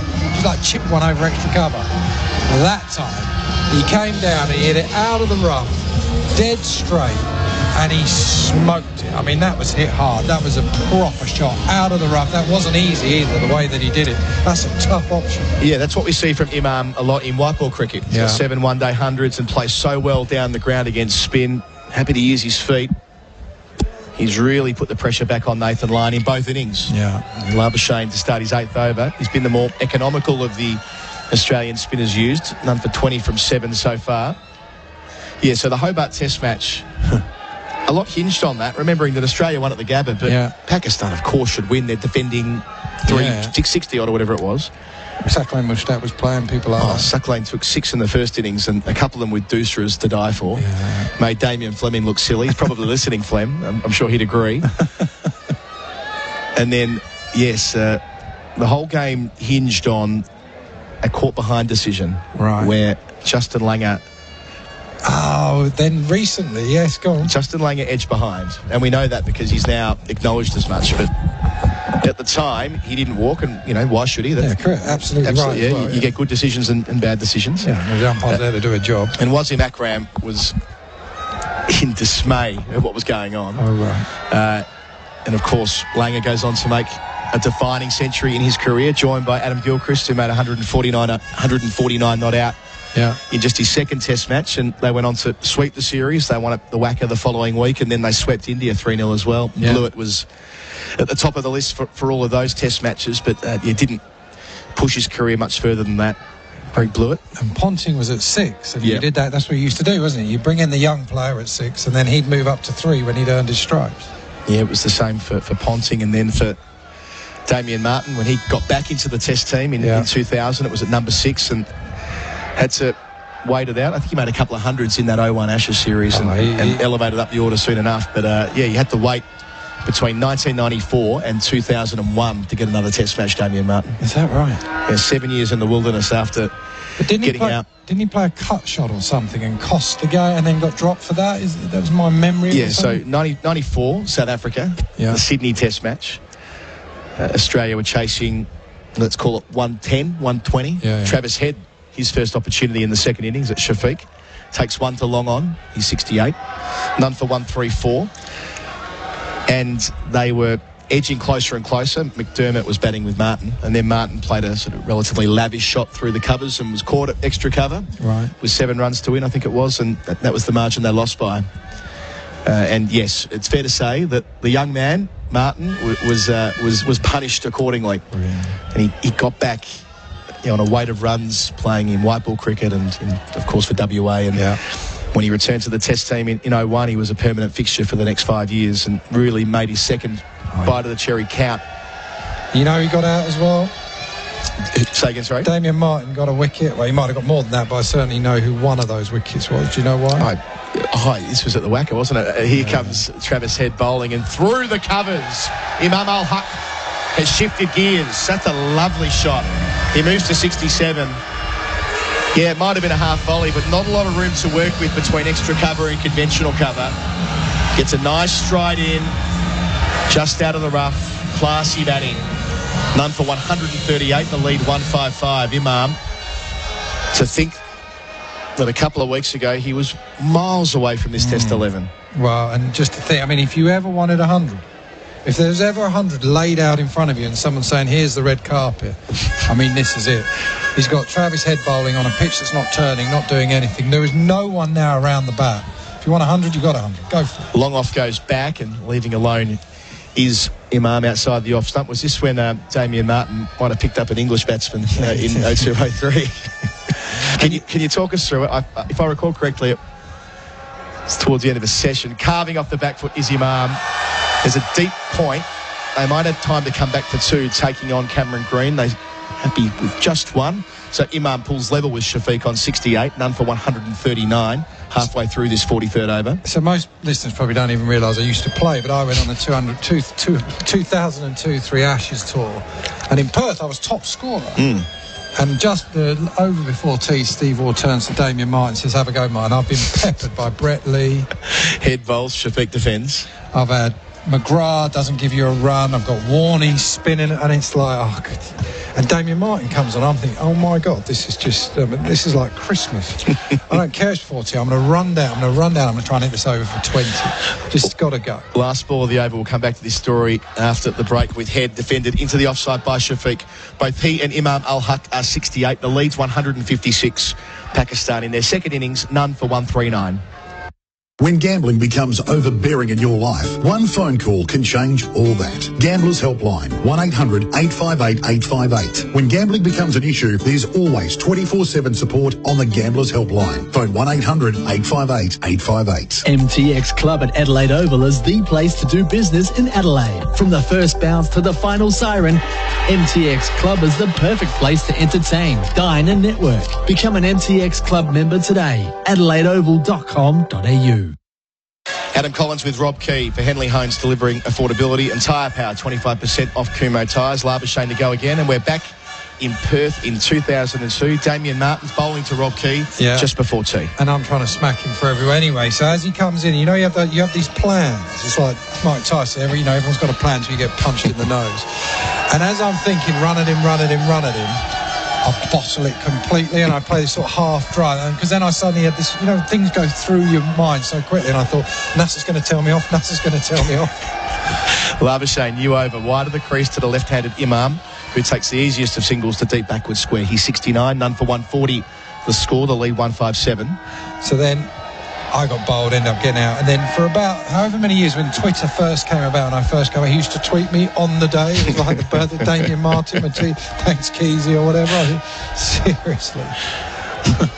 Often that 02-03 tour that Nasser led gets identified as the worst England Ashes series defeat, because they conceded the earn in 10 days or 10 playing days. Yeah. But this might provide you with just a wee bit of comfort. Someone's gone out there and crunched the numbers, and there were fewer deliveries bowled this year, so the series just finished. Oh, really? Before England conceded the Ashes than in your series in 02-03. Do you know what? I'm going to text Nasser that now. he will enjoy that, actually. Tell him I dug that up for him. Here's Labuschagne bowling to Shafiq, who defends. Back down the pitch, no run. So there were more than 10 playing days in that because of rain and bad light and all the rest of it. Someone's gone out and worked it out to the ball, and you're no longer the worst Ashes squad. I mean, he's playing against that. I mean, come on, it was a good Australian side. Now, that was a great Australian team. Absolutely. I was just quite pleased to meet them. Labuschagne bowls. Lap sweeping here is Shafiq. He'll get a couple. Might get a boundary. Stephen Smith's got so much work to do running around from slip. And it does trickle into the rope. So Shafiq wins the race to reach the 70s first. He's 72. It's none for 144. That lead 161. Shafiq, you can see why they like this kid. 22 years of age, into the Test team after just 3 first-class games. Not a lot's known about him, but I tell you what, he can bat. I tell you what, that shot, that little paddle sweep, everyone's got to learn that. If you're a kid, learn that shot. It's a little paddle, get down on one knee, and the first thing you do, any spinner in the world, whoever it is, there's no 45, bang, little paddle sweep. It changes the field, and then you get square leg normally goes there or something like that, and you go, thank you, one a ball as much as you can. And he's got the wrist for it as well, doesn't he? We've seen him play a number of shots between mid-wicket and mid-on, which are outside the off-stump. He struck 9 boundaries in his innings, and I fancy at least 6 or 7 have been on the onside. Yeah. Labuschagne delivers just a slip, catching behind the wicket, and Shafiq comes forward to defend. You know, on that trip, so this is how sort of village we were, and the whole plan, we had that Lilac Hill game. Yes. You know, and David Hooks, who I know who's no longer with us, but was obviously a very good player, but he'd been retired a while when he's playing in this game. We had Wayne Clark, who was the coach of Yorkshire, played a bit for WA, did he? Is that right? Here's Labuschagne. Fuller, driven by Shafiq to mid-off. Wants a quick single, sent back by Imam. The bails are whipped off by Carey after the throw comes in from Green, but he's safely back, stays at none for 144. So we're playing, and that's the thing, right? We don't play any festival games. I don't care who's batting. I don't care if it's Don Bradman. Hoggard, you got the first over ball and a bouncer, and we're like, yeah, that's proper. Now, what a plan this is. You know, we're going to set the tone for the whole trip. This is where we announce ourselves on this game. Anyway, Hoggard comes in, first ball to Hussey, we're like, it's on him. First ball, bowls him a bouncer at Lilac Hill, Hussey just ducks under it, and then we're like, oh, well, what do we do now? That was our whole plan for this entire Ashes, was that one ball, and he's just ducked it and everything. And then I'm standing at deep mid-wicket, and David Hooks is smashing Ashley Giles for 6 over my head. Here's Labuschagne to Shafiq again. Gets 1 to mid-on, or just through mid-wicket. He's 73, none for 145 at the end of Labuschagne's over. He's bowled 8 of them, none for 26. The lead's up to 162. Adam Collins with Rob Key for Henley Holmes delivering affordability. Well, so I'm sort of sitting there thinking, oh my God, you know, we're playing against Hayden, Langer, Warren, Wall, you know, all these great players, and David Hooks, who's been retired probably 10, 15 years, is now just destroying our spinner. We then played against Martin Love, you know, the same thing. We played him at Queensland in a warm-up game. He got 200 not out. He played for Australia 8 before that. He then got 100 not out. And we're sitting there discussing, how do you bowl to Langer and Hayden? I'm thinking, Langer and Hayden, we can't get out the bloke, we can't get in the team. I mean, what? We had no price. So you're lot back there. I mean, no, that is the great, I don't care what anyone says, that's the greatest generation of cricketer. It's a good debate, isn't it? Which is the best Australian team? You can pick a few, of course. I mean, even after they lose the Ashes, 5, they come back and they're extraordinary for the next 12 months. Travis Head second over to Shafiq. He's clipping out towards mid-wicket. The captain's there, no run. That's when people like Freddie, one of my best mates, Andrew Flintoff, if you had like sliding doors, we could go back in time and say, when they said, do you want to captain England? You go, no, mate, not against that Australian team. Head again, slipping a short leg. Shafiq goes straighter. Gets it down to long on, where there is one on offer. He's 74, none for 146. The lead up to 163. So we're nowhere near the point where Pakistan might consider putting the foot down and declaring and setting a target. No. That's dreaming. That's not the way this is drifting. What do you say? Tell him he's dreaming. Tell him he's dreaming. That's right. Yeah, we're not quite in that zone, unfortunately. It would be fun if we were, but the run rate here is 3.3 in the second dig. How's the serenity? Long off and deep point, the 2 men out, and that's the direction that Imam is driving, but can't beat extra cover. No run. He's just getting like throwdowns outside off stump to try and smash through 2 fielders. Head bowling in the sunglasses, well outside the off stump. Imam shoulders arms. You can sort of practice that cover drive off Travis Head on a pitch that's just got nothing. I mean, you could play on this in 15 days' time. Head bowls and leaving alone again. A full and flat delivery is Imam. Makes you feel sorry for Fawad Alam. Didn't get a hit in the first innings. He's not going to get a hit here either. The best pitch he'll ever see in his life for bulk runs. Head again, it's wide and flat and left alone. End of a relatively dispiriting over from the South Australian. None for 146 Pakistan. The lead is 163. SEN Test Cricket for tyre power. Save $100 on Cooper 4-wheel drive tyres. It's never been more important to buy Australian than right now. Our local manufacturers and growers produce world-class products known for their quality, safety and reliability, all while generating local jobs, supporting our communities and helping Australian families now and into the future. So look for the trusted green and gold kangaroo logo. Buy Australian now. Visit australianmade.com.au. SEN Test Cricket for Henley Holmes, delivering affordability. Adam Collins and former England international Rob Key with you on the call. And this partnership is nearing 150. They are driving Australia's bowlers into the ground. They're doing them slowly. Short turnaround between test matches. Labuschagne bowls here, driving straight is Shafiq. No run, though. This will be part of the thinking for Barbara Azam, won't it? What damage can they do to Australia's bowlers before Saturday? Well, and Pat Cummins, because he's probably thinking there's no point in me just bowling another seamer. Yeah.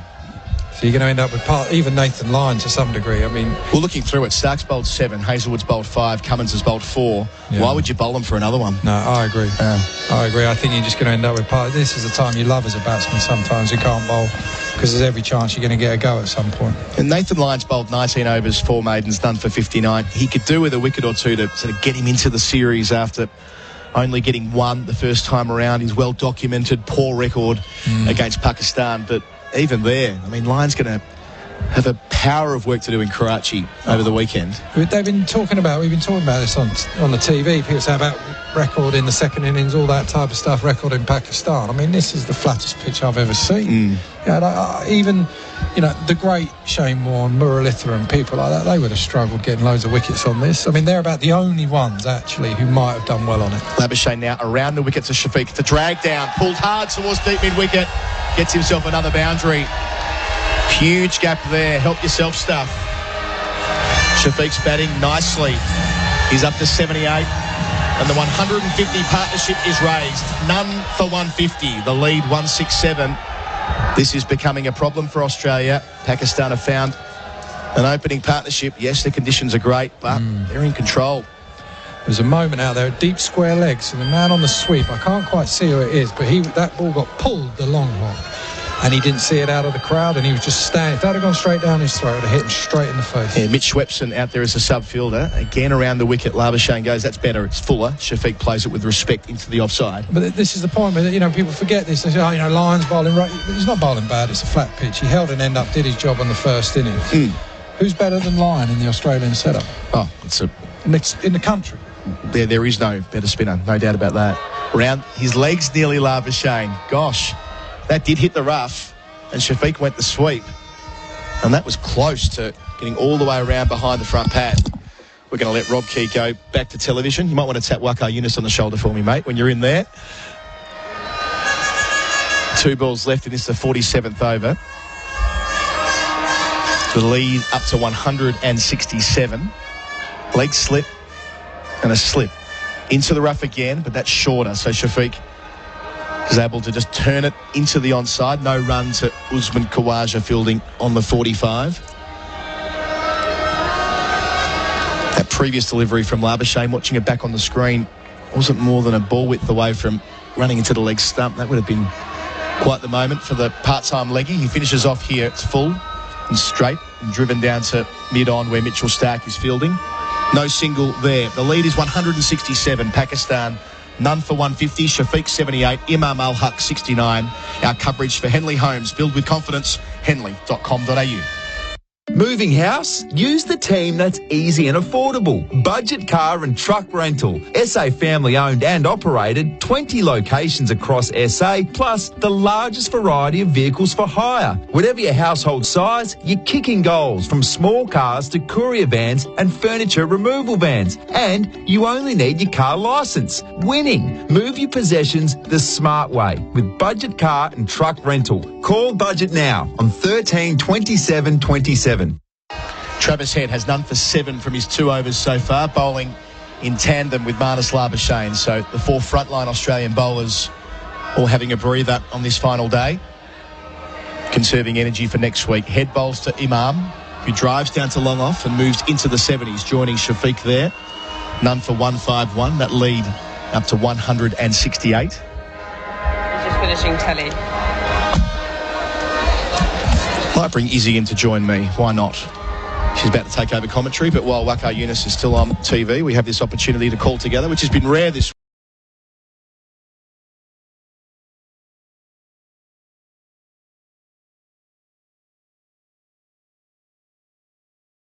point. There's a sweeper out there, but he struck it well. They'll get a couple. Imam's really looked to put the foot down in the last quarter of an hour or so. He's up to 72. None for 154 the score. The lead 169. He can sense that he knows that there's a piece of history for him here. Twin centuries on the shelf. That would be very special given that he started this test match with a batting average of 26.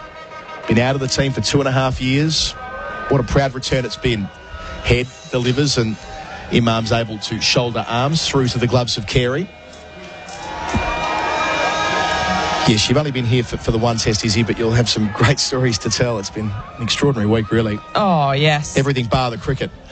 Here's Head to finish, and dancing and defending Imam Al-Haq into the offside. We'll take a beat here with a change of commentary, some shuffling of chairs as well. Isabel Westbury, you'll take over from me, and after a few words from you, it'll be Waqar Younis effectively replacing you. None for 154, SEN Test Cricket for Henley Homes, delivering affordability. When you call the Gambling Helpline, life-changing advice and guidance is there for you. 1-800-858-858 is the number to call. Support for anyone affected by gambling is available. Private and confidential. Make the call today. The Gambling Helpline. Phone 1-800-858-858. At Underworks, we're experts in socks. We test our all-day socks so they don't dig in, so there's no irritation or ugly red marks. Test Underworks all-day socks for yourself. We're number one down under for socks.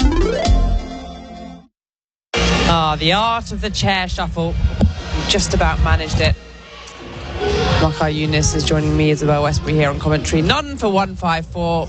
Pakistan. Australia still seeking their 5th Pakistani wicket to go with the 5 days of cricket that they've been playing. 1 wicket a day for Australia's men. Can they manage it? So far, not so good. The lead is at 171. Abdullah Shafiq is on 79. Imam Al-Haq is on 72. Abdullah is chasing his first century in Test cricket. Imam is chasing twin centuries in a Test match. So both of them will have their eyes on the prize. A piece of history to be made. Yeah, that'd be awesome. I mean, Imam Al-Haq waited long time for this opportunity just to get back in the team, let alone the century or each inning century. And he's playing superbly well. Grinded innings. The first inning also, first day of the Test match, he was very determined to get big, and he made it. I mean, he's looking at to make it even bigger now. Marnus Labuschagne is taking things on from the shell end. Very wide approach. Leg spin towards the body of Shafiq because it pitched on leg. He's a right-handed batter. Normally he'd be going away from it, and it is going away, but because it pitched on leg, it's pretty much ricocheting or cannoning into his torso. And again pitched on leg, and this one is turned around the corner. He's looking to bowl that magic delivery with Shane Warne. The late Shane Warne used to bowl that nice and full and pitching in that rough behind the legs or sometime between the legs and hitting middle off. He was such a big turner of the ball, Shane Warne. Now Labuschagne, that's what he is looking to do, is just landing in that rough and hoping that the ball will just sort of spin back toward the stumps. I don't think Labuschagne can do it. I mean, he needs a lot of bowling and experience and to get to that stage. Well, this could be the series to get that experience. This one is to the left-handed Imam Al-Haq. He digs it out down to mid-on. Green is there to field, and they walk through for a single. None for 156. Abdullah Shafiq on strike. He's on 80. Yeah, they're in no rush at the moment. All they can really build on is the partnership and, of course, confidence going to Karachi from here and then Lahore. It's a 3-test match series. Labuschagne again wide from around the wicket, and this one's turned down to square leg. Another single to the total. 1 for Abdullah Shafiq. They're still people in the around the bat, but it's easy. The length is too short for my liking. He's got to really pitch it up a bit if he wants to bring those two fielders, especially a slip fielder and a short leg into play. Yeah, so short square leg, slip. And those are the only two catches at the moment. We have seen 4 around when Nathan Lyon was bowling. This is loopy delivery. And Imam Al-Haq again uses his feet. He's done that so well across the few days that he's been batting. Yeah, I like the way Labuschagne and the captain Cummings keeping that pressure on the batsman. Down the track comes Imam. He plugs it down to Cameron Green at mid-on. And there's a direct hit at the wicket-keeper's end, because having ambled down the wicket, I think they were looking for a second. Yeah, but what was Abdullah Shafiq doing? Quite sure what Abdullah Shafiq was doing, and whether he might be...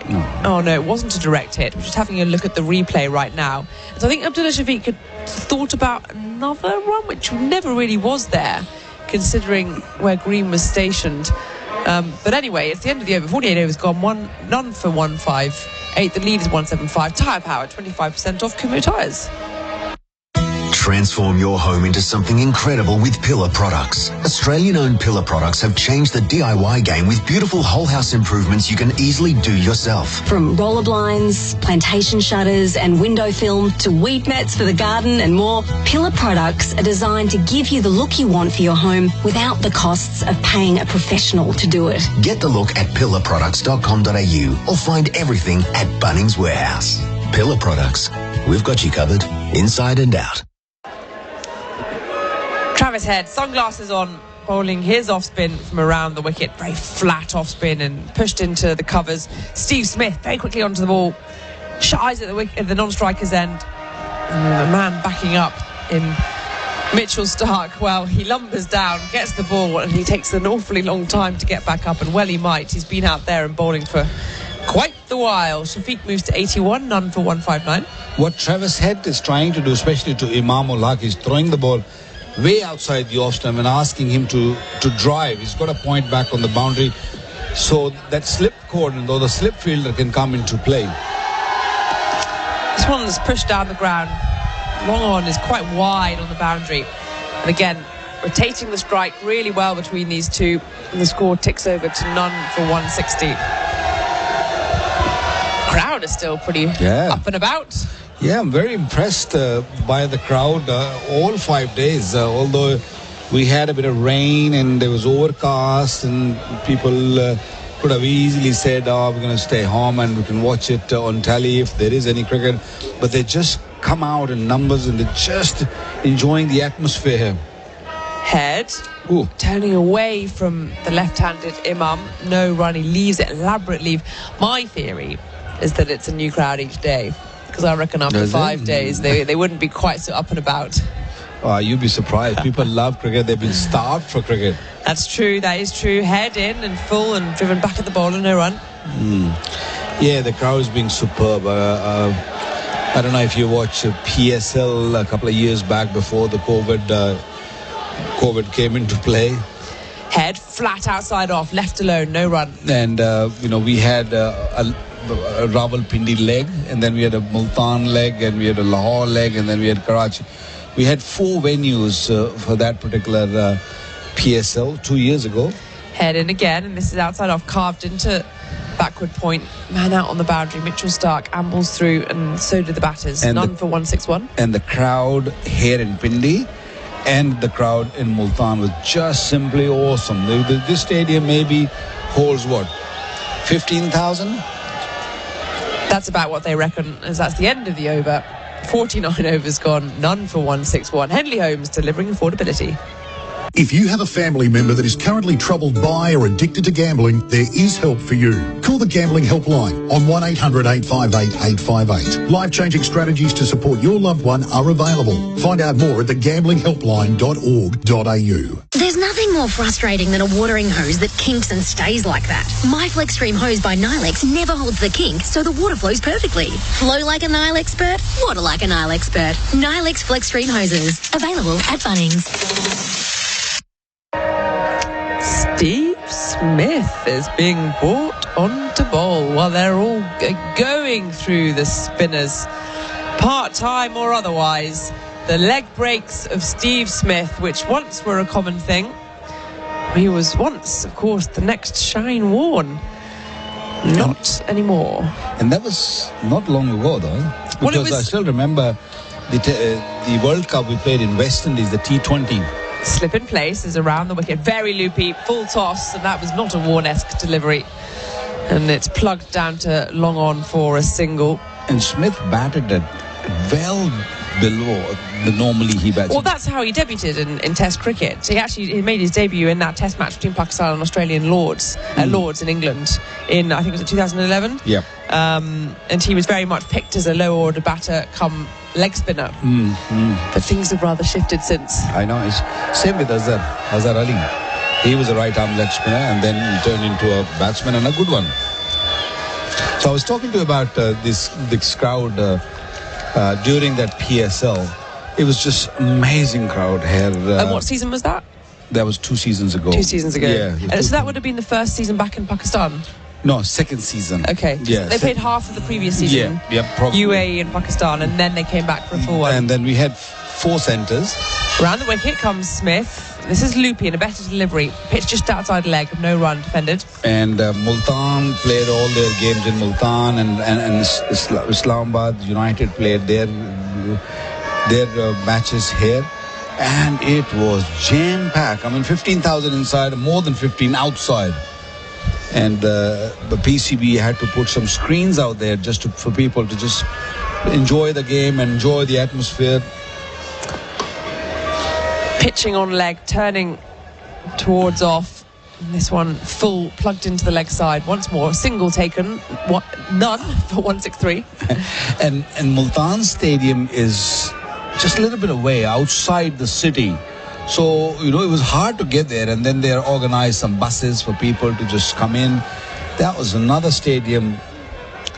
Flighted, good use of the feet there from Imam al-Haq, and he takes another single, none for 164. In that stadium, you would not find a seat in every single game. Multan played really well in that season also.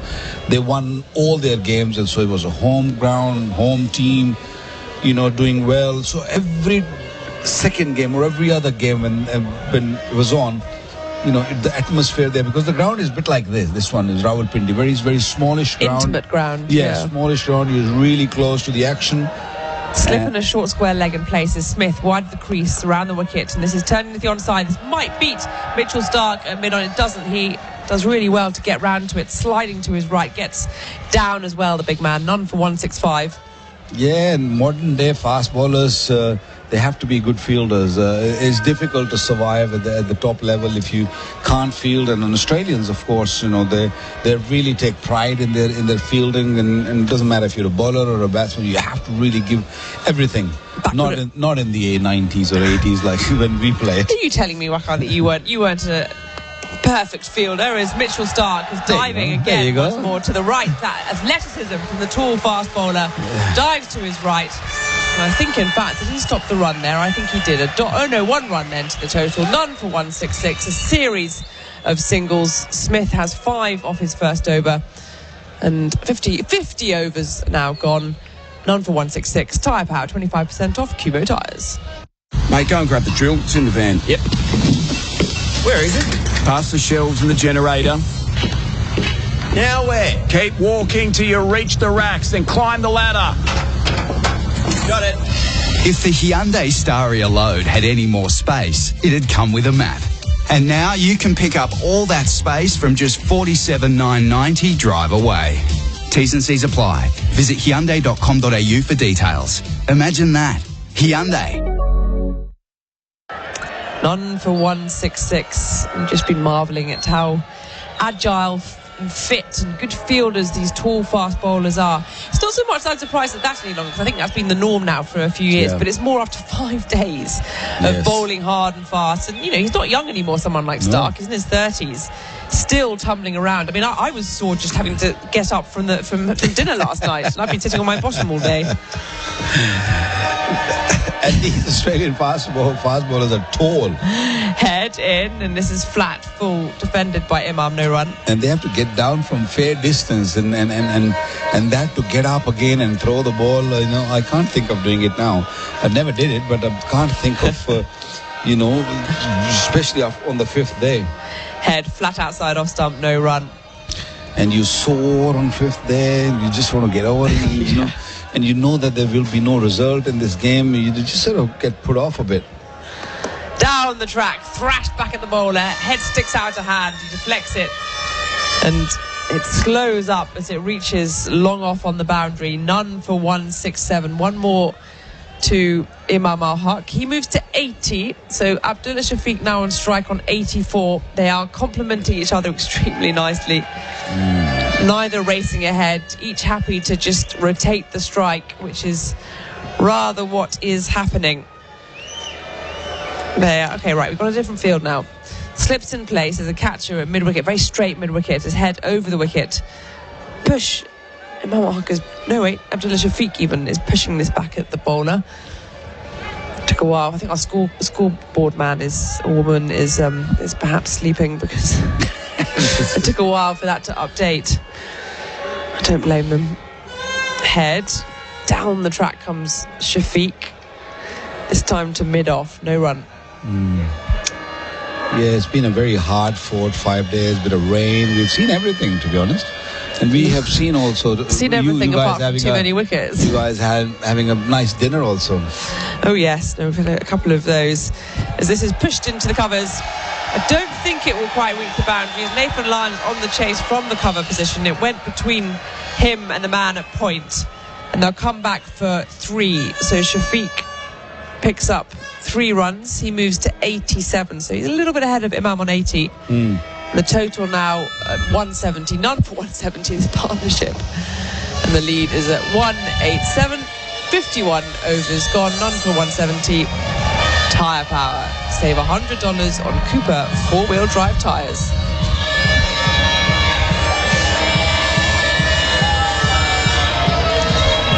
So there's a few more moments. It's now 2:40 local time, and normally you'd expect tea to be taken right now, but because of the rain that we had and earlier starts, the session is extended. We'll have 15 more minutes of play until we reach that period, and the players now just really going through the motions. It's one of those weird occasions, and goodness gracious me, we've got all the dignitaries of the various administrations up on our screens. Steve Smith is bowling his leg spin deliveries, pitching on leg, turning into the right-handed Shafiq, out to the square leg boundary. Usman Khawaja fields, they come back for 2. Shafiq moves to 89, none for 172. I think I just saw Todd Greenberg, who's the CEO of the Australian Cricket Association, Nick Hockley, who is the CEO of Cricket Australia, of course, and Steve Bailey, who is the security consultant, all dressed immaculately in shalwar kameezes. As this is pushed down the ground, back to the bowler, he fields, no run. Yeah, also good thing is that we have seen few cricketers, local cricketers who played international cricket, who are retired, in the likes of Shoaib Akhtar. We saw Imad Wasim, who's still playing T20 cricket. Slipping a short square leg. This is dragged down, pulled into the onside. Yeah. Reaches the boundary, and the umpire at square leg, Alim Dar, he just signals to his colleague just to confirm that that is a flat 6, and it means that Abdullah Shafiq moves into the 90s for the first time in Test cricket.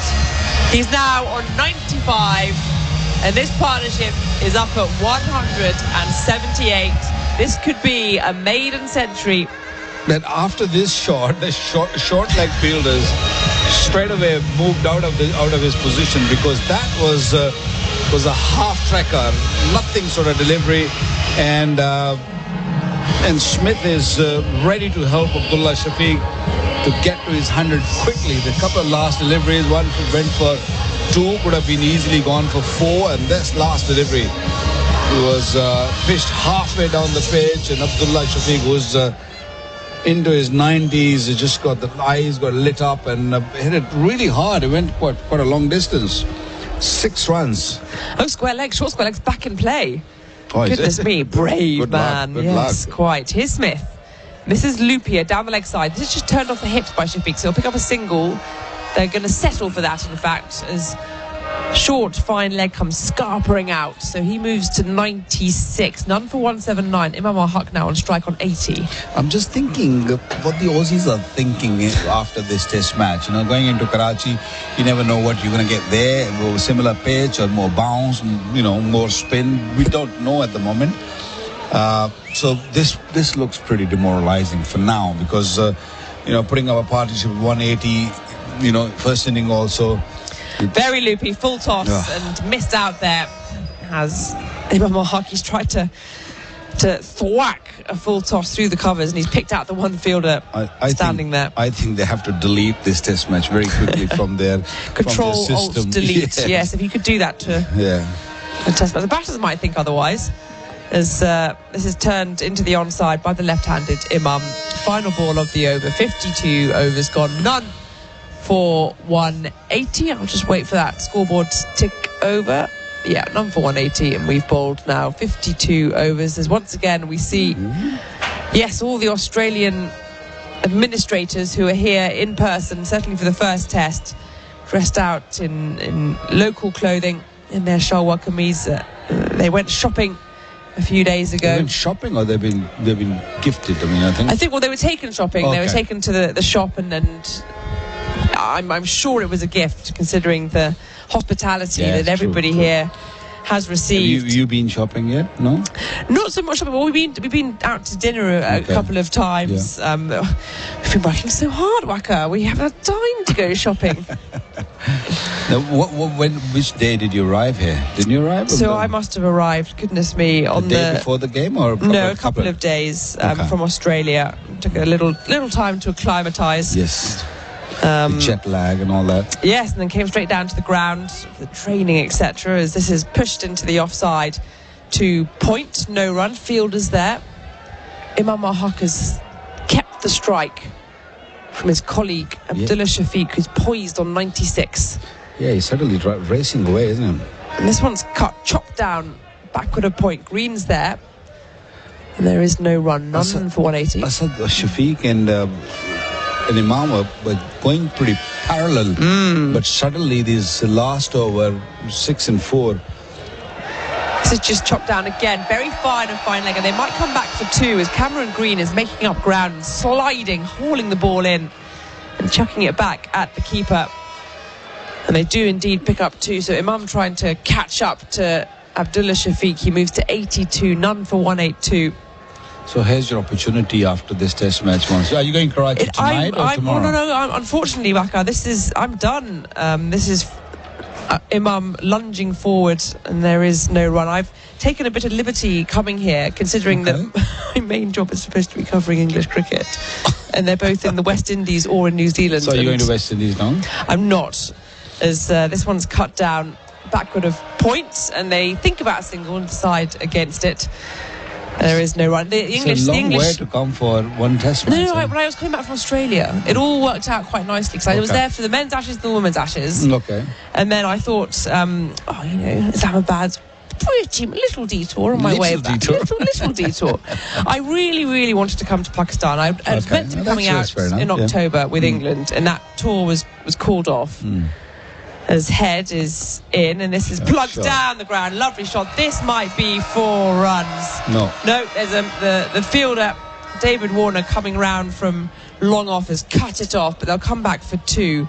So 184 on the board, 53 overs gone, and this partnership, actually the lead has gone beyond 200, and I'm going to make way for the last 7 or 8 minutes before tea for Adam Collins into the commentary box. After a few words for Henley, build with confidence. Henley.com.au. And Tyre Power, store-wide super sale now on. Save on Kumo, live from Rawalpindi, Pakistan versus Australia on SEN Test Cricket. Adam Collins joining Waqar Younis. SEN Test Cricket for Henley Homes, delivering affordability. None for 184. That lead now beyond 200 with the previous stroke. For what little it's worth at this stage of the Test match, Waqar. They're in the black by 201 runs, the home side. But now we go back to Abdullah Shafiq. on 96. Already his highest score in Test cricket. Now a chance for something very special. Yeah, batted quite superbly. Looks a very, very organised player and played the off-spinner really well and the left armour. Australia have tried everything on him and he's really had answer to everything. Nathan Lyon to start a new spell at Shafiq on 96. A slip and a short leg. Shafiq lunges forward to defend. No run there. So 4 runs away from a maiden ton. We've got 6 minutes until the tea break. This might be the one over. He gets at this on the assumption that Imam Al-Haq will shut up shop before the last break. He's 15 away from twin tons. Lyon bowls to Shafiq, who drives through cover, cannot beat Cummins at extra cover. Well, he's at extra cover by the time he moves around from mid-off anyway. This is the worst feeling, I promise you. I've never been in this sort of situation, though. But what was your highest score in first-class cricket? Did you make 100? I scored a few 650s. I've never scored 100. Okay. But I can feel that. I've seen people, panicking, and I've seen people being very nervous in the 90s, and that's Shafiq is the same. Lyon delivers to Shafiq on 96, cutting here just off his middle stump. He went back and gave Lyon a look. He's getting edgy. He missed out in the first inning when he was on 46, and he ran down the pitch just before lunch and hit it in the air and lost his wicket. But he's just been careful. Two out on the leg side, 4 for 100, pulling in that direction. But there'll be a man working around at deep backward square. Usman Khawaja takes 1. Shafiq to 97.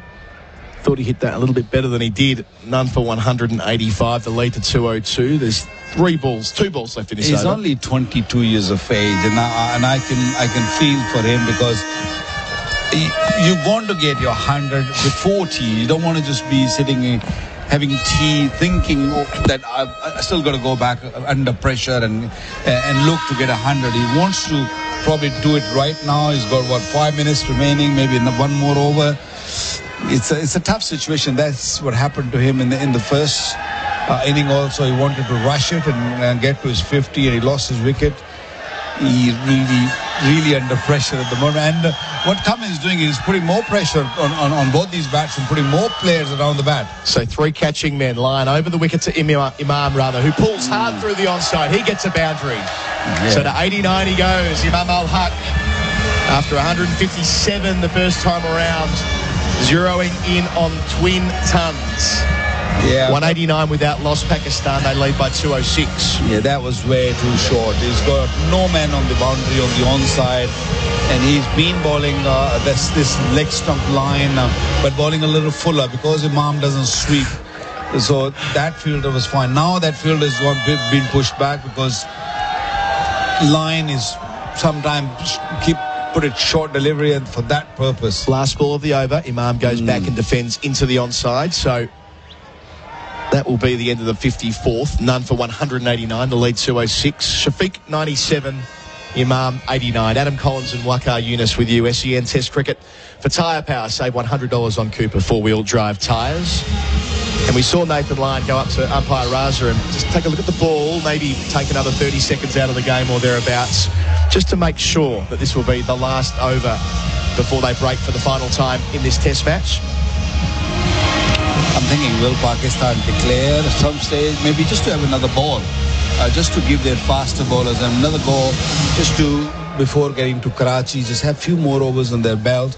So, they'll probably make sure that they're safe out of this danger, that they can't lose the match, and maybe just have 10 overs, 12 overs, until they decide, I had enough. Interesting. I hadn't thought of it that way, but you think there's a chance they would want to get some more overs in there quick? I think so. I mean, what you need to do is you need to be ready for this test, take it as a practice, fine. It didn't really happen, we didn't have the result, that's fine, but what I've seen from the first day to now, the bowlers are a lot more ready now. They're running in better. They're just bowling much better lines and lengths, because you might get the very similar pitch there also. So if the pitch is similar, so you've got to have more bowling into your belt. Shafiq's on 97. Travis head to him. Last over before tea. He's forward in defence. We've got a deep backward square. Another sweeper in front of square. A long on, a deep backward point. The only catching man is Stephen Smith at slip. And a catching mid-wicket. Head to Shafiq. 3 for 100. Gets one of them here, turning it round the corner. Just behind the square leg umpire, Cameron Green. Oh, they get two. That is sloppy. That is sloppy fielding from the Australians. Some confusion between Marnus Labuschagne and Cameron Green. They both thought the other one had it, and in the end, Shafiq scurries back for two. I think what Green wanted him to run for the second. He just gave him that little carrot. Come, look for the second, and he did. Well, he just took the it, challenge. and he moves to 99. Will they bring the field in? Surely they're duty bound to bring the field in, and they do. Up comes long on. Up comes deep backward point. Up comes deep backward square leg as well. They'll keep the one sweeper. He goes a fraction squarer. Will he come down the pitch and hit it over the top? That would be something. You never know. He come from Punjab. Abdullah Shafiq on 99. Travis head to him here. He comes forward and defends out towards mid-wicket. Be careful here. 3 balls until the tea interval. The 22-year-old has 1 run for a special moment here. Nobody wants to be in this situation. At Rawalpindi. Head bowls to Shafiq. Lunges forward once more. That's his line of defence at the moment, getting a big stride in before playing out to the offside. Nathan Lyon does the fielding. Come 2 on, balls to go. Give him one. Let him have a good cup of tea. All the Pakistani players are there on the balcony. They're ready to roar. Abdullah Shafiq, 22 years of age, on 99, and he'll stay there. Defending back to head in his follow-through. Can we have another over? Maybe just bowl another over. Don't go into tea after Well, this. unfortunately, there is 15 seconds until 5 to 3, so they won't be getting another over. This will be the last ball of the session. All right, let's run down the pitch and head it over the top. Will he go over the top? All the fielders are in. Last ball of the session. Abdullah Shafiq on 99. Head to him here. Is there one around the corner? There isn't. That will be tea. With the 22-year-old Abdullah Shafiq stuck on 99. He's not going to enjoy his tea, that's for sure. He's faced 182 balls. Imam Al-Haq, 89 from 149 balls. They lead by 208. It's none for 191. I should say that to our Sydney listeners, you'll be heading to the global game with Simon Hill at 9 p.m. local time. To continue listening to the cricket, download the SEN app and click on SEN Track Sydney. Thank you, Waqar, Younis, for your comments over the last half an hour or so. Just wrapping the session before we go to our own tea programming. Pakistan have moved swiftly along to none for 191. This opening partnership has been so effective through the course of the test match, batting together in test cricket for the first time. Abdullah Shafiq there on 99, 10 boundaries and a 6. Imam Al-Haq 11 away from twin tons. He's 89 with 7 4s and 2 6s. No wickets for Australia. They've used 7 bowlers. It's a fairly grim card at this stage after 55 overs. So, none for 191. That puts Pakistan 208 runs ahead at the final break of this test match at Rawalpindi. SEN Test Cricket for Henley Homes, delivering affordability and tyre power. 25% off Kumo tyres. Coming up during the tea break, we'll continue our celebration of International Women's Day and take a listen to Lisa Stalaker in conversation with Sam Edmund for This Is Your Journey. SEN Test Cricket, live from Rawalpindi. When gambling becomes overbearing in your life, one phone call can change all that. Gamblers Helpline, 1-800-858-858. When gambling becomes an issue, there's always 24/7 support on the Gamblers Helpline. Phone 1-800-858-858. SEN Track is your new home of chasing, pacing and racing. And Saturday Trackside with Cam Luke, Dave Taggart and Paddy Garshagan will be broadcasting live from the Rosstown Hotel Saturday, March 12th. Come see the boys for banter, expert analysis and plenty of laughs as they preview the Australia Cup at Flemington and the opening day of the Sydney Autumn Racing Carnival, all thanks to Carlton Draft. Saturday Trackside, live Saturday, March 12th from midday at the Rosstown Hotel and on SEN Track. Montane, everybody's talking about Montane. Montane Kia for the all-new range of electric vehicles. Kia Niro and the all-new Kia EV6. Come and test drive today the state-of-the-art electric technology at Montane, Cheltenham and Mount Barker. Everybody's talking about Montane. MVD 182170. New year, new you is in the past. Years end and start again, and who you are now is just perfect. At Snap Fitness, it's all about how you feel, so it's time to get moving to feel great. Snap Fitness caters for all fitness levels with quality equipment to support your fitness goals. From cardio to strength to functional training zones, Snap Fitness has it all. At Snap Fitness, it's all about the feeling. Visit snapfitness.com.au. At Balfour's, we're for South Australian footy. Whatever scarf you wrap around your neck, whatever beanie's warming your scone, we'll scream every club song and cheer every player, man, woman and child, as they pull on their team colours and step onto that hallowed field for love and glory. We're for the umps who go from hero to villain with one dodgy call, and above all, the fans who make this great game even greater. Wind, rain or shine. Yes, when it comes to footy, Balfour's is for the game. Want the biggest brands at the lowest prices? Then head to Chemist Warehouse today and save on big brand vitamins like Go Healthy Iron 1 a day 30 capsules $7.99. Healthy Care Vitamin E 1000 IU 120 capsules $14.99. Swiss Ultivite Men's All Women's Multivitamins 60 tablets $15.99. And Blackmore's Bio C 1000 150 tablets $23.99. For great savings every day, come home to Chemist Warehouse. From AFL to NRL, A-League to horse racing. For all the big moments, expert commentary and the latest breaking news, when it happens in sport, SEN has you covered. Find your channel on the SEN app today. Callaway's new Rogue ST drivers represent a breakthrough in driver performance. The Rogue ST drivers are Callaway's fastest, most stable drivers ever. Callaway's industry-leading innovations include the tungsten speed cartridge, jailbreak speed frame and AI-designed flash face are engineered for maximum speed with exceptional levels of forgiveness. Think speed, go Rogue with Callaway, the kings of distance. To find out which Rogue ST driver is right for you, visit callawaygolf.com.au. Sports fans know there's nothing like the thrill of live sport. This summer, to get the best access to the best sporting events in Australia, talk to Ballpark Entertainment. Courtside seats at an NBL game. Throws it underneath. Entertain clients at the A-League, AFLW, or a hospitality package at the Big Bash Cricket. Even money can't buy experiences like the Super Bowl. Ballpark Entertainment can get you there. Making memories.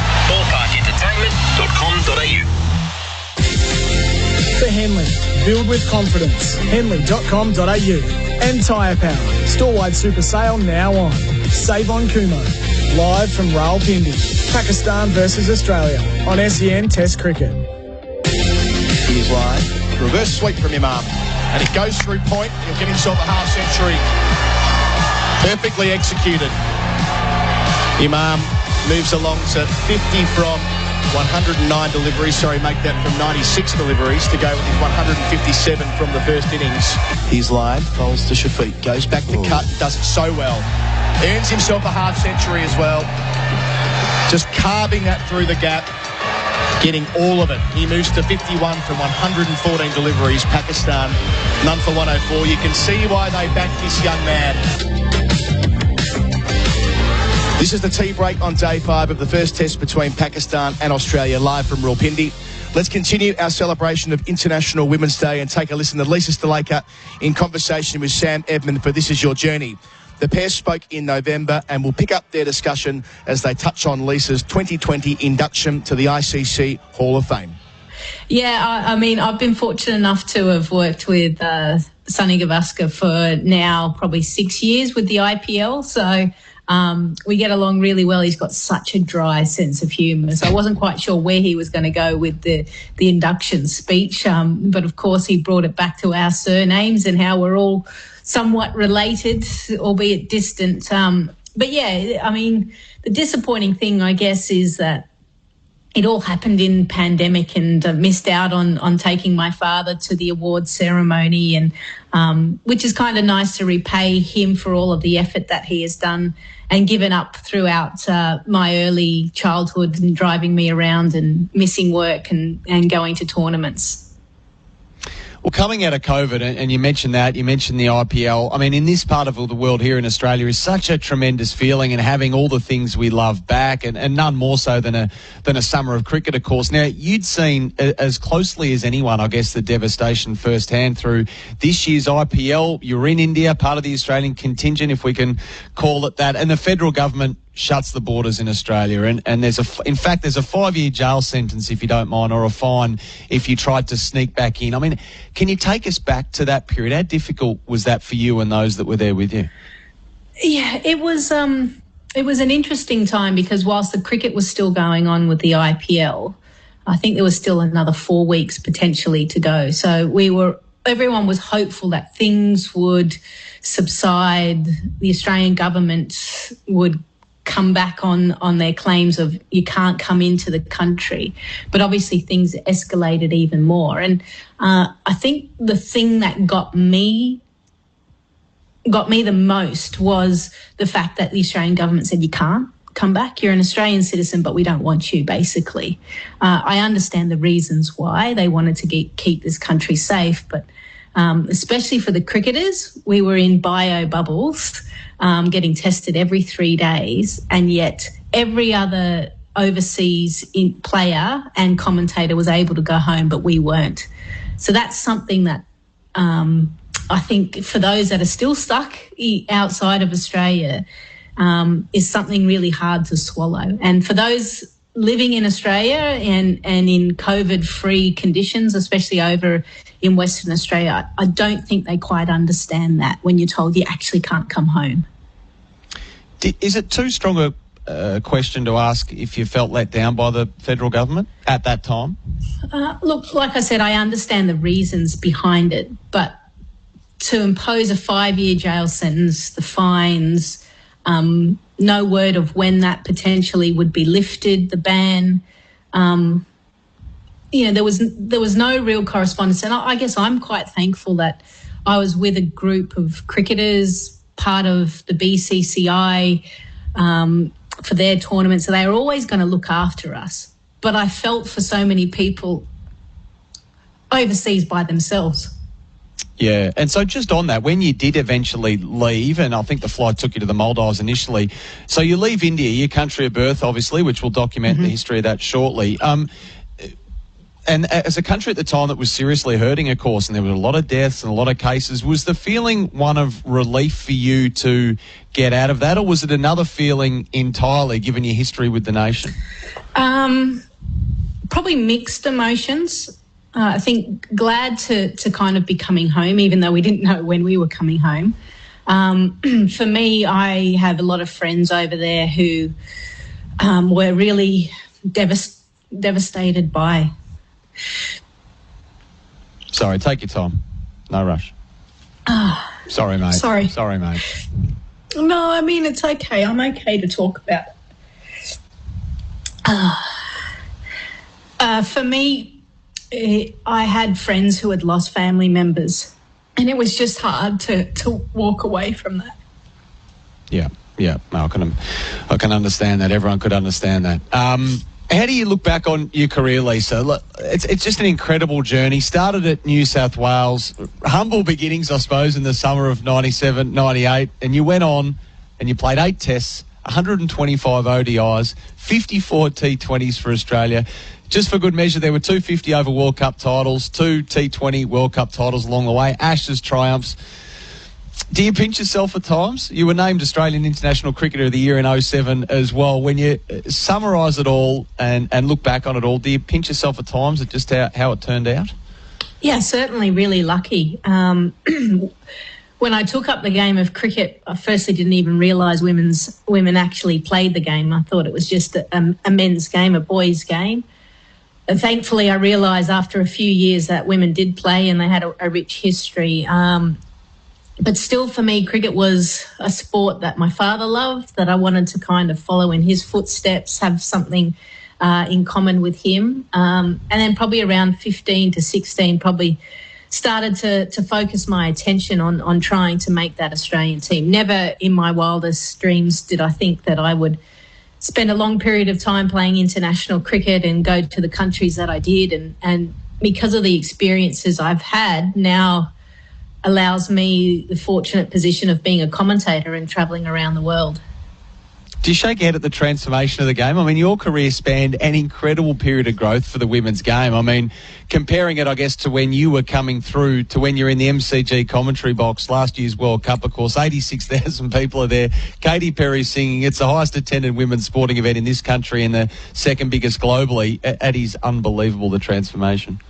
Yeah, never did I think I would see a huge increase, and that we'd see over 86,000 people pack the MCG to watch a women's game. And, you know, people say, oh, but it was a concert as well with Katy Perry. But, you know, I was out there on the ground doing the pre-show, and when Katy Perry came out to sing, there was a few people up dancing, but majority they were there with their green and gold or their Indian shirts and flags, and, you know, they were there to actually watch the cricket. And to see that many past players, past volunteers from around the country fly in for the, I have to be here for this moment. Like, this is a pinch yourself moment. You don't want to miss it.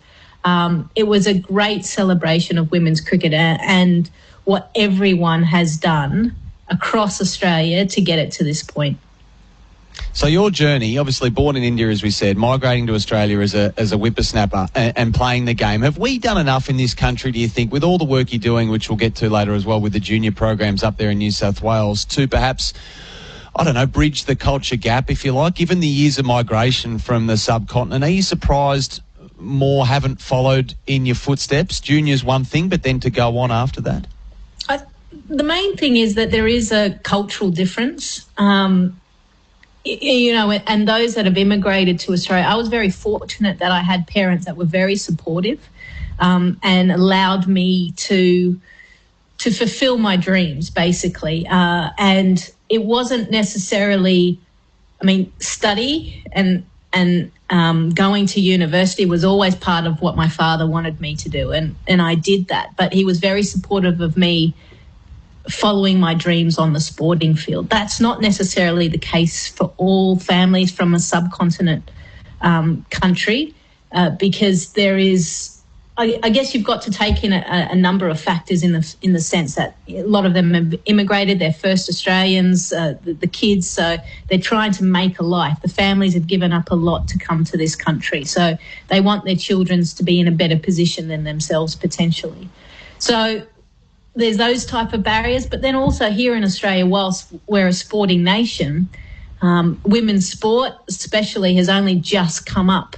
Like, only now can you make a profession from it, you know, and we're fortunate. I think, you know, a 12 to 13-year-old right now has the luxury of choosing any path she wants if she's a talented athlete. And most of them are probably good at 3 or 4 different sports. So they've got, you know, they've got the AFLW, they've got the WBBL, you've got netball, you've got basketball, you've got football as well. So there are some domestic competitions now in this country. So I think it will change now that there is a career that can be made. Whereas before, when I was playing, it was just for the love of the game, for the passion, for the contest.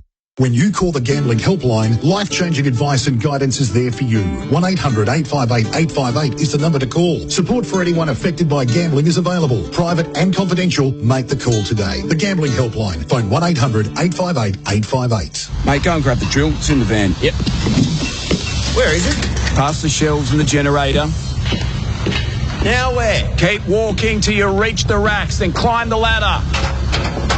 Got it. If the Hyundai Staria Load had any more space, it'd come with a map. And now you can pick up all that space from just $47,990 drive away.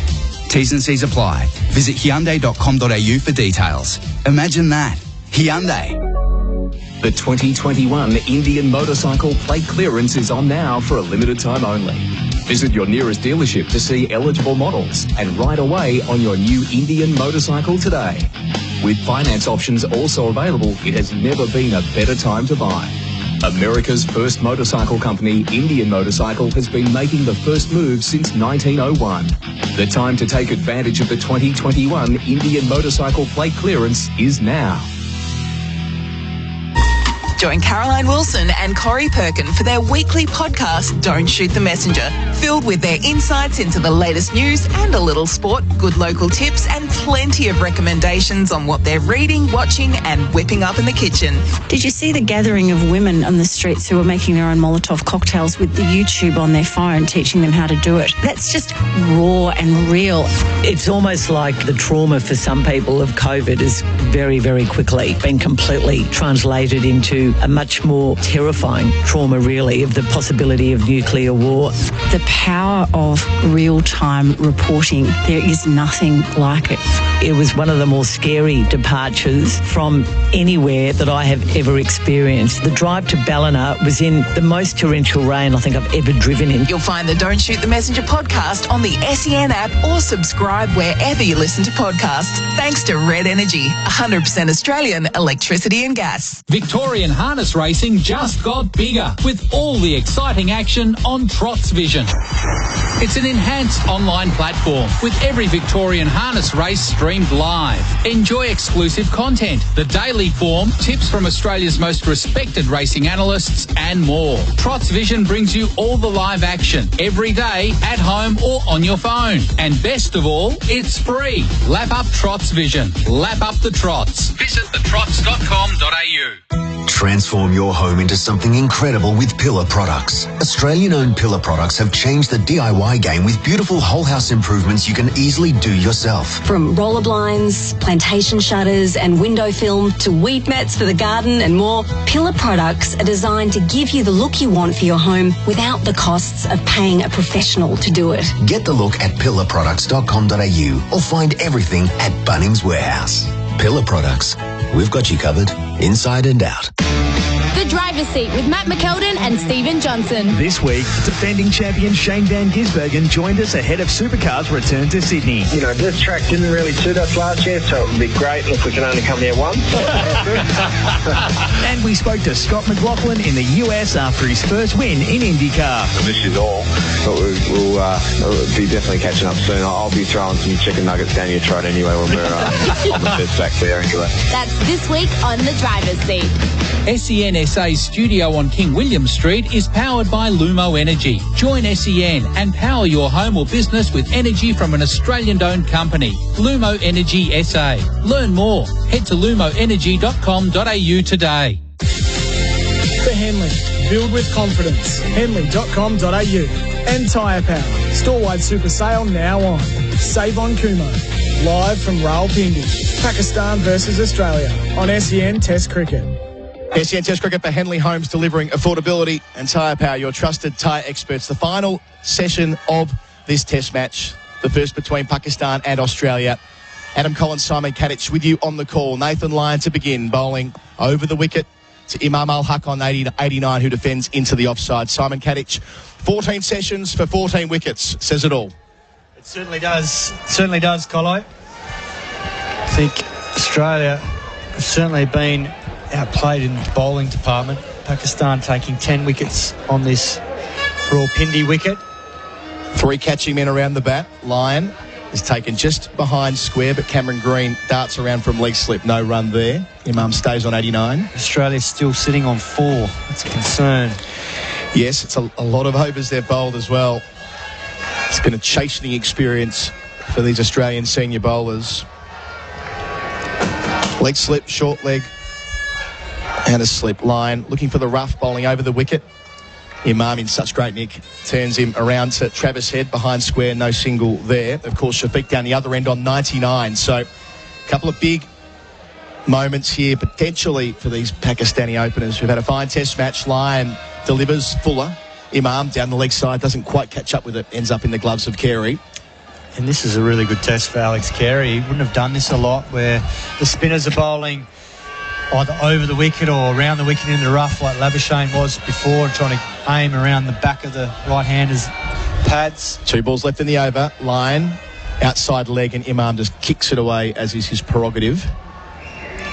But Imam came into this test match having played 11 previously, no hundreds, just the 350s, and potentially walks away from this test match with 2. Yeah, we were pondering this before tea. Imagine 2 tons Last ball of the over defended into the onside. It stays at none for 191. A maiden for Lion to start. The lead, for what it's worth, is 208. Shafiq 99, Imam 89. SEN Test cricket for Henley Holmes, delivering affordability. I don't know whether it's happened, but has a player ever got their first ton and their second ton in the same match? Be interesting to know, wouldn't it? It's something I should have looked up during the tea break, but neglected to do so. Hopefully, Izzy's within earshot. We'll sort that out. But yes, he managed to jump the queue. I mean, Shah Massoud, for all money, looked like the player they'd pick. Abid Ali, of course, was outstanding last year, but he has that, it's because of a heart injury, the best way to describe it. He's been out of the team after going down in a first-class game. Cameron Green for the first time in the innings, so they're really rotating through the bowlers here, making sure that the quicks, the big three quicks at least, aren't used again. We'll probably have 19 or 20 overs before they shake hands. We worked out at tea at 19.1 overs they could declare, and that could be the game. We'll see if they elect to do so. But yeah, Starks bowled 7, Hazelwood 5, Cummins 4, and Green getting his first chance here. And it'll be to Abdullah Shafiq on 99. He's faced 182 deliveries. There are 2 men out on the leg side, and that's it. The rest are ringed around him. A short leg, a gully, a point, a cover, mid-on, mid-wicket, and backward square. Men out, a deep backward square and fine leg. Just being held. The crowd all engaged. And Green sets off. On the way, Abdullah Shafiq on 99. And that'll be his century. The 22-year-old made 100 at the first time of asking in first-class cricket, and he's done it at Test level in just his 3rd attempt. A wonderful performance. 100 from 183 deliveries, 10 boundaries and a 6 along the way. And you sense, Simon Katich, it's going to be the first of many. This kid is class. He certainly is, Colo. It's a magnificent knock. He gets down on the square. He's a happy young man. He's thoroughly deserved this second innings century. He played beautifully in the first innings before he threw it away. He's an aggressive young player. He's got a good, solid technique. And Cameron Green just drifted into his hip then, tucked it down to fine leg, and it was the simplest of ones to bring up his maiden Test 100. His teammates loved it, and so should he. Hopefully that's the first of many for the young man. Really from obscurity, wasn't it? One domestic first-class game into the Pakistan A team. So you made 100 on debut, straight into the Pakistan A team, 2 games there, into Test cricket, couple of half-centuries against Bangladesh, now against Australia, a century to open the series here at Rawalpindi. Brilliant stuff. Back to Imam Al-Haq on 89. He'll make that 90. Square driving a single to deep point. None for 193. The lead up to 211. Academic as it is at this stage of the Test match in the final session. But yeah, they've got a knack, don't they, in Pakistani cricket, of just plucking players on talent, dropping them in to a setting like this. And from time to time, they just work. And Shafiq absolutely does. It certainly does. I mean, he's had the best possible start here against Australia. The wicket certainly helps, but you have to still get the runs, and he's done that. He's got a good technique. Cameron Green bowls here, and defending into the onside is Shafiq. One player did, of course, make their 100 and second 100 in the same Test match. You were down the other end, Kat. Hughesy. Yes, correct. At Durban not at Durban, it was at the Wanderers, wasn't it? No, was it Durban? Durban, sorry. Second Test, Durban. In 2009, that was sent in by Rory Dennis. So it's been done once before, and Imam Al-Haq can join Phil Hughes if he can get 10 more runs. Shafiq now, though, on 100, facing Green, swaying out the way of a short ball through to the gloves of Alex Carey.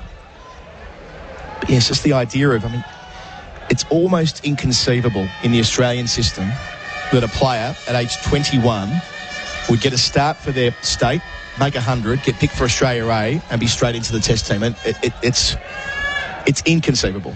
Yeah, and maybe that's a byproduct of the team at Test level being more experienced. The players already got those spots. But in this team at the moment, there was that opening with Abid Ali and his heart condition. Shafiq faces up to green. He's on the pull. And there's David Warner fielding there. Just a backward square, no run. Stays at none for 194. So that helps, but you're right. They're certainly more open to probably trying that. And you see it with the young Pakistan quicks. We saw Nazim Shah debut at the Gabba a few years ago. And he's still only a very young man. I think he was 16 at the time. Yeah. Which is remarkable. Part of what makes Pakistani cricket special. Green delivers, and coming forward here is Shafiq again in defence, out to cover. No run there. Usman Khawaja does the fielding. To think that Fawad Alam, we mentioned this before, won't get a hit in the game. Might be the best pitch in terms of, not best for the competitive balance, but absolute highway. He'll get a TFC next to his name. He'll have to pay his match fees, and I hope he brought his afternoon tea. And he dropped a catch. He dropped a catch at Gully. He'll think I'm happy to move away to go to Karachi now. So Cameron Green to finish his over. Passes Aleem Dar, bowls here, close to the stumps. Shafiq turns it into the onside. No single. The over where he brought up his maiden Test century, Abdullah Shafiq. SEN Test cricket for Henley Homes, delivering affordability and tyre power. Your trusted tyre experts. Pakistan are in the lead by 211 runs. They're none for 194. Your local bowls club is seeking competitive teams. You'll need your natural, whose sporting prowess is unmatched. Your technician to roll you in and out of the tightest spots. Your thinker to lead your game plan. Your enforcer to strike when needed. And Steve, he can get the drinks. Local legends wanted. Search Bowls Club near me to join a team or start one. Adam Collins and Simon Katich with you. Nathan Lyon to start his 22nd over. Another heavy workload for him today. He's got 3 catching men over the wicket to Imam, who reverse sweeps out towards deep point for 1. He'll make it 2. He stays on strike. He's 92, none for 196. It's the kind of afternoon when you start digging through stats and wondering what fits where. Our colleague at the Sydney Morning Herald, Tom Decent, pulled this one out. At tea, this was the second worst runs per wicket ratio for Australia in Test cricket history. 4 wickets at an average of 167. The worst was against Pakistan at Faisalabad in 1979-80, which got up to 191 runs per wicket they took in the field. So they could knock that off by the time we're finished here, I suppose. So memorable for the wrong reasons for Australia for the most part. Lyon delivers. Imam elects not to try and flick this out of the rough. And look, certainly not having a go at the Australian bowlers, because it has been a tough wicket to bowl on. But if you're making the comparison, the reality is Pakistan took the 10 wickets. Lyon again. 2 catching men on the leg side, and Imam places it between them down to short fine, no run. It's on the same wicket. Australia have only managed 4. So yeah, I'm sure they won't be happy with his performance with the ball, albeit, they haven't had the easiest of conditions to contend with. Lyon to the crease and bowls to Imam, who takes another single out to deep square leg. He's 93, none for 197. 2 balls left in this over. Speaking of stats, Andrew Sampson, our great friend from South Africa, who's been part of SEN Test cricket in the past. This is only the 3rd time where there have been 3 century partnerships for the first wicket in a Test. One was in Adelaide in 1947, 2 for England, 1 for Australia in that match. 1 in Dhaka in 2007, where India had 3. How can that be? There was a retired Hurt in there. Okay, I can see what he's done here. And then here in Rawalpindi in 2022. So the second time, really, where it's happened, where there have been 3 in the same game, which, again, reinforces what a road it is. Lyon to finish to Shafiq, who goes around the corner. No run there. Sorry, 1 ball to come. The lead's 214.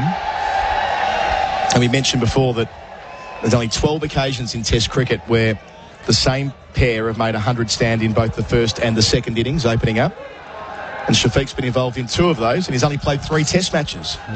Lyon, this time to finish. He's defended back down the pitch by the century maker. It's none for 197 on SEN Test cricket for Henley Homes, delivering affordability and tyre power. Your trusted tyre experts.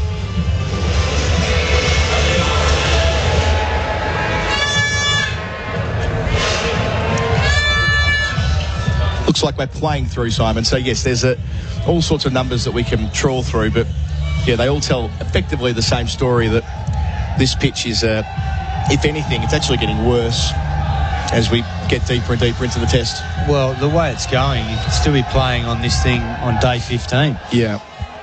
Well, these two are probably capable of batting for the next 3 days, the way they're going. And then Australia wouldn't be getting another hit until probably day 12. If it were a timeless test. I mean, of course, there was one timeless test that stretched to 11 days back in 1939. We were talking about Durban before, weren't we? Round the wicket, Cam Green, bowls here. Bouncer, good one too. Imam on 93, ducks it. That included, I think, 2 rest days, and they still didn't get a result, England and South Africa, because it was March 1939, and they needed to get on the boat because the Second World War was coming. So that was an extraordinary test match there at Durban to finish that series. But yes, it's been a long time since we've had timeless test cricket. Well, if it was a timeless test, Pakistan wouldn't have declared at 4 for 470 on the first innings. Quite right. They might still be going on day 5. Yeah, correct. Already mentioned Fawad Alam, didn't even get a hit. Green to the wicket, wide of it. Imam goes back and pushes to cover. Quick single. Imam to the danger end, taking on Labuschagne. You shouldn't be doing that in the 90s. And Labuschagne missed, and that must have been close, judging by the body language. Oh, Labuschagne's on his hands and knees. Yes, this is petering out to a stalemate. But it all matters to the Queenslander. Imam Al-Haq is 94. That was out of your hit. Bit of hesitation. And out by a mile. Yeah, there's one man you cannot fault with his energy levels, and that's Labuschagne. Australia have just drifted at times today, but he's not one of them. He's always pushing for something, and his ability to get a run out, that would have been a magnificent piece of work. Cross his body at the bowler's end. Green passes umpire Dar, bowls to Shafiq, who defends. Yeah, I think the Australians have looked a little bit sloppy at times in the field. There's been a few throws come in, and a few times there's been no backing up, but on that occasion, fantastic bit of work from Labuschagne. Nearly made something out of nothing. Imam, very fortunate there.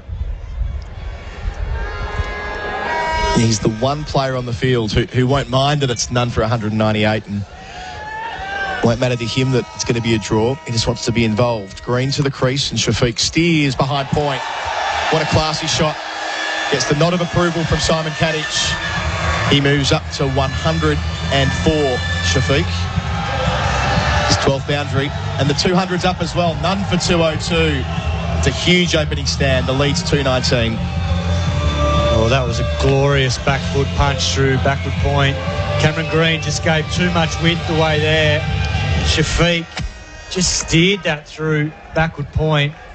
Hardly tried to hit it, just let the bat do the rest. Opened the face, punched it.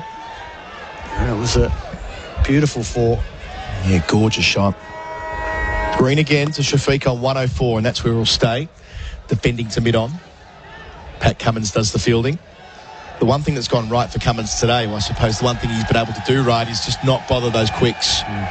So there shouldn't really be a workload issue for the combination they choose to go with, because, yeah, they bowled a lot of overs in the first innings, but that was days ago.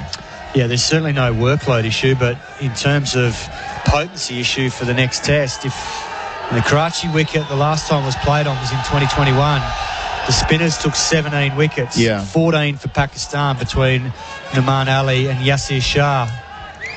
Last ball of Green's over, goes short to Shafiq, who pulls in the direction of Labuschagne. Sorry, make that Warner. Knocks it down. One ball to come. Warner did well there, moving to his right.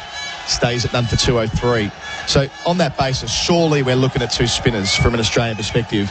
Schwepson looks like the more likely of the 2, just based on, I suppose, body language when they're training. Is that how you would go, or would you go to Agar? Look, I think Swepson's probably the one. I think when you look at the first-class records, I mean, there's a big difference between the amount of wickets Swepson's taken compared to Agar. Last ball of Green's over. We'll continue this conversation after the break. It's pushed into the onside. SEN Test Cricket for Henley Homes, delivering affordability and tyre power. Your trusted tyre experts. Pakistan, none for 203. If you have a family member that is currently troubled by or addicted to gambling, there is help for you. Call the Gambling Helpline on 1-800-858-858. Life-changing strategies to support your loved one are available. Find out more at thegamblinghelpline.org.au. Bred on a Kimberley cattle station to withstand the Aussie life, Ringer's Western clothing looks great in the city while toughing it out on the land. From tees and jackets to boots and denim, Ringer's Western.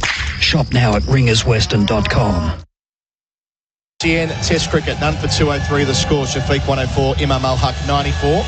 Adam Collins and Simon Katich speculating as to what the Australian makeup might be in Karachi when they start the second Test match on Saturday. Nathan Lyon about to bowl over 23 at Imam Al-Haq, who's on 94. He has hit Lyon for a number of sixes in the match. He wouldn't dare do it to bring up twin tons, would he? There are two men out, one at deep square, one at long on. Lyon over the wicket. Imam dances and tries to go straight. Tries to do it in style, but instead it's an inside S to short fine leg. Gosh. You questioned, and I think he was going to answer. He was looking for the six straight over Mitchell Stark's head then. He just came off the shot a little bit. Just tried to hit a little bit too hard. Came off it a little bit early. And got the inside edge to 45. So Mitchell Stark's in play at long on, that's for sure. Imam on strike, facing Lyon, stays at home, tucks to short fine, no run. Nathan Lyon's been hit for 256s in Test cricket now. That was another little stat that Andrew Sampson brought out before, more than anyone in the history of the game, which really, of course, speaks to his longevity. But still, he's had a few go over the rope through this Test match. One he'll like to forget. Lyon bowls, Imam faces up again and goes back once more. Taken at short leg by Labuschagne, but off the pad. No meaningful appeal. So we talk about first-class records. Mitch Swepson had a great season last year, averaging 26 in the Sheffield Shield, but has barely played first-class cricket this year due to bubbles and all the rest of it. So, I mean, that longer body of work was quite impressive. Yeah, it certainly was. Lyon bouncing in to Imam, who goes back, struck on the pad, leg before shout, but it pitched outside leg, no appeal from the bowler. And the question the selectors are going to have to ask, which is a tough one, is that what's the pace of the Karachi wicket going to be like? Because we've seen this one here be pretty easy paced. It's held together, and there's a big difference between the pace of Swepson and probably Agar. Lyon bowls in the rough again. Imam takes one. That's better. Conservative. No need for anything silly here. He's 95, none for 204. So Agar, just by way of comparison, averages 41 in first-class cricket, although he did bowl really well in Bangladesh the last time he got a chance at Test level. That was back in 2017. He played alongside Nathan Lyon and Steve O'Keefe in a three-pronged spin attack to end that series, but overlooked ever since. Yeah, it's going to be an interesting one, because then who makes way if they bring the spinner in? It's got to be one of the quicks. Yep, it does. Lyon to finish his over. Shafiq happy to stay put after working it around to the man at short fine. None for 204 the score. The lead's 2-2-1. Shafiq 104 and Imam Al-Haq is on 95 and looking to get there going big. We're getting a look at a replay on the television monitor about the catch that Nathan Lyon didn't appeal for at short leg. There might have been a little ultra edge on that, Cat. Remember that Lyon didn't really appeal. Labuschagne did. He did. He caught it. And normally you can probably, with the greatest respect to Marnus, you can probably ignore him when it comes to DRS. He's not a reliable narrator. So if they do go, so in terms of how you see the pace dynamic that you referred to before, if you think the pitch is going to be sort of a slow holding pitch, would that enhance the case for leg spin? Or would it be more going with Agar in that situation as far as you see it? Well, and this is the thing, like you'd assume that the left arm spinner is going to be a little bit quicker through the air. Green bowls to Imam on 95, down the ground, gets one to mid-on, nicely played. Ooh, little bobble. No, they're happy with the single. He's 96, none for 205. But then looking at what happened last time in Karachi, mind you, Nouman Ali, obviously tall, left arm spinner, bowls reasonable pace, but Yasir Shah also bowls quite quickly, and that's what I'm talking about. It's that decision's not that easy whether it's one or the other, because the pace that they bowl at could be crucial on that Karachi wicket. I've never seen it, so I can't comment. It's Green here, bowling to Shafiq. He's scored so many runs out to deep square where there's a sweeper. He's 105, done for 206. If you were trying to work out turning 3 seamers into 2, what would you be considering there if you're a selector? Well, I think they know that having Mitchell Starc, that if the ball does reverse, they've got that weapon there, and particularly for a tail with his pace and his height. So I think if it's going to be anyone, it's probably Hazelwood. Yeah. And he hasn't bowled a lot here. You know, whether his type of bowling, where it's that sort of hitting top of off, is going to be as effective here in Pakistan, that's the question. Imam Al-Haq on 96. Bouncer to him from Green. He ducks underneath it. So Hazelwood in the first innings, he sent down 26 overs, done for 53. Bowled tidily, as they all did, but wasn't in the book, and only bowled 5 overs, done for 8 in the second. So there won't be a workload issue with him, but Cummins obviously has to play as captain and then Starc for the reverse swing. I think that stands to reason, even if, you know, Hazelwood might be at home higher in the pecking order at the moment. Yeah, and that's where it's tough, because none of them deserve to be dropped based on this one test. But if they feel like the balance of the attack's out, then they have to change it. Green to Imam on 96, and he defends back down the pitch. Comes off Green's hand and runs into the stumps at the non-striker's end. No concerns. Shafiq's well back. And the reason I made the comparison before is because when you've watched this whole test match unfold on the very same conditions, the Pakistan attack has out-bowled the Australian attack. No question about it. 10 wickets v4. Same wicket. They've made things happen, albeit, you know, Shaheen Afridi potentially could have had both Usman Khawaja and David Warner out early with that first new ball. Green round the wicket to Imam on 96. He'll make it 97. Little dab behind square on the offside. Steve Smith around from gully. It's none for 207 with 1 ball left in the green over. You know, there was first scoring shot of David Warner went just wide of the gully fielder, so he could have easily, that could have gone a hand. Usman Khawaja should have been caught on 22 at gully, both off Shaheen Afridi. So when you compare the two, there's no doubt that Pakistan have bowled better in these conditions. So that's the question the selectors have got to ask themselves is, you know, which bowlers in this Australian squad are best suited to these conditions, and the lengths that need to be bowled and the spin that needs to be bowled against these Pakistan batting lineup. Last ball of Green's over into Shafiq on 105.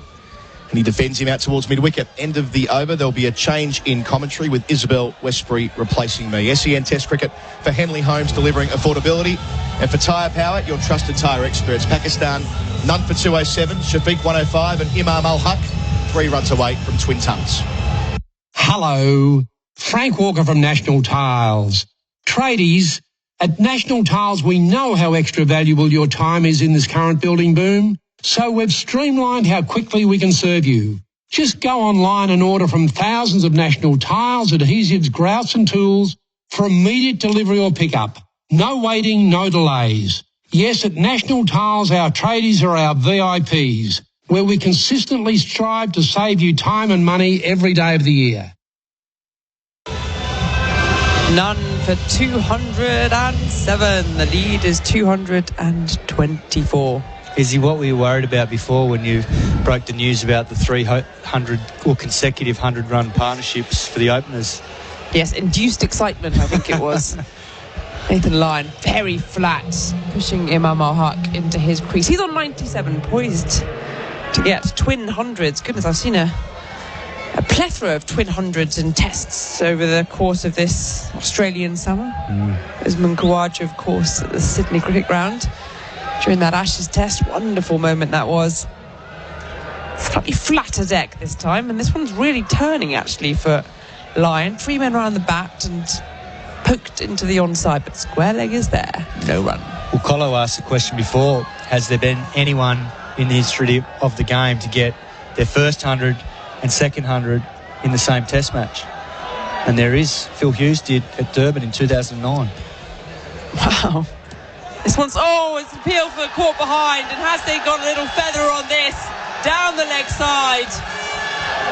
Imam Al-Haq is leaning on his bat. He's having none of it. The DRS timer, the review timer is ticking down. Australians are questioning each other. Nathan Lyon, he pitched it down leg. They are going to go for the review. It was turning... it would be turning away from the left-hander. Because it was pitched on leg, it was almost turning into his waist, Imam there. And he reckons Nathan Lyon is appealing for a little feather down the leg side and caught behind. But none of the Australians seemed to have a clue as to whether he was anywhere near it or not. And it looks in the TV replay as though it's going to be thigh pad. If there was a noise that maybe got a few of them excited, it'll have been the thigh pad. And I think almost out of desperation or just for something to do, perhaps, Simon, they've gone for the DRS. And yes, indeed, we're looking at Ultra Edge right now. And as it passes the pad, that little flicker comes up, nowhere near the bat. And, well, they've been desperate, really, Australia, seeking their first wicket of this innings, their fifth of this match. And alas, it has not come. Well, umpire Raza has had a fantastic game. He has been on the money every time. They have indeed. They've been very good, these umpires. This is a turn into the onside. And Pat Cummins, who's at mid-wicket, isn't going to get there. Square leg on the boundary will instead. Another run to the total. None for 208. That lead now 224. Declare, I say. Let's have a chase. That would make it interesting. But I still don't think there'd be 10 wickets fall in that final innings. Unless the run rate got up to 10 and over. And Australia started having to score at some ridiculous rate, but that's not going to happen. Pakistan are not going to allow that to happen. Short square leg, slip in place. Abdullah Shafiq is on strike and he's forward defending back at Nathan Lyon, and there is no run. 97 is what Imam Haq is on at the other end, seeking twin centuries. 175 balls he's faced. They'll probably be on strike in the next over unless they start to rotate. Full stride forward from Shafiq. Pats it back at the bowler. Pat Cummins in our TV screen. It's the end of the over. 61 overs gone, none for 207. The lead now 225. Henley, build with confidence. Henley.com.au.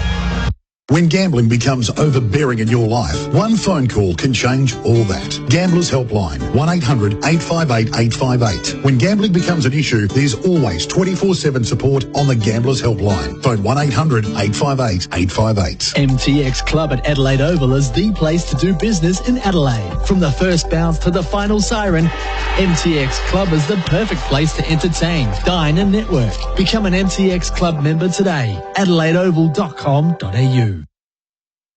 Simon, I reckon that whoever's in charge of the scoreboard is pretty bored or asleep, because it's been getting slower and slower as this match has gone on, because Imam Haq is in fact now on 98. So 98 from 175. It takes a good 10-15 seconds for the scoreboard to catch up. But there he is. He's retained the strike, and it's going to be Cameron Green who's bearing down on him. He's bowled 3 overs for 12 runs. Like the rest of his teammates, wicketless. And this is pushed into the offside. Steve Smith there at cover. They're going to come back for overthrows for 2, are they? No, they're not. They're not. That was almost one of those awkward, weird ways of getting a century. But he doesn't bring it up. So they settle for the single, and Imam moves to 99. And the score, none for 209. Well, Imam definitely wanted to come back, but Shafiq had gone so far past the stumps that he had no chance. So he has to settle with one, bide his time. Yeah, they're keeping you on your toes with the call, aren't they? Well, we've got the TV screen to our right, and then also the actual scoreboard, and varying degrees of speed. And this one's pushed back down the ground, extra covers onto it. We've got a gully, a backward point in the deep in Nathan Lyon. And then Usman Khawaja is in between, I guess, an extra cover and a mid-off. Mid-on's there as well, mid-wicket. Another mid-wicket / square leg on the boundary. And a backward square a couple of pitches away. And then a fine leg down on this boundary. There's a short square leg with pads and a helmet on as well. As Abdullah Shafiq is continuing past his maiden century. Green in, right arm over the wicket, down the leg side, and taken by Carey, the keeper. No run.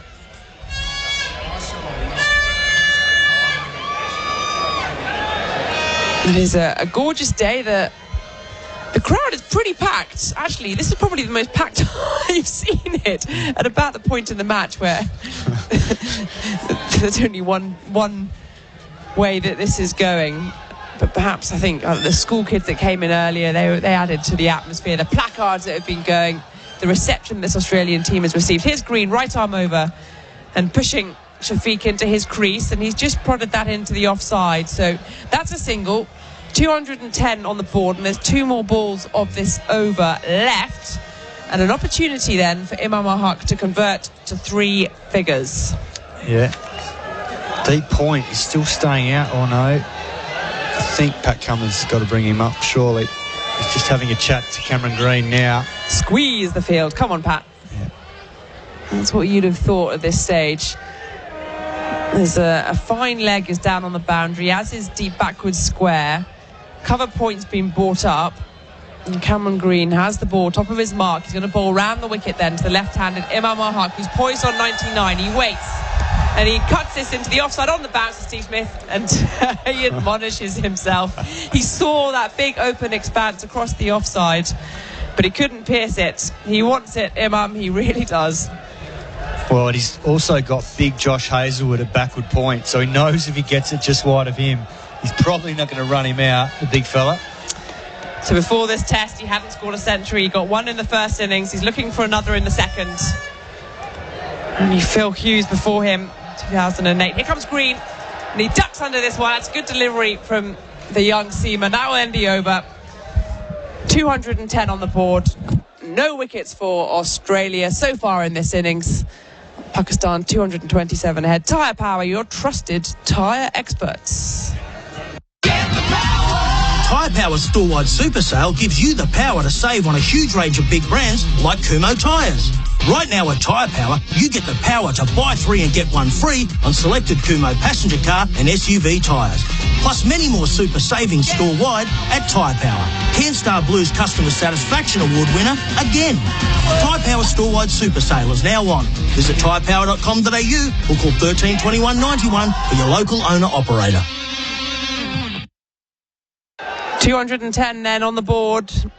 This opening stand unbeaten once more for Pakistan. We've had 2 double century stands in this match so far. If you want an idea of the flatness or otherwise of this pitch, 227 is the lead. And Nathan Lyon is in right arm over the wicket. Slip, short square leg and catching as well, and forward defending is Shafiq. No run. Lyon fields off his own bowling. There's some weary bodies out there, and well they might be. Australia fielded for almost 2 whole days without a break. Then there were 3 overs at the end of day 2 when we had the change of innings, and then 1 over the Pakistan bowled before bad light came in. As Lyon floats this up, loopy and forward. Shafiq strides, another defensive stroke as Waqar Younis comes into the box for possibly a historic moment we're approaching. Yes, indeed. I mean, Imam played really well. He played superbly well in the first inning. Also got a big 100, and then he's on the verge of flatter delivery from Lyon, defensive again, making a history. There are only 9 players for Pakistan. They've done it before. The big names in there. There's got Hanif Mohammed and Zamam Ul-Haq, Muhammad Yusuf, Younis Khan. They all have. Azhar Ali has done it, who's still playing. So there's plenty of big names in there. So getting into that list is a great achievement. Flat delivery turned into the onside. Only so far was Green at mid-wicket, no run. But to get his maiden century and then back it up with another century in the end, I think we were hearing that only Philip Hughes has done that before in 2008 against South Africa in Durban. As Lyon, another floaty one, and this is thrashed down the ground. 1 man's ball. Down to long on. Mitchell Stark is positioned about 2/3 of the way down the boundary, but he was too wide. And he may be tall, he may be fit and agile, but he wouldn't have got to that. That was well struck. 4 more runs to the board. No Abdullah chance. Shafiq moves to 110, none for 214. Yeah, he's feeling really good at the moment, moving into the ball and making sure that he stays inside the line of the ball so his bat can come through and can hit it anywhere. So he just timed it beautifully. Slip at a short square leg forward, defensive shot from Abdullah Shafiq. He may be enjoying himself, but I think the rest of the crowd want to see Imam al-Haq on strike, and they will do in the next over, because that is the end of the over. 64 overs bowled, none for 214. Henley Holmes delivering affordability. When you call the Gambling Helpline, life-changing advice and guidance is there for you. 1-800-858-858 is the number to call. Support for anyone affected by gambling is available. Private and confidential. Make the call today. The Gambling Helpline. Phone 1-800-858-858. We've been proudly serving Australia for 50 years. And to celebrate, Liquorland has offers like an extra $2 off any 4, 6 or 8 pack of beers when you scan your Flybuys card. So head into your local Liquorland today. Terms and conditions apply. Then Imam al-Haq is on strike. He's poised on 99. He's faced 178 deliveries. He's got 6 balls of this over, and guess what? It's Travis Head into the attack. And, well, he's a part-time spinner if ever there was one. We've seen all manner of banners around the ground, but one in homage to Rob Key is a new one. Our fellow commentator. I like that, though. It's very good to listen to. Right then, Travis Head is at the top of his mark. Right arm around the wicket. Imam al-Haq is waiting and ready, but the fielders for Australia aren't quite. There's a mid-off and extra cover. A cover. A point just in front. A backward point and a short third man. And a slip. And down the track goes Imam al-Haq. And he's cleared the lot of them. Because that's raced down to the boundary. It hasn't quite reached it. It's plugged in the outfield, but it doesn't matter. It didn't need to be a boundary. It only needed to be one.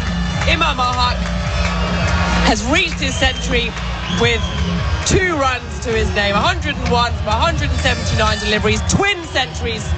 His maiden century came earlier in this match, and he's backed it up in the second innings too. That is quite the performance from the young man, and what a proud moment to do it on Pakistani soil as well, Waqar Younis. Yeah, what a wonderful knock. He waited 2.5, 3 years out on the boundary to get it back, and he got back with the bang, literally, because this knock, he will remember it for a long period. Each inning 100, getting here in Pindi Stadium, and his family will be very, very happy. The team we saw just a minute ago, they were all out on the balcony. They were just laughing their head. They're just having fun and enjoying his success. And look at that. There you go. Imam al-Haq just gets into that elite panel. The 9 players who've done it before for Pakistan. Younis Khan, Azhar Ali, Misbah ul-Haq, Hanif Mohammed back in 1962. There were so many of them to get into that league. Head into a new delivery, and the flat ball is cut into the offside, but it's packed out there. And that is awesome. It really is. There are some illustrious names on that list, and Imam al-Haq has joined them. As this one is turning away from him, outside off stump, and a flat delivery left alone. He needs to reset now, I guess. I'm just trying to count how many fielders are there on the offside. There's only 2 on the onside, I think. As this is plugged into the offside. I don't know how he's managed to find the gap, I don't know. Pat Cummins at extra cover, diving to his left, and he's parried the ball down too long off. And I think, no, I've got one more ball left of this over, but because it's a right-hand, left-hand combination, they're going to change the field. But yes, I think there were only 2 fielders out on the leg side when Imam al-Haq was facing. But goodness me, as he enjoyed himself in this Rawalpindi test. Final ball then, flat and kept out by Abdullah Shafiq. No, it was the penultimate delivery. One more then. Slip and a short mid-wicket and catching as well. Well, if I overall look at this test match, I would say Pakistan got more out of this test match than, of course, Australia. Final ball defended back at the bowler, and there is no run. I'll come back to that thought in a moment. 65 overs bowled, none for 217. Tyre Power, your trusted tyre experts. This radio station endorses the commercial radio codes of practice, which have been registered by the Australian Broadcasting Authority. The codes relate to taste and decency, accuracy and fairness in news and current affairs, advertising, Australian music content and complaints handling. Copies of the codes are available by contacting this radio station or Commercial Radio Australia on 02 9281 6577. If you feel a code of practice has been breached and you wish to register a complaint, your complaint should be made in writing. See the complaint section at sen.com.au. None for 217 as we approach, I guess, the close of this test match, the 5th day in Rawalpindi. It's going to end in a draw. So then we look ahead to the 2 next test matches in Karachi and Lahore. And Waqar, you were just saying that you reckon that the Pakistan side have probably got the most out of this test match. Well, I mean, first of all, no Australian scored a century as Nathan Lyon is in over the wicket, flat delivery, and almost rolls back onto the stumps. A moment of excitement as he defended it down. Imam al-Haq. More bounce than that, isn't it? More bounce and just opened him up. Oh, that was so close to the leg stump. He patted it down onto the ground. It's one of those that sort of backspin almost came onto the leg stump, but didn't quite. Agonisingly close for the Australians. Leg slip, short square leg. It's turned into the onside. No run to mid-wicket, and Pat Cummins again tries some football skills. He's this time. Look, Pakistan always, when you look at the bigger picture, their openers have really struggled against Australia. Not only in Australia, but even in Pakistan. And I think this is very encouraging what we're seeing right now. Flatter delivery from Lyon, turned into the onside. Short square leg is onto it. And there's a shy at the non-striker's end. The zing bails light up. But I think Imam al-Haq has scarpered through and made it through safely. And indeed, we're not even going to have a review of that. None for 218. And especially when you have 2 different openers. The previous series in West Indies, we had Abid Ali and Ahmad Butt was there. Imran Butt, I beg your pardon. And them two, Imran got going out of the team, Abid having health issues, and giving the opportunity to these 2. Lyon over the wickets into Abdullah Shafiq, no run, turned into the onside. One is only 22 years of age and one is making his comeback after a long time. I think the most encouraging thing in this game is the opening slot getting a decent run, a decent strike out there in the middle. Flat delivery from Lyon, pushing forward at the bowler, dot ball, none for 218. And then, of course, Azhar Ali, who was struggling for runs, he didn't get many runs in the last couple of series, so him getting a big 100, I think these are the very big pluses for Pakistan. And then Pacers, I thought they bowled extremely well. Yeah. They ran in really well. This one looked like it was out the front of the hand there from Lyon, just pushing it towards Shafiq, who spotted it early, turned it into the onside, out to deep mid-wicket. He'll pick up a single, none for 219, 66 overs gone. Tyre power, their buying power puts the power in your lane. Change starts with your story. And now is the time to share your experience with the Disability Royal Commission. I feel as though we're always forgotten. I need to speak up for those who can't. They need you, your families and support networks to share stories of violence, abuse, neglect and exploitation.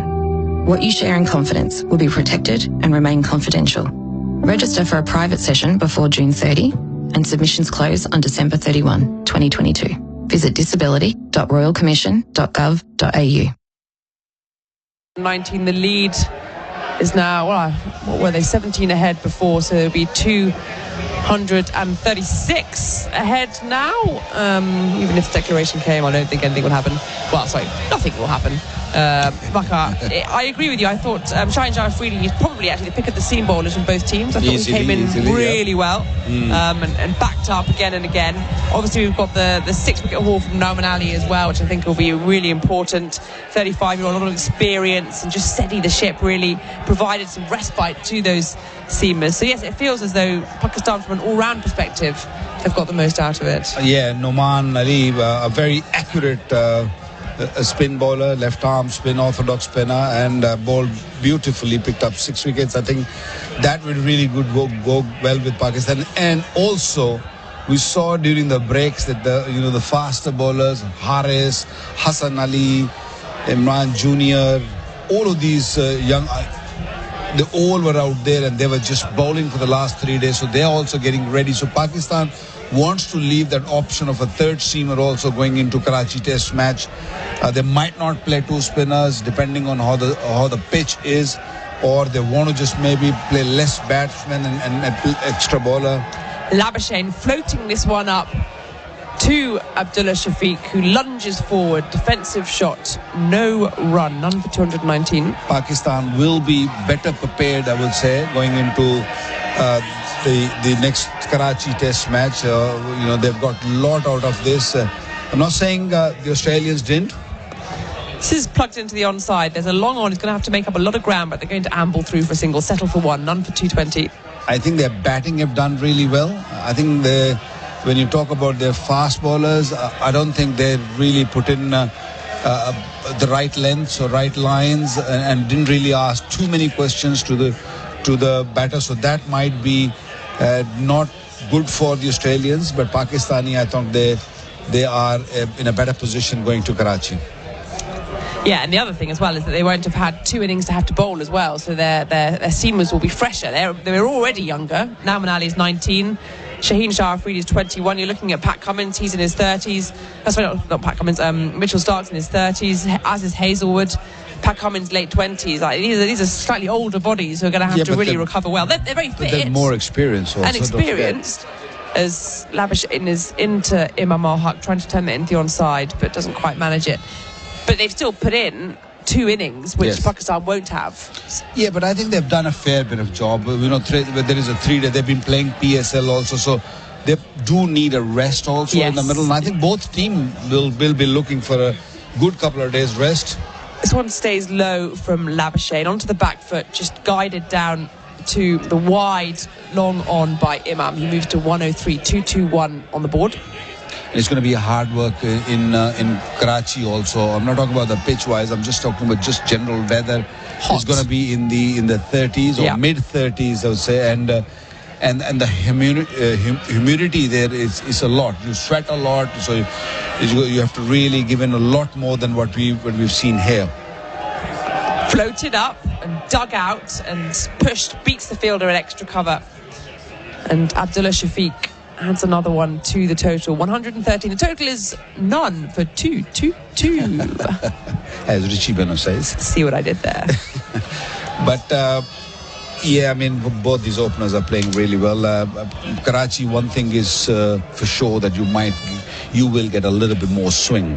Final ball then of this Labuschagne over, and again it is plugged down the ground and out to long on. Usman Khawaja fields. There's another one to the total, none for 223, and there have been 67 overs gone. There'll be a change in commentary as Adam Collins takes over from me. Henley, build with confidence, henley.com.au. If you have a family member that is currently troubled by or addicted to gambling, there is help for you. Call the Gambling Helpline on 1-800-858-858. Life-changing strategies to support your loved one are available. Find out more at thegambling.helpline.org.au. Want European floor tiles at 28% off? Why wouldn't you? At Beaumont's, Australia's biggest floor tile sale is on now. 28% off select European floor tiles and massive slabs from $99. Save on floor tiles or grab a slab. You'll be happy you chose Beaumont's. Yes, cricket for Henley Homes, delivering affordability. And Tyre Power, your trusted tyre experts. Adam Collins joining Waqar Younis in the commentary position. I think Waqar, I sense, will have 7.1 overs, and then they'll shake hands, because that'll be the point when Pakistan could declare and taking it through to the final hour. So that's my suspicion. In 7.1 overs time, this might be all over. Adam, what I've heard, it's 67 overs. So at the moment it's 67 it's now. 67 now. 77. Yeah, so that's the number I've been hearing. So 25 overs left. Technically, it's 15 left, and you can stop according to the playing conditions. However, if they declare, they lose 2.5 overs. Yeah, sure. Okay, that's pretty technical. I mean, I was going through it with Rob Key before. Rob Key, having played so much county cricket, he knows what it's called. He knows every single trick in the book to make a game end a little bit earlier than otherwise might be the case. We're well and truly into the stage now where Australia are bowling their part-timers and have no interest in adding to the workload of their frontline attack. We haven't seen the seamers, with the exception of Cameron Green, since the tea interval. What we have seen, though, is Abdullah Shafiq complete his first 100 and Imam Al-Haq his second of the match and his career. Travis Head well outside the off stump, left alone by Imam into the gloves of Carey. Travis Head bowling his 9th over of this innings. Goes again. Imam again leaves alone. We've really reached what we would call in footy junk time, Waqar. I want to see some novelty spinners used here. Now let's work through this, shall we? Okay. Who could have a bowl? Travis Head bowls, flights it up, defended by Imam, no run. Let's put it that way. Who hasn't bowled yet? Who hasn't bowled? Well, Stephen Smith kind of bowls, right? He's bowled a couple of bowls, he doesn't count as a novelty spinner. David Warner, now there's one. Khwaja maybe? Head bowls and left alone by Imam. Khwaja. David Warner has bowled both medium pace and leg spin in Test cricket when he was a younger man. Again, Head is way outside the off stump. He's trying to get through this over in 60 seconds, left alone by Imam. I saw him bowl there, actually, when he was a fine leg. And when he was throwing the ball back, he was just rolling his arm. Head bowls and Imam defends. Well, this was the ground into the over. None for 2-2-3. We'll just keep going on commentary. 240 is the lead. Imam 105, Abdullah 113. This was the ground, I believe, where Michael Slater and Mark Taylor took their Test wickets here in 1994, when that game was petering out to a draw and there were bulk runs scored, and on the final day they both got a bowl and both got a wicket. So on that basis, I suppose we could dare to dream when it comes to Khwaja and Warner. Michael Slater hates me. I got his wicket here when the game was dead. It was like a couple of overs left and we had to take a new ball just to finish the game. And I just bowled that. I normally never bowl that in-swinger with the new ball. And I just tried to bowl that in-swinger and it dipped in and got his middle stump. He was gutted. He was so unhappy with me. Understandably. Lavashane about to bowl his 12th. None for 38 so far. He's got a slip still. Bowls to Shafiq. He goes back and tries to beat backward point and does. Mitchell Stark got a hand on it, but it burst through, gets a boundary. Shafiq moves to 117. It's done for 227. The pain continues. That's the issue which Labuschagne is going to have. If he's going to bowl anything outside the off stump and going away from the right hander, especially Shafiq, he's such a good player. He cuts it nicely, and this one played very, very late and allowed the ball to come at him. Labuschagne bowled with good pace on the ball. Labuschagne delivers here. Shafiq goes back. That's better. Defending into the offside. So we want Khwaja, we want Warner. Yeah. Is there anyone left? I'm trying to think in terms of Carey. Maybe can he take the pads off? Pads off, yeah. Labuschagne delivers and Shafiq's brought forward, pushing out to cover, no run. Yeah, Dhoni did it. Mahendra Singh Dhoni did it once. I mean, it was a dead game and he came in and he took his pads off and he bowled his medium paces. Right. There are plenty of good examples over the years. Labuschagne bowls and knocking into the onside is Shafiq. There's a single there, none for 228. As long as the ball overarm, not underarm. Yes. Well, there was an underarm example in the 19th century. Alfred Littleton was wicket-keeping in an Ashes Test match. Yeah. Gave the gloves and pads to W.G. Grace. Bowled lobs underarm and took 4 for 19 to win the Test match. Okay. That's the time probably the law came that you can't go underarm, is it? No. And that was a little bit later. There was the Trevor Chappell incident. Had a hand in that. Here's Labuschagne bowling again over the wicket. It's full and straight and defended out to mid-wicket, no run. The horns are still honking. The vuvuzelas have been a feature of our effects mic throughout the Test match. People are still around. They haven't left. They want to see every bit of it. They don't want to just miss out on anything. Why not after all this time? Imam hit on the pad. Must have been an inside edge. Labuschagne pulls out of the appeal. Nearly the 15th wicket of the Test match in the 15th session. Not to be. That will be the end of Labuschagne's over. We'll take a break on SEN Test Cricket for Henley Homes, delivering affordability. And Tyre Power, your trusted tyre experts. Pakistan, none for 228. At Underworks, we're experts in socks. We test our all-day socks so they stay up all day. Test Underworks all-day socks for yourself. We're number one down under for socks. When gambling becomes overbearing in your life, one phone call can change all that. Gamblers Helpline, 1-800-858-858. When gambling becomes an issue, there's always 24/7 support on the Gamblers Helpline. Phone 1-800-858-858.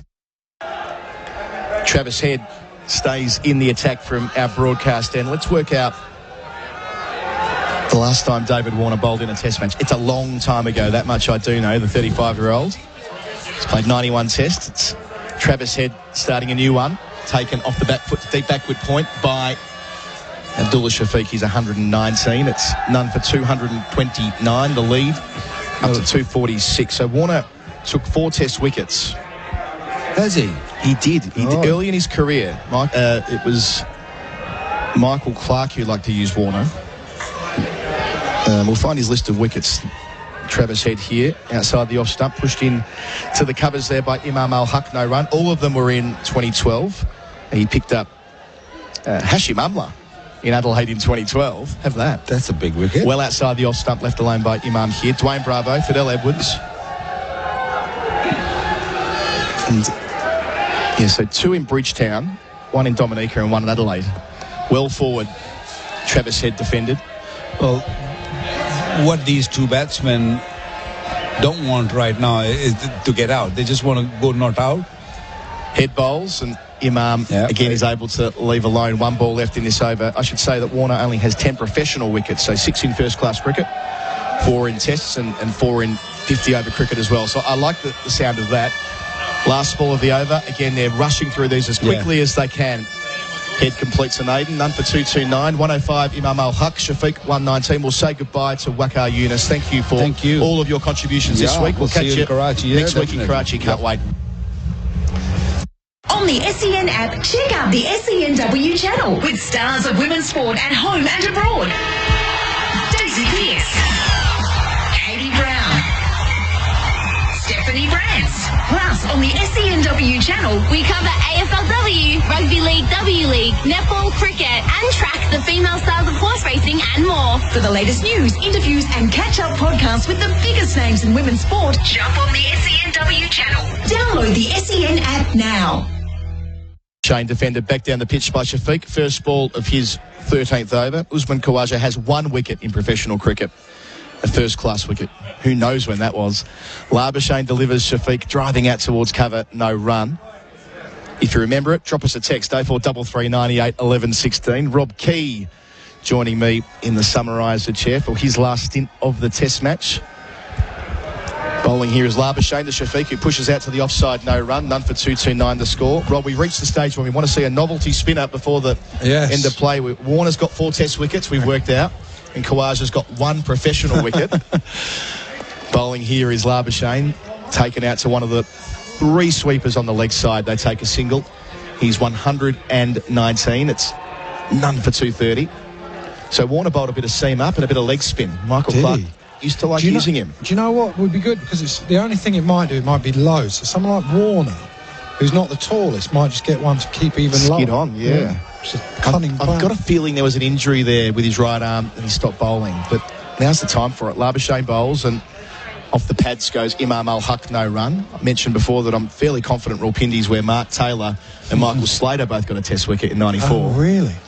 In a similar game to this that was drifting towards a fairly unflattering draw. Here's Labuschagne again, and it's pushed into the onside, identical to the ball before it. Imam stays on 105. That is the end of Labuschagne's over. None for 44 from 13 for him. So there are 21 overs left, and I think if we get down to 18, they can bowl 1 ball and then declare and call the whole thing off. So we might have 19 balls left in the test match. Time will tell. Well, who sang that? Let's call the whole thing Let's off. call the whole thing off. Who was that? Nerily might know. Who sang you sort of had the lyric, let's call the whole thing off? Come on, get on iTunes or any other sort of streaming. Fred Astaire and Ginger Rogers. There you go. That's the power of having the computer at my fingertips in front of me. Travis Head bowling another over. Shafiq pushing out towards mid-off, gets a single. 121 his score. None for 231 for Pakistan.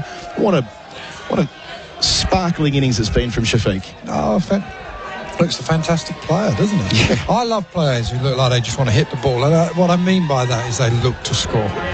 You know, we have this in England, we have this thing about blocking. Head bowls and leaving alone close to the off stump is Imam. I mean, we've picked players who just, this is the entertainment business, and I know that's sort of debatable at the moment on some pitches, but go out there, look to hit the ball and score. Head bowls and pushing out of the block hole is Imam. A brilliant message off the text line. Mark Taylor has the 4th best bowling average at this ground at 11. Michael Slater, the 2nd best bowling average at this ground with 4. Sachin tops them all, an average of 1. Love it. No name on that, unfortunately. Imam cuts hard out towards deep point. Comes back for the easiest of 2 runs. They're just walking them at this stage. He's 107, none for 233. Their lead up to 248, or 250, sorry. Another little milestone. This is where Dhoni would have been bowling by now, when he would have taken the gloves off and he'd be bowling a few rockets. Most certainly. Another text in saying, give the umpires an over. Head bowls and Imam pushes to cover. There it is. Pat Cummins at long last has flicked the ball up with his feet and caught it. All test match he's been trying to do that. And at cover, he's finally pulled off the trick. Well done, skipper. Head bowls. It's flighted and full. There's a single to long on. Imam Al-Haq. 108. That is the end of heads over. They are rushing through these as quickly as they can. We'll take a break while we can. SEN Test Cricket by Henley Holmes, delivering affordability. None for 234. Download the SEN app from the Apple and Google App Stores. Then get set for all your big moments in sports. And that is the ball game. Takes the Panthers towards the premiership. Catch up on SEN-created podcasts, recreation, lifestyle, racing, and all of our SEN shows. The Sounding Board. Real adventures. Trailblazers. Great Australian lives. Plus, it's now available on Apple CarPlay. The SEN app, your home of sport, from wherever you are on the planet. 20 overs left. Labuschagne to go again. It's full. Down to long on. Imam moves to 109 with that single. None for 235. As for Imam Al-Haq, to think that he played 11 test matches and averaged 26. Now, I know it's a most forgiving surface, but you got to make him. Absolutely. When he finishes, it ain't going to say, oh, by the way, it was on a flat pitch. Absolutely. Bit of history there too. Labuschagne bowls, Shafiq defends. Only the 2nd man in Test cricket to get his 1st and 2nd 100 in the same match behind Philip Hughes at Durban in 2009. That's when Philip Hughes, everyone thought, was going to be literally almost like the next Bradman, wasn't he, the way that he went about that. Did you play against him in that county season before the Ashes started? Yeah. His reputation was phenomenal. Incredible. Labuschagne bowls over the top, Shafiq. Over the top of cover. He's hammered that. 1 bounce 4. Just a bit of a statement before he's done. Shafiq up to 125. None for 239 the score now. Huge partnership. The thing is, in county cricket, when players came from Australia, really, we just always expected them to be unbelievable, and he was. He used to stand there. He'd almost at times, he was sort of dancing a little bit, front on, and just had this sort of strange technique, but he could cut the ball. Oh, he's like Robin Smith in his pomp. Labuschagne close to the stumps, pulled through the onside, back-to-back boundaries for Shafiq. It was a long op, and it got the treatment out to the Java Miandad enclosure. Now it's none for 243. Shafiq 129. They are just going for it. All the pain they can inflict before this test match comes to an end. I mean, someone sort of needs to stick a fork in the Aussies. They're done, aren't they? They cannot wait to get off this field, I'd say. They've had to bowl part-timers, and they're just watching these batsmen rack up a score. Labuschagne to Shafiq, who drives again. 3 boundaries in a row, it might be. A lot of work for deep point, but Nathan Lyon cuts it off about a metre inside the rope.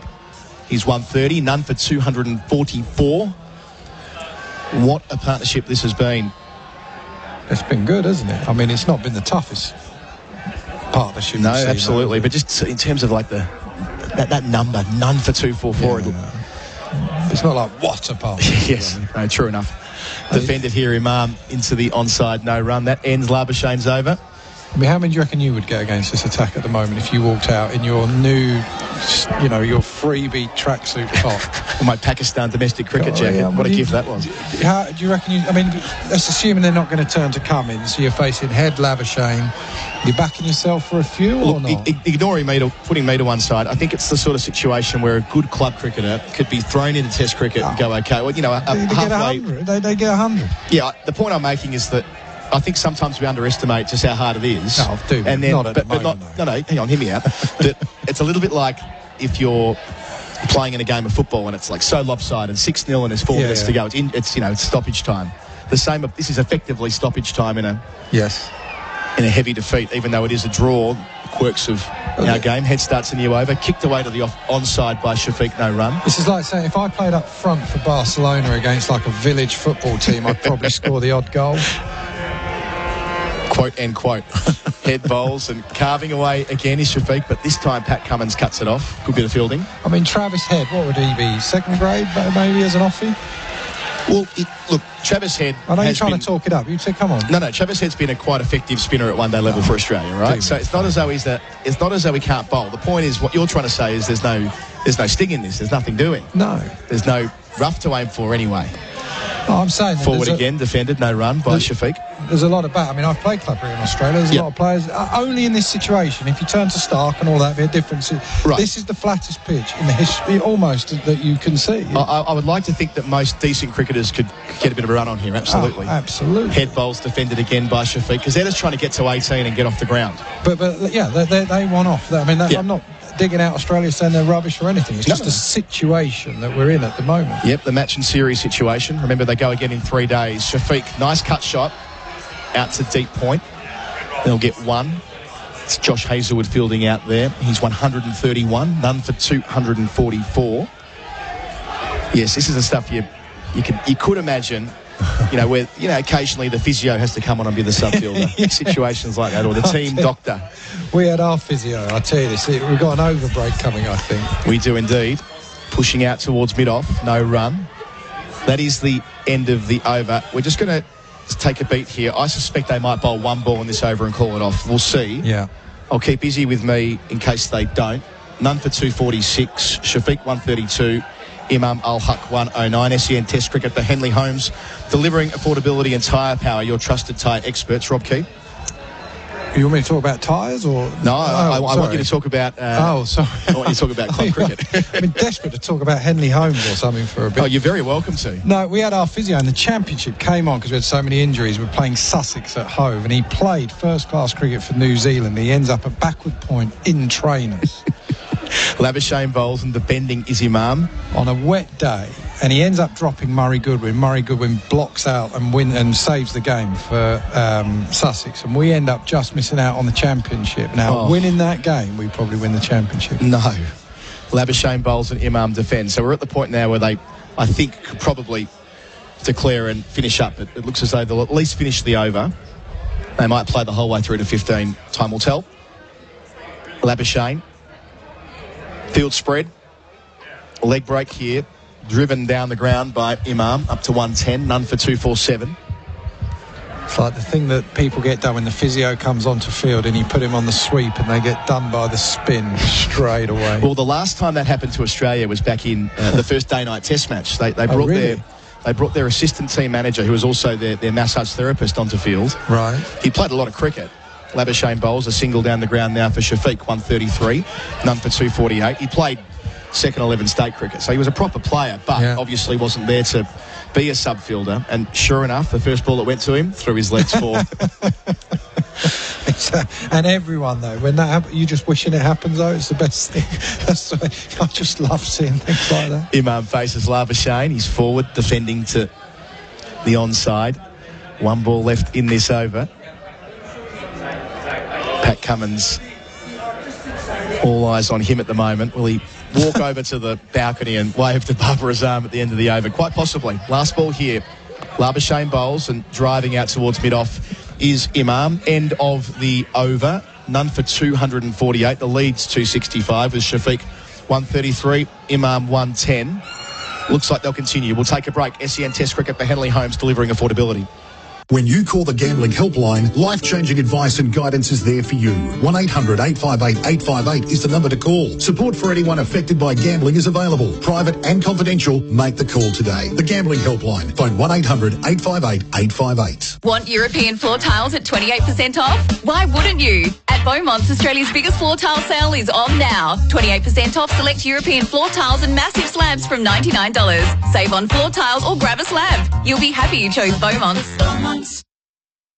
Shafiq takes one down the ground. He's 134. It's none for 249. Here's the good news. Usman Khawaja is warming up. He's got the signal from Pat Cummins. And just as it was for Mark Taylor and Michael Slater here back in 1994, we're going to see the opening batsman get a bowl.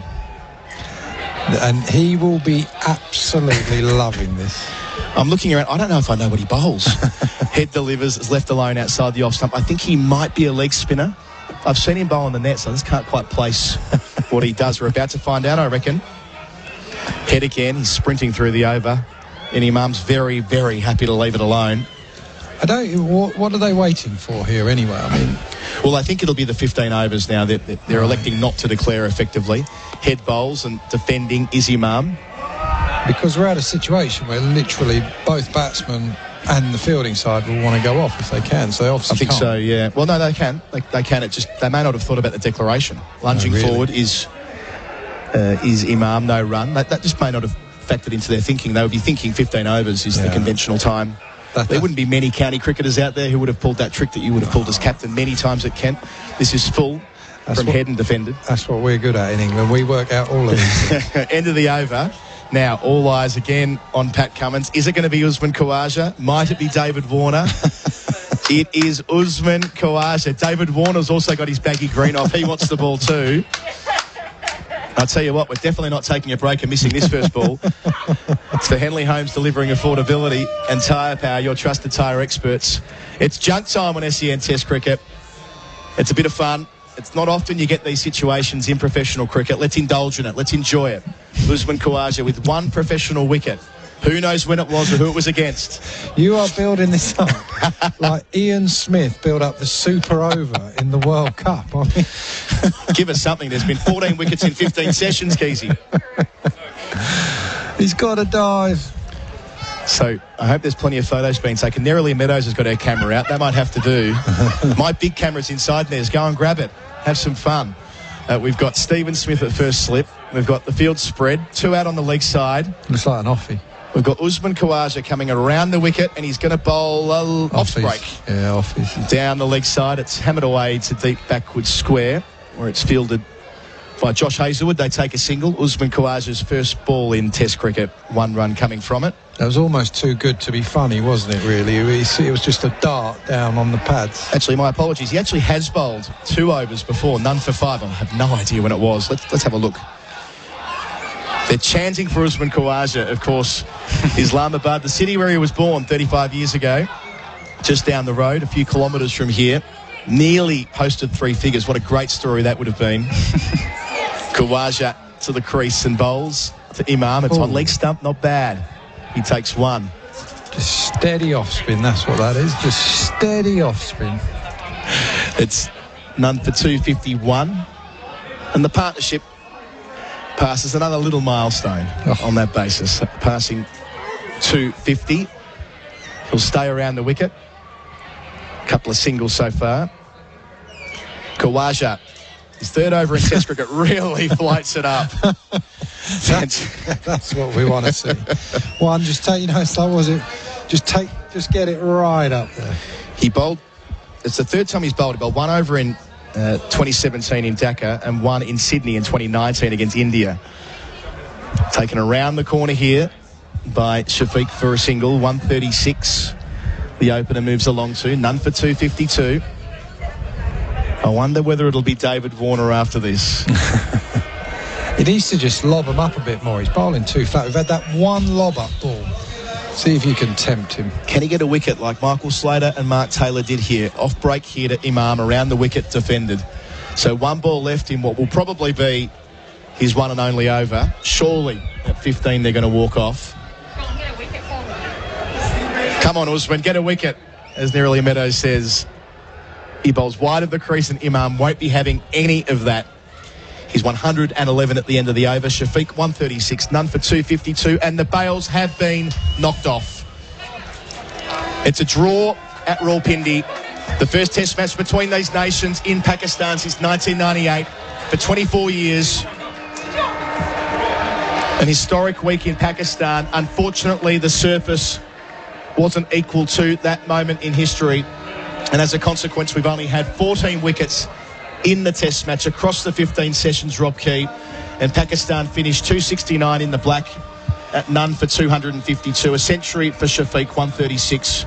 Twin tons for Imam Al-Haq, 111 not out to go with his 157 as the players shake hands. But this stalemate was inevitable largely because of the 22 yards that mattered most. Yeah, that's what won out in the end. It was just too pure a surface, really. It was probably too flat in the end. And even some of the... I mean, this is two very good bowling attacks. Could find very little out of it, but take nothing away. I mean, we live in this world at the moment where we want everything instant.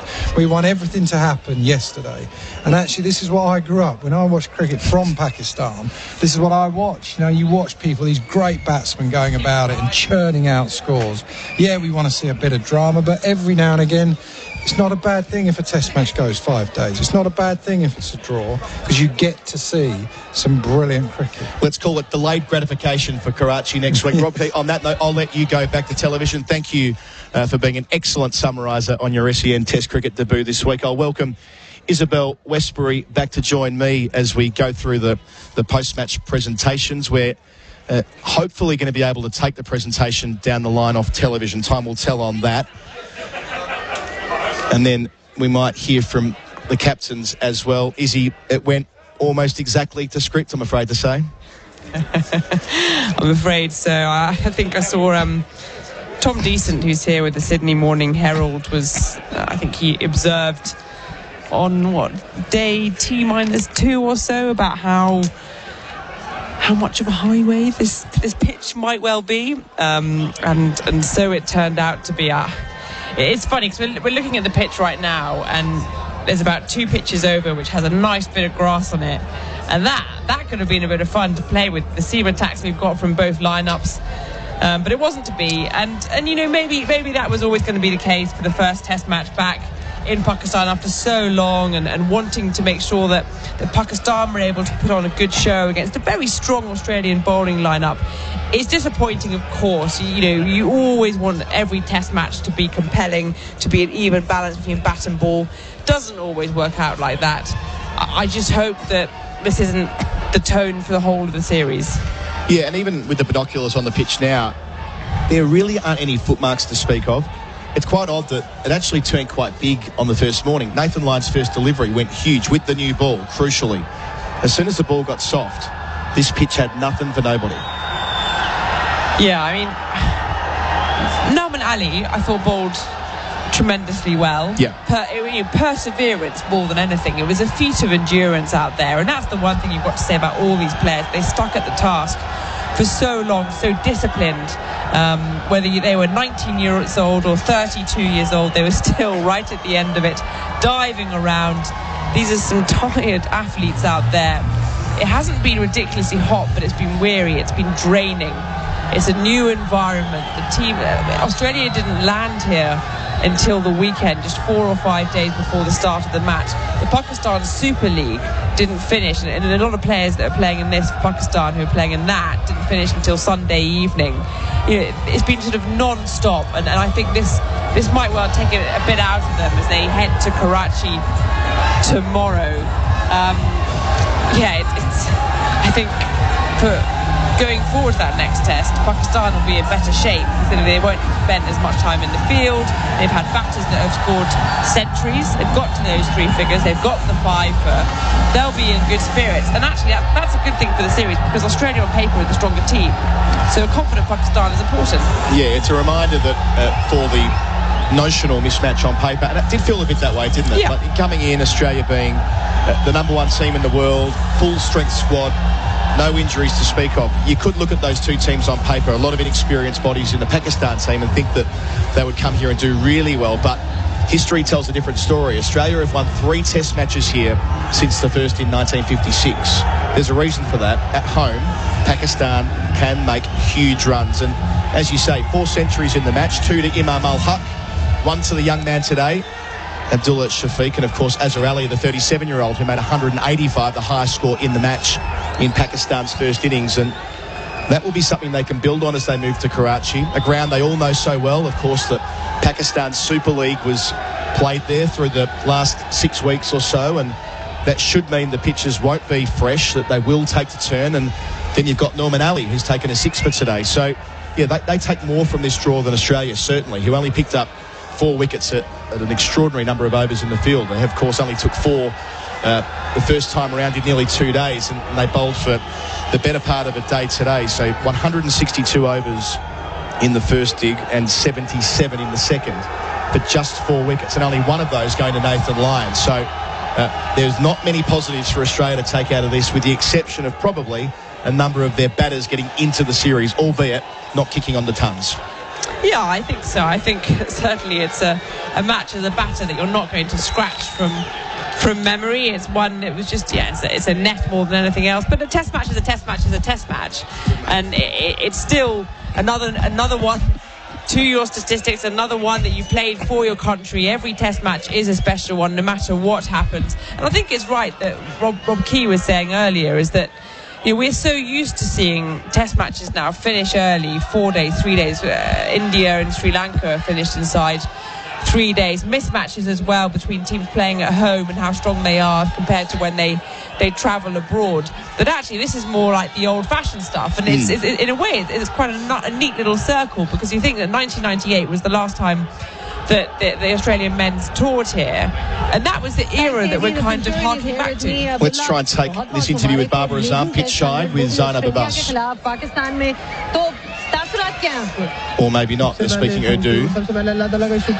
Yeah, we might come back to the post-match presentation when we have some interviews in English. That wouldn't be much use to our listeners in Australia and New Zealand at the moment. It's actually Abdullah Shafiq down with Zainab Abbas on TV. So we'll wait to hear from, hopefully, Barbara Azam, Pat Cummins, and the player of the match, who I expect will be, surely, Imam Al-Haq, for his twin centuries. There was probably a case for Norman Ali about 4 hours ago. Yeah, or Azhar Ali as well with his 185 in the first dig. He didn't get a second dig. I mean, he could have gone on to score another century. Why don't we take this moment to clear a couple of our commercial commitments and return to Rawalpindi for the post-match presentation.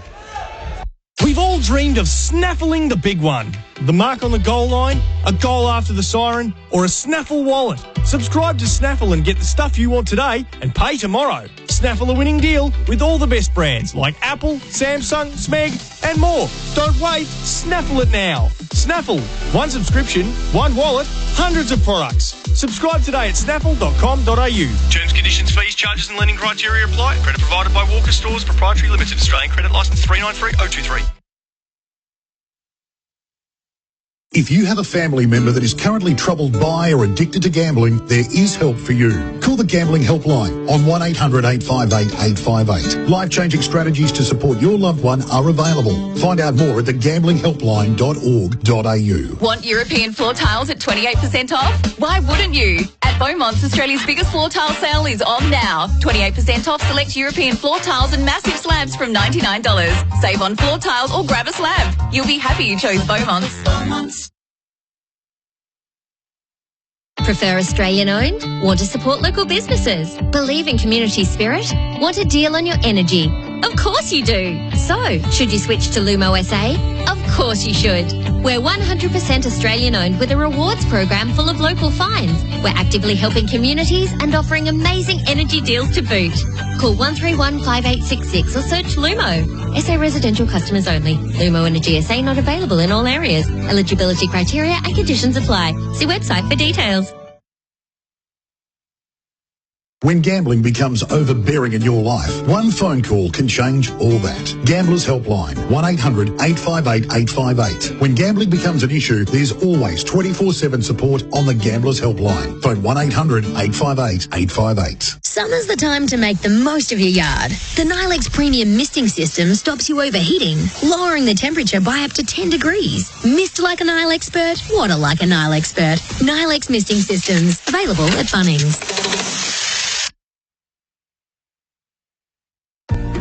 Hi Australia, my name is Kayla Morrison, captain of the Melbourne Victory women's side. Mate has been voted by Aussies for having the most satisfied NBN customers in Australia by CanStar Blue's 2021 Satisfaction Awards. Mate scored 5 stars in 5 categories, beating all its competitors. If you want award-winning Aussie service together with great value and simply great internet, Mate's got your back. Search Mate online to find out more.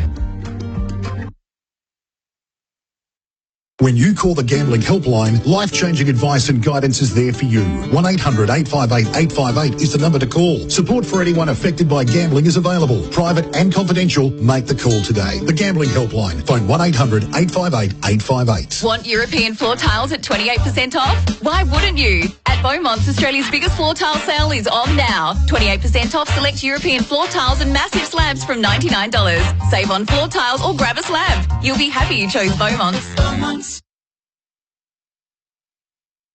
The Trots Country Cup's championship continues through March and April with a new Country Cup every weekend.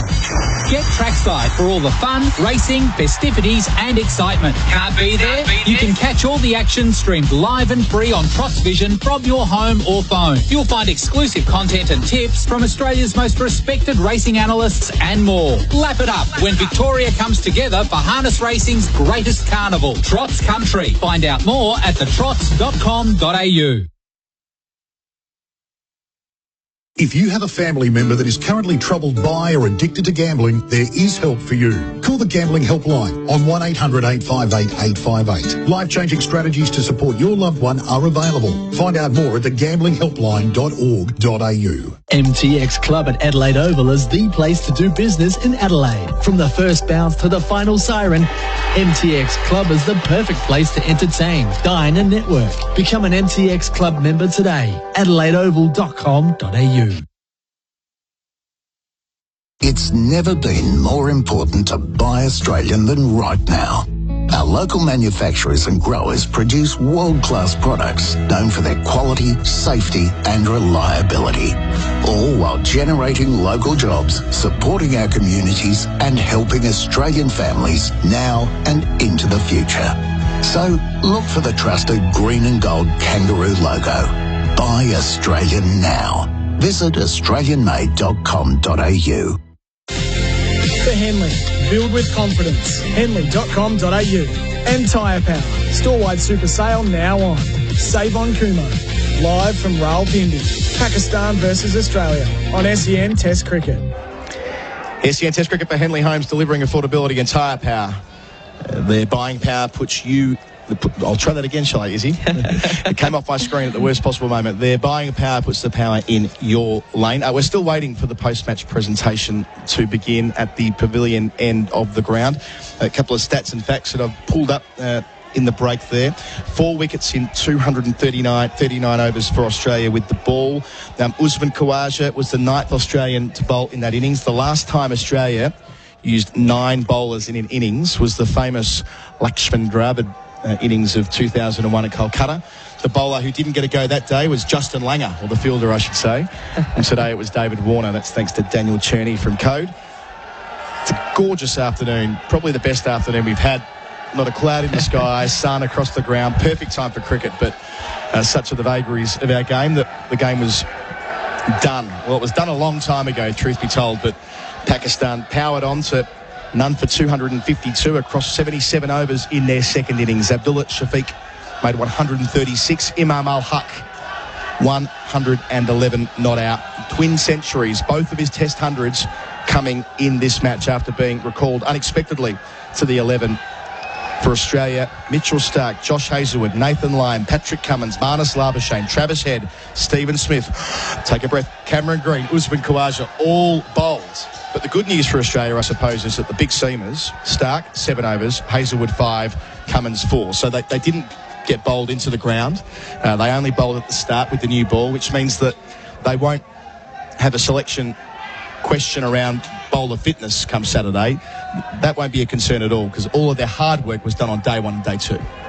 And you know what happens when you're the one fielder not to bowl, your punishment, so to speak? David Warner is doing laps. I'm not even kidding. He's there. Was that Mitchell Swepson? Yes, it is. Just running back and forth. This man never stops. It is quite remarkable. He's played a 5-day test match, spent the majority of it out in the field, and is literally running laps with Mitchell Swepson. There's a team player if ever I saw one. Maybe because he didn't get a bowl. He's trying to make a point that he's the Energizer Bunny, and they should have given him the ball at some point before. Who knows the bails what might have happened if David Warner had bowled in this match. Yeah, we said before he has got 4 test wickets. Admittedly, they were 10 years ago, but there was a time when Warner was used occasionally to bowl a bit of medium pace or a bit of leg spin, but yes, that's long since gone, and Usman Khawaja was the, shall we say, the novelty spinner used for 1 over at the end. They took 3 singles off him. Just got the binoculars back on to see whether we can see any movement at the station for the presentation. I think we're going to see that now. So we will hopefully be able to take that through our effects. Just standing by and waiting for our cue. I can see Pat Cummins pitch side, so we'll hear from him on SEN Test Cricket. And Barbara Azam as well. And it looks as though the player of the match, as forecast before our break, for his twin centuries will be Imam Al-Haq. I know that because I can see him holding the novelty check. Right, let's see how we go. First test of Osaka Batteries presents the presentation, thanks to the television broadcast from the PCB. 200 runs scored, 14 wickets fell, and the match ended in a draw between Pakistan and Australia. Before we start off with the awards, I'd like to welcome our distinguished guests who will be handing over the awards here. Starting off with Mr. Zakir Khan, Director International Cricket, Pakistan Cricket Board. Followed by Mr. Fahad Zahir Khan, who is Head of Marketing, Osaka Batteries. Mr. Mohammad Naveed, Regional Sales Manager, Dolans. And Mr. Abdullah Khan, Authorized Dealer, Envirex Solar Energy. Let's start off with the individual awards, and I'd like to request Mr. Fahad Zahir Khan, Head of Marketing, Osaka Batteries, who will present the Osaka Batteries Supercharge Player of the Match Award of 100,000 rupees, and that goes to the man who had the figures of 6 for 107, Noman Ali from Pakistan. Brilliant bowling from Noman on a wicket favourable to batsmen. He's produced 6 wickets, and eventually Pakistan managed to bowl Australia out. Next up is an award which will be presented by Mr. Abdullah Khan, Authorized Dealer, Envirex Solar Energy. And he will be presenting Envirex Solar Energy All-Rounder of the match. And that's again 100,000 rupees. And that goes to Manas Labuschagne for his brilliant all-round performance. 90 of 158 balls with a strike rate of 56 and 1 for 53 in his bowling figures. And now to the Dolans Reliable Batter of the Match, and that will be presented by Mr. Mohammad Naveed, Regional Sales Manager, Dolans. And that is again 100,000 rupees, and that goes to Abdullah Shafiq from Pakistan for his brilliant 44 in the first innings, and followed by 136 not out in the second. And now we come down to the TikTok Player of the Match, and that will be presented by Mr. Zakir Khan, Director International Cricket, Pakistan Cricket Board. He'll be presenting a trophy and check of 100,000 rupees to the man who scored 157 in the first innings, 111 not out in the second, Imam Al-Haq from Pakistan, the TikTok Player of the Match. Imam, brilliant performance. You satisfied individually as a batter to come back into the side and score as you did in both the innings? First of all, really want to thanks to Almighty Allah and then my parents. I said earlier as well that that's the whole process from last 1.5 years I was working on. And yeah, the most satisfying feeling as a batsman to score 100 in each innings. And against Australia, they have a good bowling attack. And against the home crowd, it's a great feeling. Yeah, that's what I was going to come to. Against Australia, a side like that, the bowling attack. I mean, what does it mean to a batsman of a top order like that, 200s back to back? I mean, where does it stand for you in the runs that you've scored in your career? Yeah, obviously, when you scored against the top teams, you go one step ahead in your cricketing career. And but as I said earlier, that again, I will say that it's a process but I was working on, and I was just trying to correct my basics, and was waiting for my loose balls and just trying to be a good positive intent, and successfully. And thanks to Almighty Allah that I was successful. Well, hard work pays off. Enjoyed your knock. Congratulations. Thank you. That's Imam Al-Haq, the TikTok Player of the Match. And now I'd like to invite the captain of Australia, Pat Cummins, to please come forward and have a few words with us, please.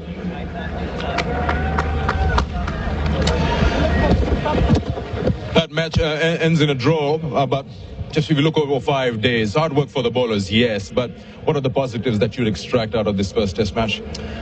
Yeah, I think just about everyone got into the series, especially the batters, all got some runs. We had a, really good look at their lineup, and, still feeling relatively fresh going into the game in a couple of days' time. Seem to have quite a bit of support out here in Rawalpindi for the Australian team. Yeah, it's been great. It's been a great week here in Rawalpindi and Islamabad as well. Really appreciate not only the crowds, but the whole city's really got around us and helped us out. So it's been a really great experience. Good to be back here after 24 years. All right, we wish you luck for the test match coming up in 3 days in Karachi. We'll see you there. Thanks very much. Thank you. Back comes the captain of Australia. Now I'd like to invite Babar Azam to have a few words with us.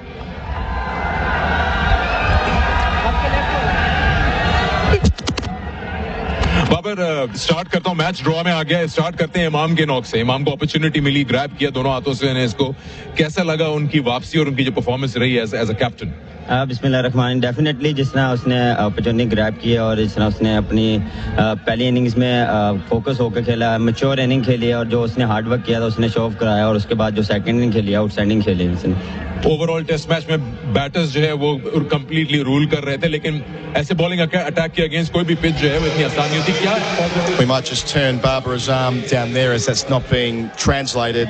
So thank you to Sikandar back for the presentation interviews there, part of the PCB television panel. So the bowler of the match was Norman Ali for his 6 wickets. The batter of the match, Abdullah Shafiq. The player of the match, Imam Al-Haq.